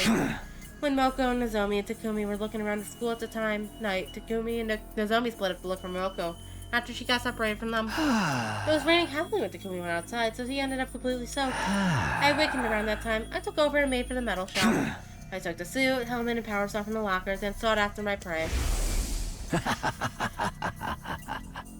I found Moko in the classroom on the first floor and killed her. She resisted, but not even she was a match for my power saw. But I was caught in the act by Nozomi, who managed to evade me. I gave chase, figuring I could kill her while I was at it, and wound up in the leisure lounge. That's when I almost had her. I was tackled and fell into the pool. Nozomi used that opening to get away. A little more and I would have had her.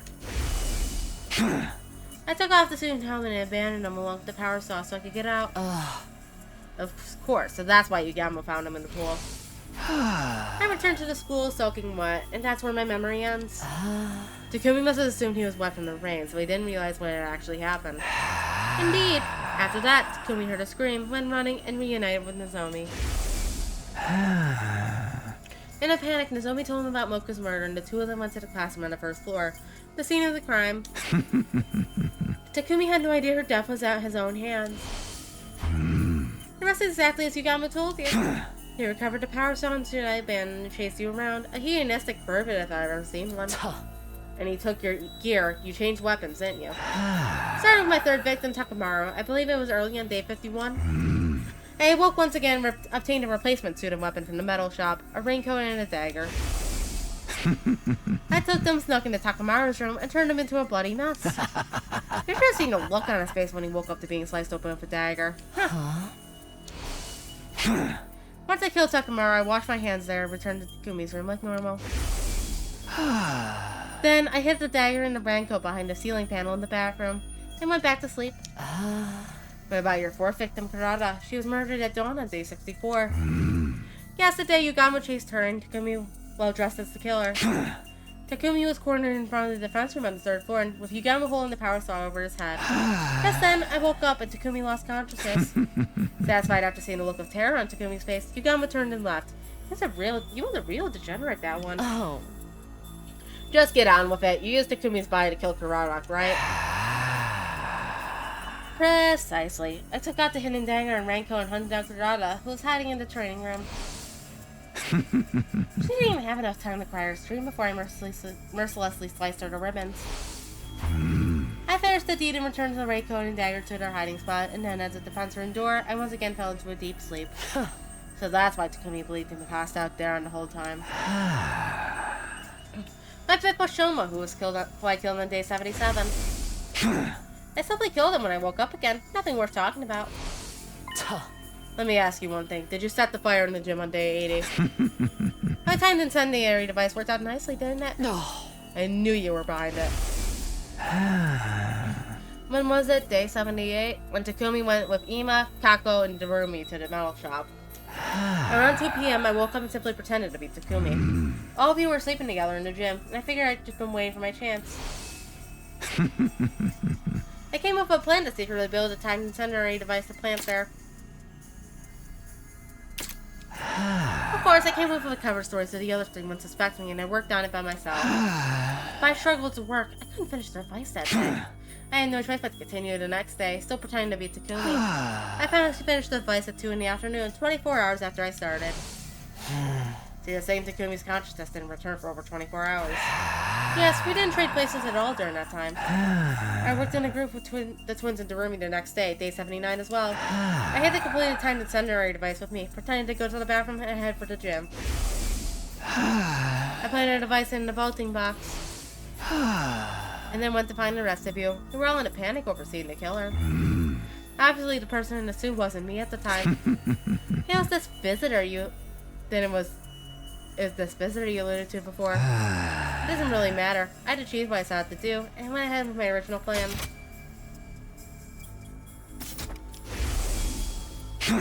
I returned to the metal shop at 2:30 p.m. Nobody was there because of all the commotion over the killer.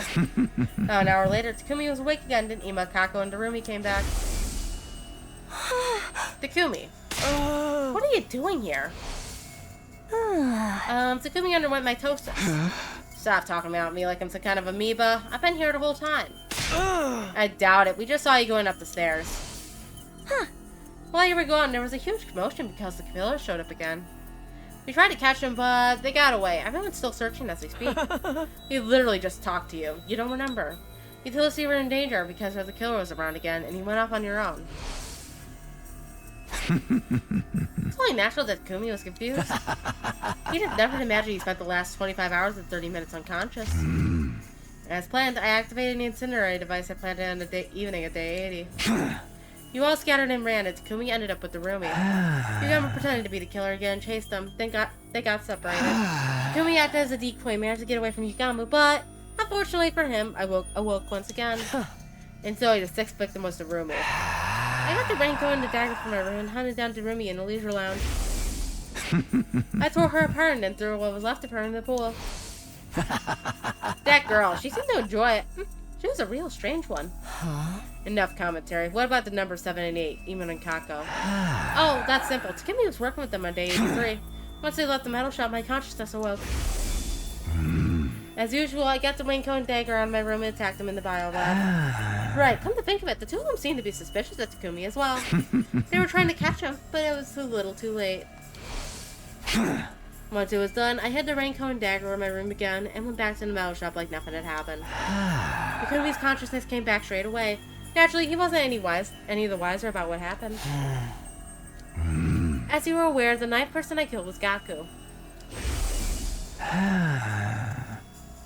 Day 89, after Yugamo got caught, you agreed that Gaku would take the student power saw to hide him somewhere.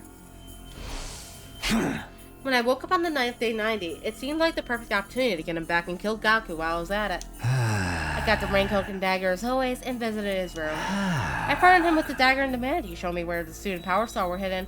He led me to the library. They were hidden behind the bookshelf.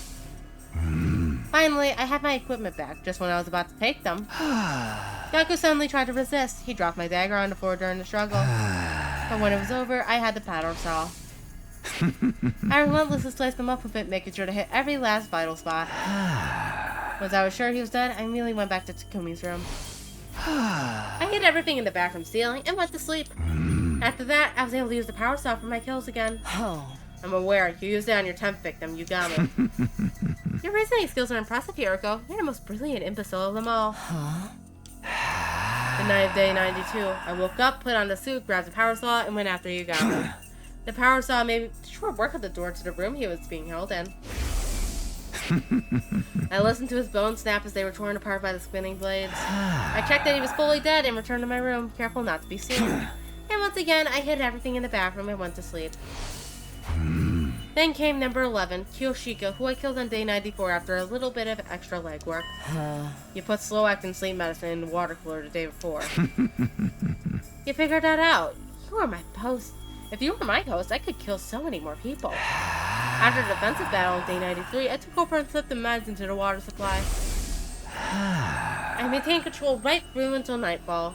And I broke down Kiyoshika's door and killed her as she slept. Of course, the rest of you slept soundly until morning thanks to the drugs. Number 12, Tsubasa hardly bears worth mentioning. On day 97, I woke up in Takumi's room and grabbed the power saw as usual. I sent my set on Tsubasa as she worked alone in the metal shop and ended her life.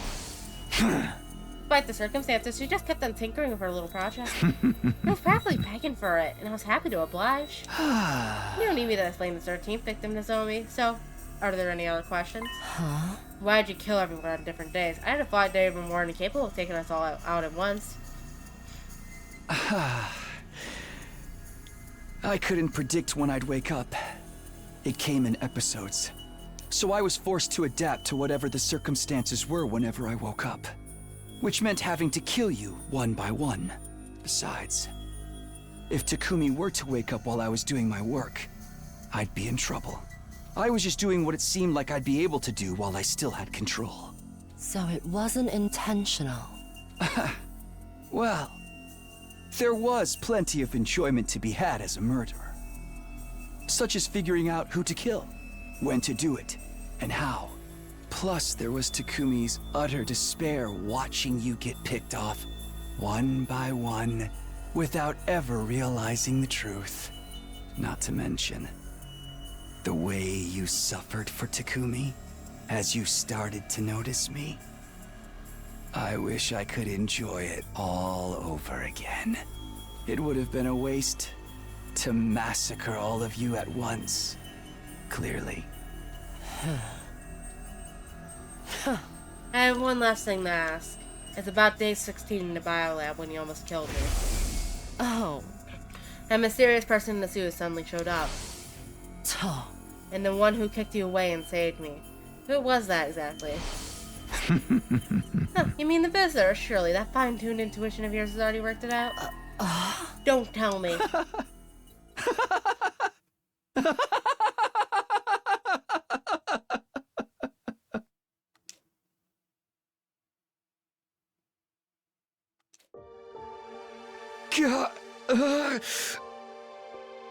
Takumi, are you back? Hideko, why didn't you tell me? I mean, if everyone knew, they would have killed you. That's why I couldn't say anything. I couldn't let that happen. But you didn't even tell me. The result would have been the same. The guilt would have driven you to take your own life. Trust me. I know what kind of person you are. The final attack is starting soon. When the missiles launch, all life on the surface will end, including us. If we don't get into the escape pod. Hideko, I have one final request. Get on the escape pod without me. Takumi. My brain's been eroded by Gi data, right? If nobody knows how to remove it, there's no point in me surviving. So, please. I know. If that's what you want. But don't worry. I'm not going to leave you. I'll stay by your side until the end. Don't tell me you mean to. Are you crazy? Just get in the pod without me. I can't. It's too late. The final attack starts in 2 seconds.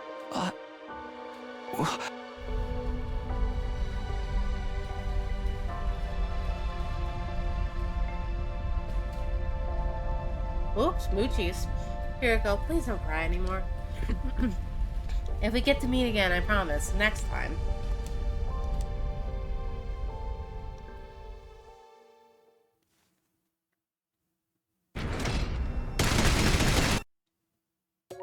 Ba-da-ba. Goodbye, Kiss. Let's see here. Our 4 hours in, and we got our first ending of the night. Nice. Update that. And back to the game. Now then. Let's see what happens if we kill Hiroko first.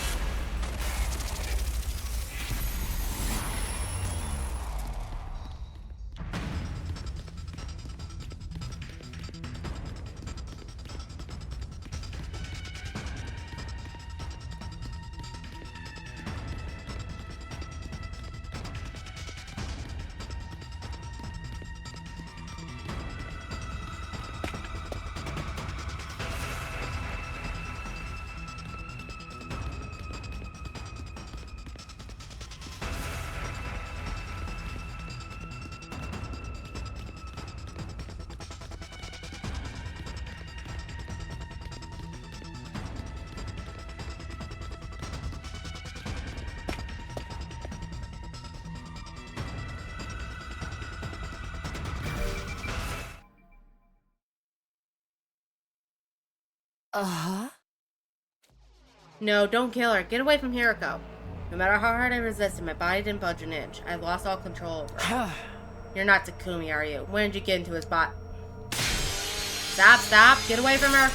No. Ah.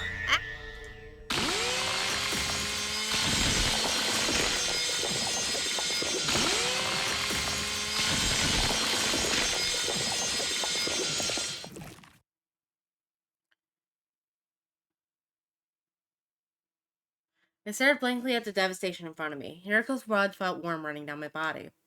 I killed her. Suddenly, a forceful impact connected with the back of my head, and I fell to the ground. I could see a fire extinguisher in front of me. In my haze, I realized it had been thrown at me. Takumi! I managed to look up and saw Nozomi looking down at me, holding the power saw. How could you? How could you? I believed you, Takumi! No, that's not it, Nozomi. It was against my will. Try as I did to scream, no words came out. All I could do was look up at her. You killed everybody! You tricked us this whole time! No, you have to listen to me, Nozomi. Everybody's dead!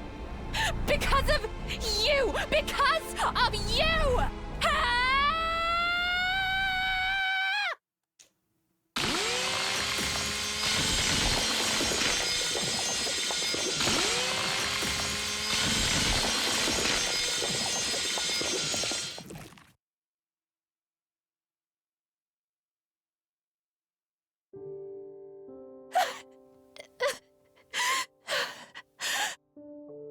I didn't do it. I felt blood streaming out of the wounds opened up by the power saw. Where did I go wrong? Somebody, tell me. Hiroko.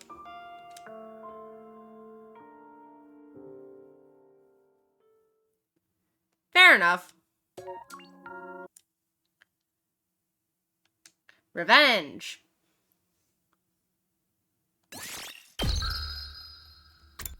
There's that ending.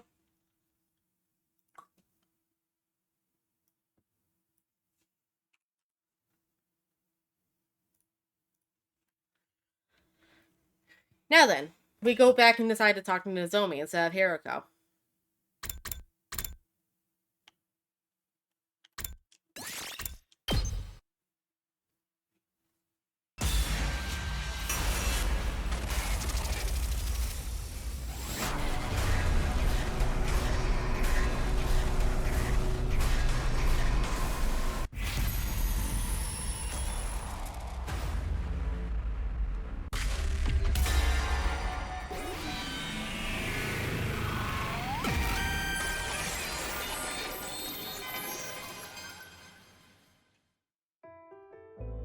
Right now, I want to keep talking to Nozomi. Sorry, Hiroko. I'll go to the cafeteria after I'm done here.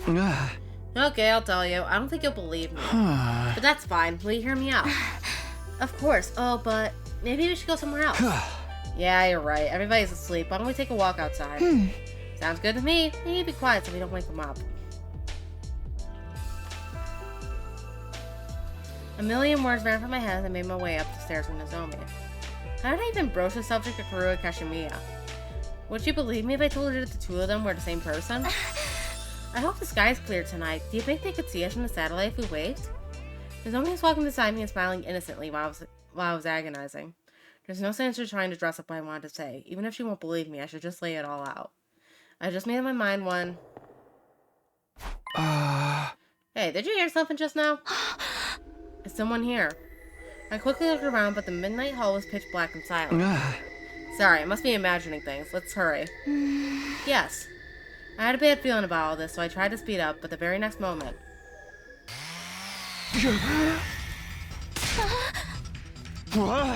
Nozomi, run! This way!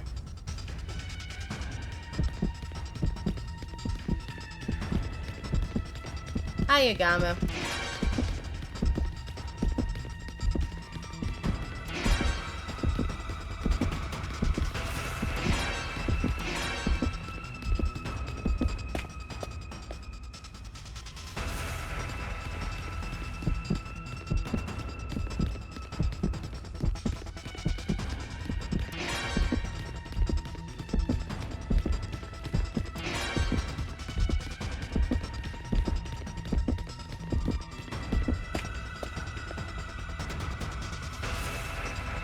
no good. At this rate, they're gonna catch us both. Yeah! Nozomi, let's split up. I'll try to lead the killer away. Takumi, you can't do that. We don't have time to argue. Just go.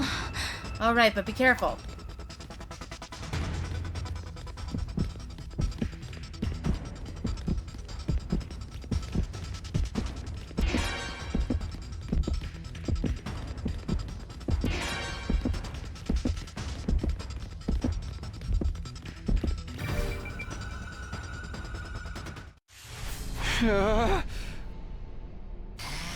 I managed to stay one step ahead of so far, but now the killer had me cornered. I couldn't get any worse than this. There's nowhere left to run. I'll have to make my stand here. Preparing to attack, I reach for my fuser, but... My vision blurred as my body went flying down the stairs. The impact caused my head to slam against the wall, and I started to black out. I'm fading fast. Gotta keep my eyes open.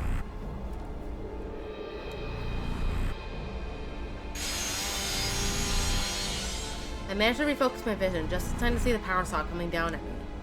This feels familiar. I wasn't sure why, but despite my many encounters with the killer, I hadn't been killed yet. So I'm sure things will work out this time. Somehow.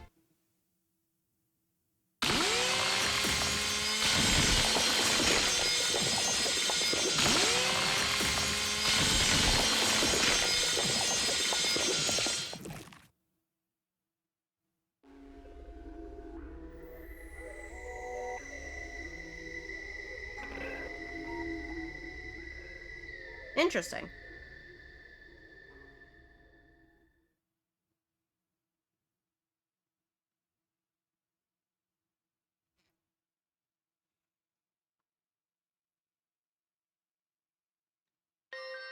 How long had it been since then? I've lost all sense of the passage of time.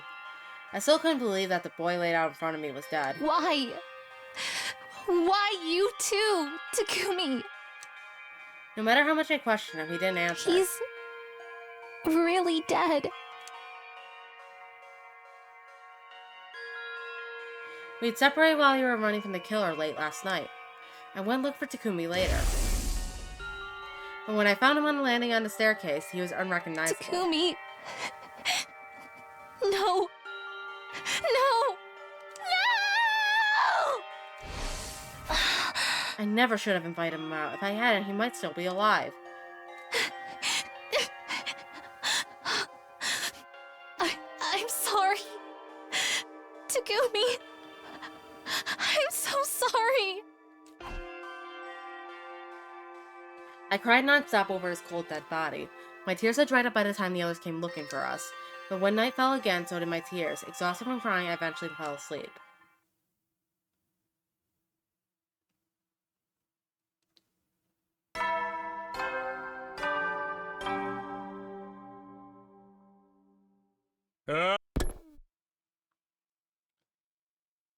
So we're gonna Nozomi POV for a while. I must have fallen asleep. When I woke up, I discovered myself curled up in bed, still wearing my clothes. My eyes were swollen and sore from crying all day yesterday. If I kept crying like this, everyone's gonna worry about me. I need to pull myself together. I'll wash my face and then go to the cafeteria. I need to talk about what happened.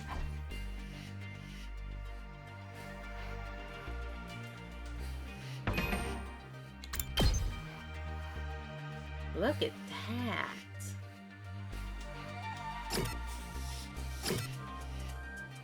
Interesting. When I arrived at the cafeteria, everyone was already there eating breakfast. Huh. Oh, Lady Nozomi, are you feeling better? Yeah, I'm fine now. Thanks for asking, Kiyoshika. Are you interested in sampling my dear sister's special du jour? It'll perk you right up. It's energy-boosted parfait made of liver, fermented soybeans, grated yams, and topped with chocolate-covered bananas, fresh out of the kitchen. I appreciate the thought, but I'll just have something light this morning. I got some fruit and yogurt and sat at the table with everybody. Yeah! Can we talk about the killer yet? I want to hear about it so bad. I woke up this morning absolutely miserable. Durumi, really? No, it's fine. I came planning to talk about it. If you feel like you're ready, Nozomi. Actually, it seems like you weren't the only ones who saw the killer that night. Really? Who else saw them? Mistress Hiroko and Shoma, apparently. Oh, fair. I want to see the killer, too.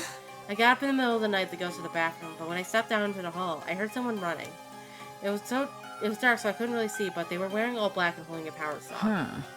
Yes, and after that, Shoma came to get the rest of us. I was off on my own at the time. I saw the killer in the hall by the cafeteria. I went after them, but they lost me. And while I was looking, I heard you scream this over. Everyone came running to where you were, but Takumi, he was already... I tried to explain in as much detail as possible what happened to us that night. Since we got separated, I wasn't sure what Takumi's final moments were like.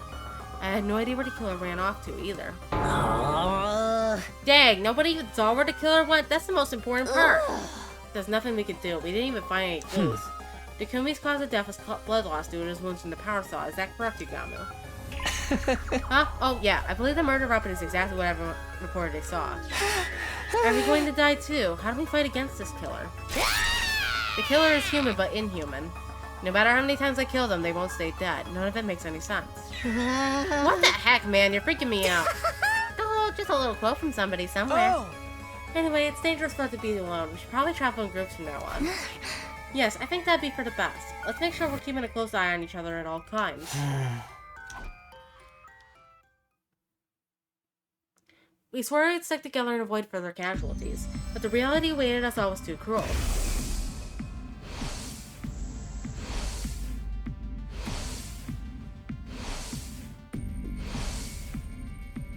The killer took their time attacking us, almost as if they were mocking us. Those of us still alive huddled together, overwhelmed by despair, and soon we had reached I-98 in a cold, empty world.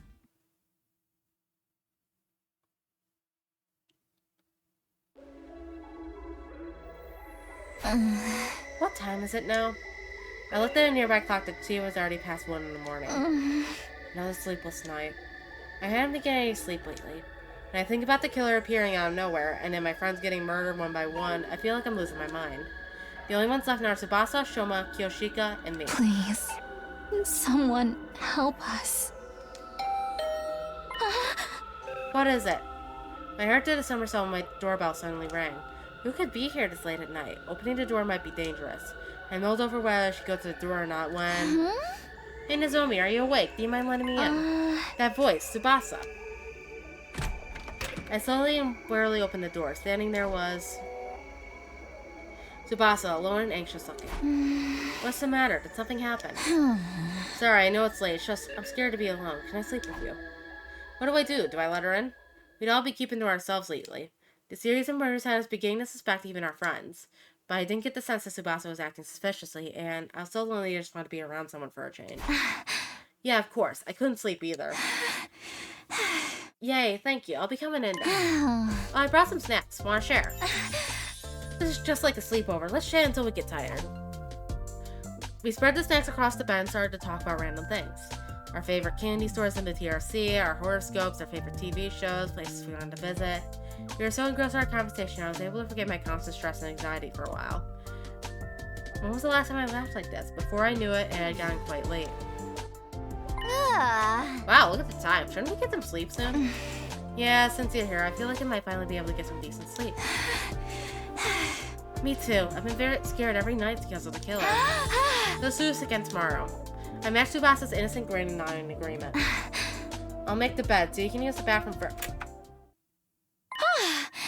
What was that sound? Oh, wasn't that you? No, I didn't do anything. What? Suddenly, we heard the sound of someone rattling the doorknob. Someone's here. Maybe one of the others got too scared to sleep, too. Let's wait and see. It's locked, so we should be fine. We huddled together, holding our breath and silently staring at the door.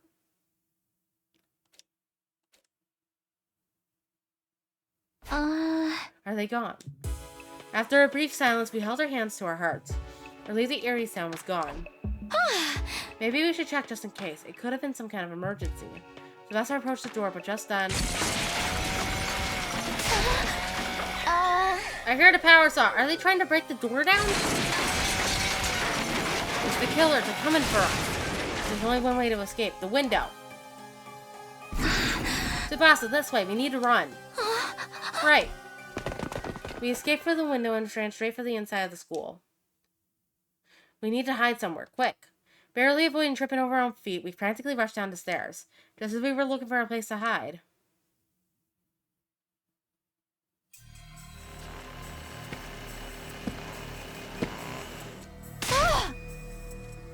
Suddenly, they were behind us. The killer, power saw at the ready. No, this can't be happening. Question is, who's the killer now?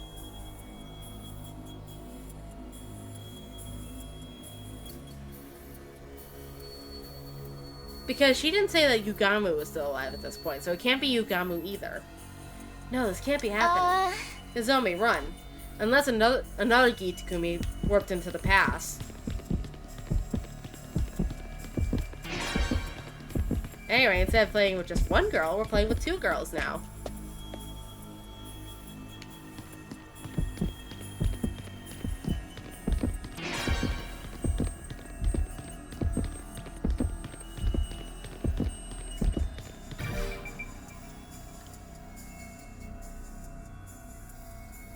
Relentlessly pursued by the killer, he fled into the metal shop. Let's hide in here. He hid in the darkness, stifled her breath, and curled up into little balls. I could feel Tsubasa's body trembling. My heart felt like it was about to burst. It might be. That's why I was wondering if it was another version of the Gi that transferred back in time.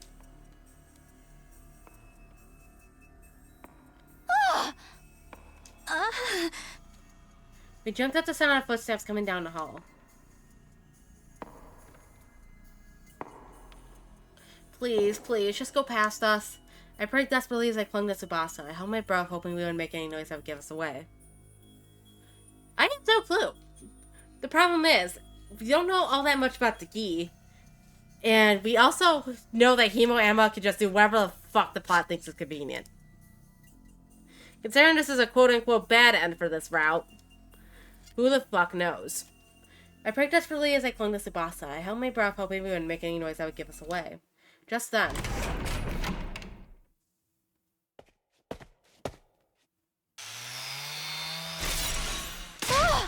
Yeah! No, they found us. The killer spotted us and stood with their power saw at the ready. No, stay back. We quickly tried to put some distance between us, but there was nowhere to run. I need to keep Tsubasa safe. I was just about to stand up to protect her when... I'll hold him off. Run, Nozomi. Tsubasa. Tsubasa suddenly grabbed a hammer from the workbench and lunged at the figure in the black suit. The killer hesitated for a moment, then easily dodged her attack. Tsubasa, get back. I'll help. There was no way I'm going to leave her here alone. I needed to fight with her. In a panic, I grabbed something that seemed like it could work as a weapon and to face the killer. Before I can even get ready to strike...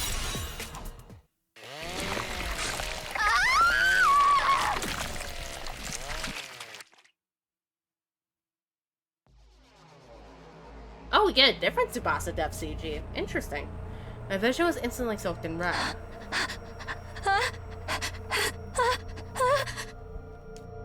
The scene in front of me left me unable to speak. Tsubasa collapsed, slashed by the power saw. Blood gushed out of her as I watched helplessly.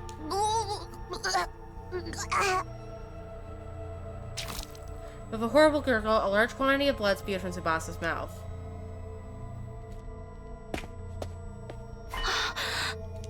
For some reason, the killer lowered their power saw and left without sparing me so much as a glance. What's happening? Shouldn't they come for me next? More importantly... Tsubasa! Hold on! I'll get you to the revival-matic right away! I hurried to lift her body, but... Me... Stay... alive...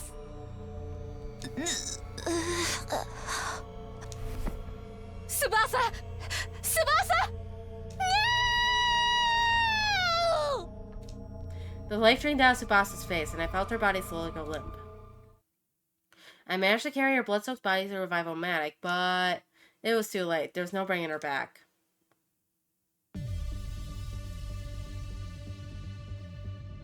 Time passed and night fell on day 98. I explained to the others how Tsubasa had been killed right after it happened. Ugh. The atmosphere was somber and all of us struggling to find the words to say. But it was possible the killer might show up even as we sat here in silence. I lifted my head with resolve. I want us to just assume the killer isn't one of us for a minute. Because we need to discuss the things we still don't understand about them. Right. Why does the killer methodically kill one person at a time, even if there are others present? Yeah, that's what happened with me and Tsubasa. Ima and Kaku were the only exceptions. The killer could have easily killed me, but they only went after Tsubasa. Urumi once said the killer enjoys the thrill. Maybe they're doing it for fun. Is it possible they're an invader? There's no comprehending your logic. If they were, I think the school's defense system would have set off the alarm. Maybe if they managed to get past it somehow, wouldn't an invader be more inclined to kill all of us off at once? I doubt the killer is an invader, but that just brings us right back to our first question. Who's doing this? We're the only three left. We can't exactly split up to go looking for clues. That reminds me, I picked this up in the hallway earlier. Is that the organic life detection device? Sebastian must have dropped it while we were running from this killer. I see. I suppose this makes it a memento now. The number it showed used to be so large. Feeling tearful, I took it from Kyoshika and flipped the switch, but then...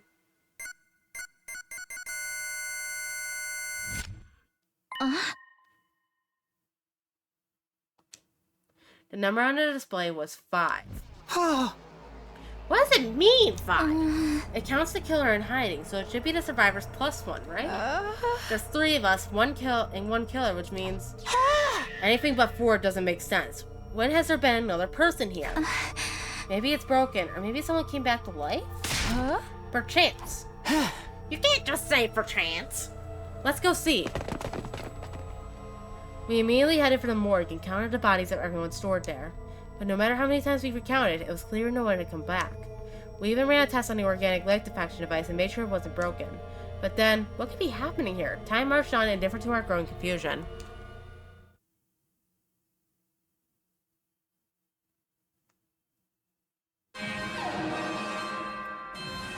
The intruder alert began blaring just as the sun was rising at day 99. There was no telling how long the 3 of us would be able to hold out, but I hadn't forgotten Sebastian's last words.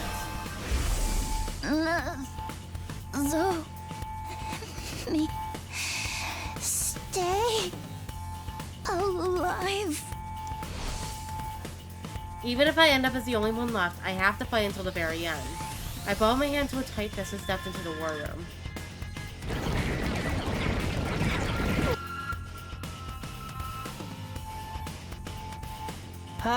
It's time for the final battle. It's ridiculous that a walking dumpster like fire like me has survived this long, but I'll fight as best as I can until the better end. I've long since made up my mind as well. Let's go, Holy Jumanji Sword.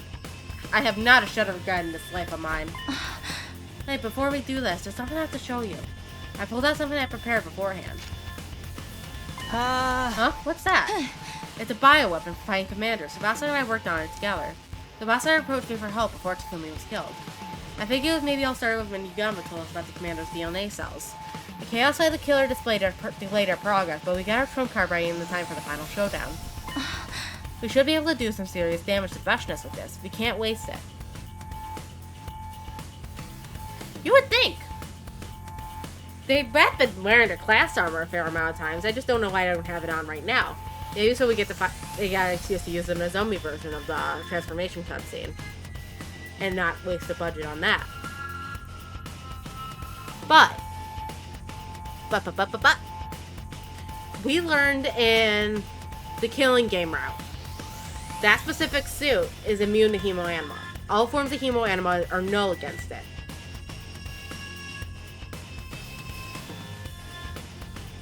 So the weapons wouldn't even be effective to begin with. I believe that even includes the zombies, because even though it's weak, it's still hemoanima. We should be able to do some serious damage to Beshness with this. We can't waste it. Lady Nozomi, we owe you and Lady Tsubasa. We shall graciously accept your kindness. Let's go. Time to show us invaders what we're made of.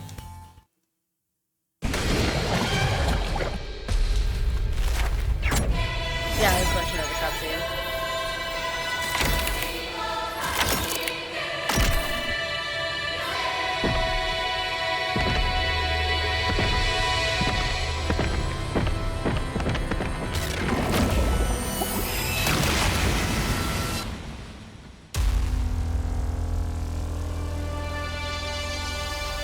Not a truly insight.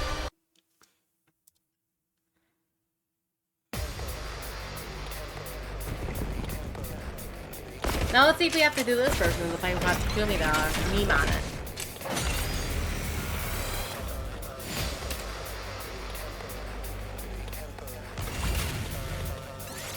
Oh, nope, we can skip it still.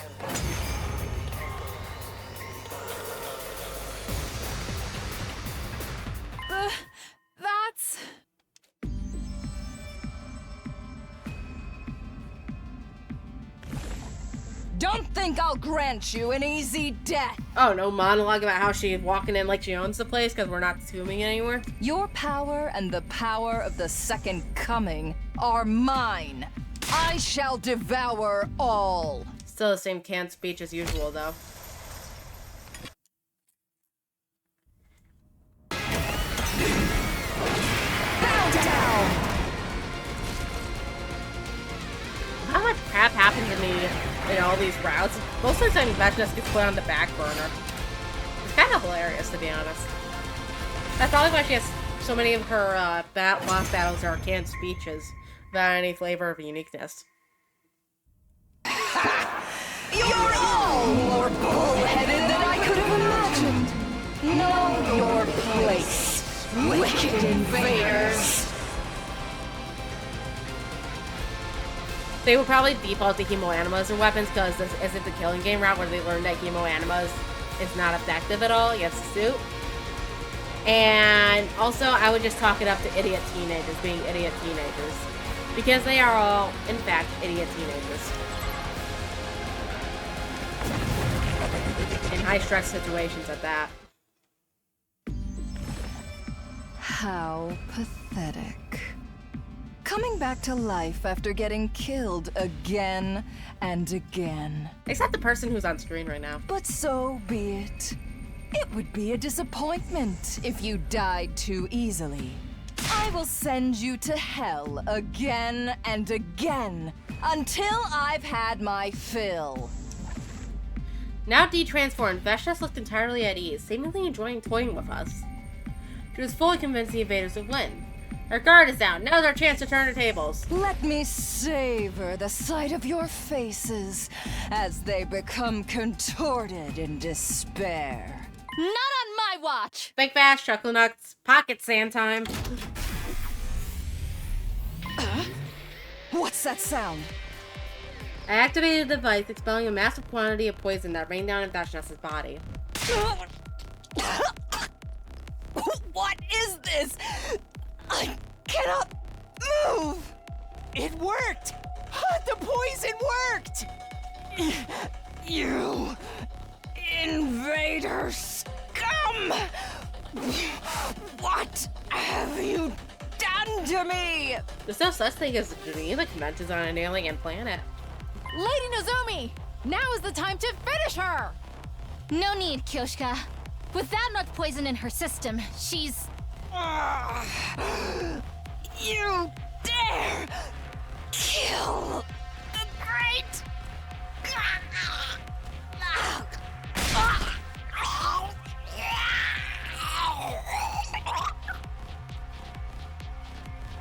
We win!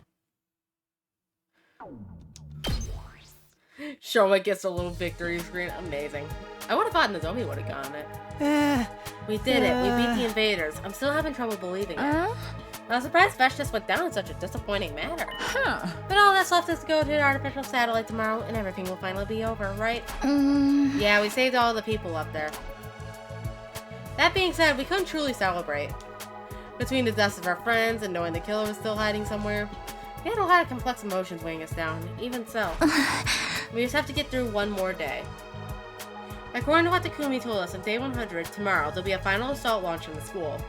We need to stay alive for the sake of humanity. We need to get away from the killer.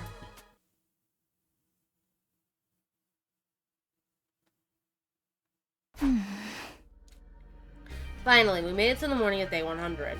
Soaking up the light from the sun high up in the blue skies, I quietly looked out across the school grounds. We need to get down to the schoolyard as soon as possible to check out on the escape pod if nothing else. Takumi said the missiles will be launched on day 100, but things seem the same as ever. No sign of any missiles. Oh wait, everybody, over there. I pointed to the top of the school building. There were several huge missile turrets jutting out of the roof. Are those turrets? Are the missiles charged with undying flames going to come out of those? Yeah. When the school shifts into attack mode and fires the missiles, all of the invaders will be killed. They look so sinister. By the way, where's that escape pod you mentioned? It was just then the announcement rang out all around us. An omnidirectional attack will launch momentarily. Leading up to the omnidirectional attack, all defenses will be rerouted to the intercept system. Special Defense Unit members, please board the escape pod in the schoolyard immediately. Oh, look, there.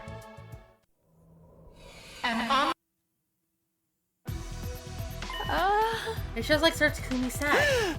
There really was a way for us to escape. If we get on that thing, we'll be saved. Suddenly, the face of all of our friends we lost flashed through my mind. Sorry for leaving you behind. We'll take up all your hopes and dreams with us. Okay, let's leave this planet and head for the artificial satellite. Onward! We carry the hopes and dreams of humanity with us.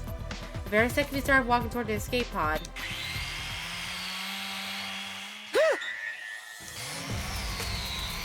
the killer was suddenly right in front of us, their power saw roaring. You're kidding. Right now? Your time has come, villainous killer. I will punish you for your crimes. Wait, they're headed for the escape pod. Please, no. Unconcerned with us, the killer began to hack and saw at the escape pod, tearing it apart. What? We must stop him. No, Kyoshika, if you get too close, you'll be killed. But the escape pod. It's already too late. The pod can't launch like that. At this rate, when the missiles launch, well... No, are we destined to die here like the others? We have no way to stop the missiles, and the killer will probably get to us first anyway. In that case... Everybody, over here. Lady Nozomi. Run, quickly.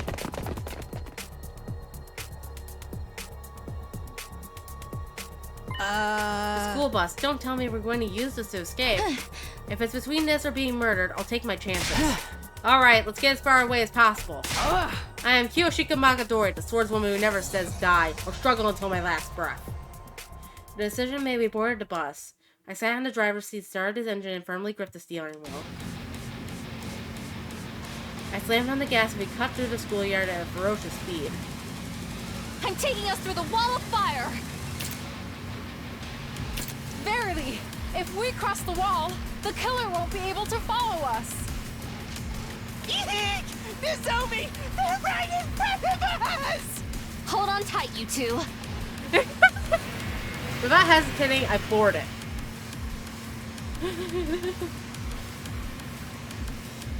Who knows? The story was written by Japanese people. They probably overestimate the power of a power saw. There was a violent impact and the killer went flying. The school bus kept moving through the schoolyard at breakneck speed. Unfortunately, the power saw loses to a bus. Did we get them? Yes! There's no way the killer came away from that unscathed. Wait! What's that sound? Suddenly, there was a dull sound from the roof of the bus. The next moment...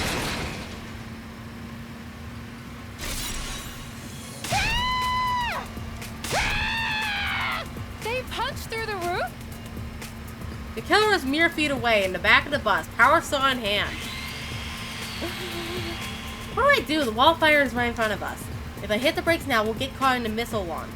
And if I don't stop, the killer will get us instead. What should I do? Whoop, do we get a decision? Ooh, we get a Nozomi decision.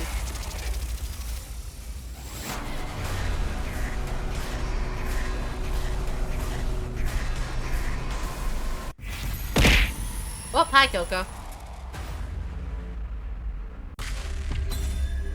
Let's turn to Ash.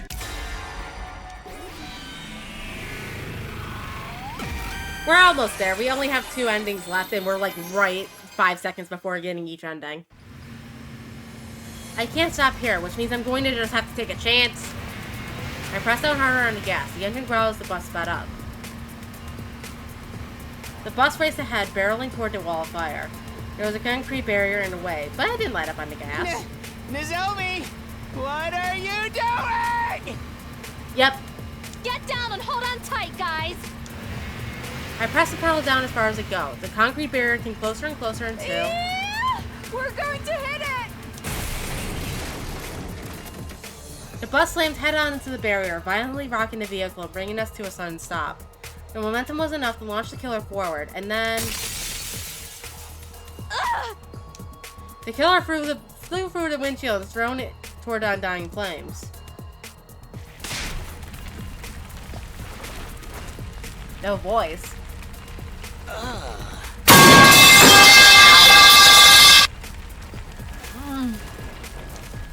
With horrible cries of agony, the killer burned to death into flames without us ever knowing who they really were.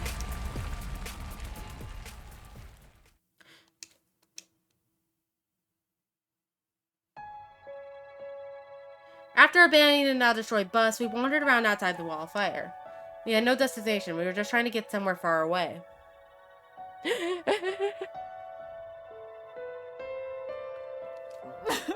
I wonder how much longer until the missiles launch. I have no clue. It could be in a minute, it could be in an hour. But what I do know is that if we give up now, we don't stand a chance. Truly, it's game over if we resign ourselves now. That's right. Maybe there's some kind of bomb shelter or something around. Let's go. Even if the missiles launch in 1 minute, moving is better than doing nothing. Yeah, we're together until the end, guys.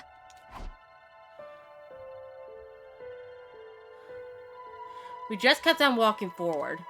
There was no telling what would happen, but even so, there was nowhere to return to, so I never looked back. And so they all turned to ash. The 3 of us.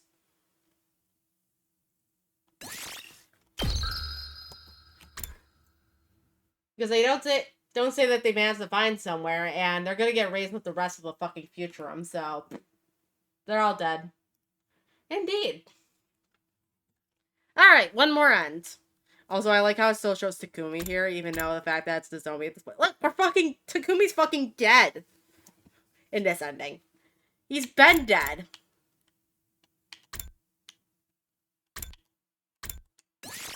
Anyway. Ew, no. I don't know what the letter is, but I don't care for it. Fuck no. You get your own goddamn achievements, Missy.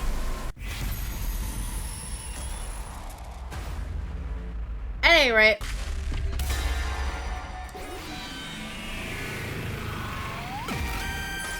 Let's die. Yeah, because everyone fucking hates it. We have to stop the killer. I immediately slammed the fire extinguisher button and stood up from my seat. Yeah! I tackled the killer with all my might. Lady Nozomi! Run, please! No! Nozomi! The 2 of us were flung off the bus and into the schoolyard, our bodies still entangled. A sharp pain ran through us as we hit the ground. Still, I managed to muster the strength to get up. I saw the school bus on the horizon, passing through the wall of fire. Thank goodness, Kiyoshika and Shoma managed to get out safely, for now. Now, if they could just find somewhere to take refuge, far away from here.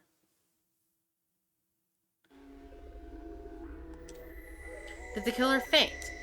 Maybe they hit their head when they were thrown off in the bus. They were laid out flat on the ground. Their powerhouse saw had fallen out of their hand and landed somewhere far off. This is the person who killed everyone. I fearfully stretched out my hands and placed them on the murderer's helmet. Who are you? Why'd you do this to us? Desperately trying to stop my hands from shaking, I slowly pulled out the strange headgear.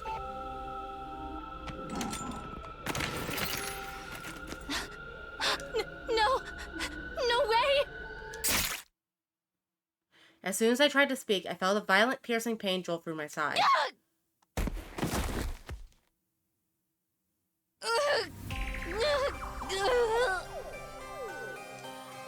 I had been stabbed. My sides burned like it was on fire. I felt blood trickling out of me. My vision began to dim and I locked eyes with the killer as he stared down at me. Why? I pathetically croaked out the question, but all I got in return was silence. He didn't say a word, simply looking down at me with a look I've never seen on anyone's face before. Why? I couldn't find words to ask the question any longer. Suddenly I stopped feeling pain. I stopped feeling anything. I was starting to fade. Please, let Kiyoshika and Shoma survive, somehow. Felt my tears falling down my cheeks as my consciousness faded, in that deep, endless darkness.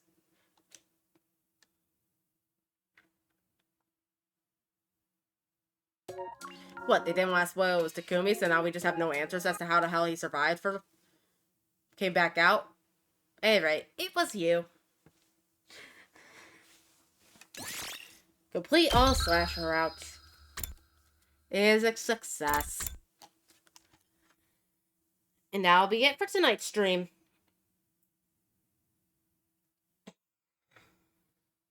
Thanks for everybody who joined in tonight. And next time, we're doing comedy route.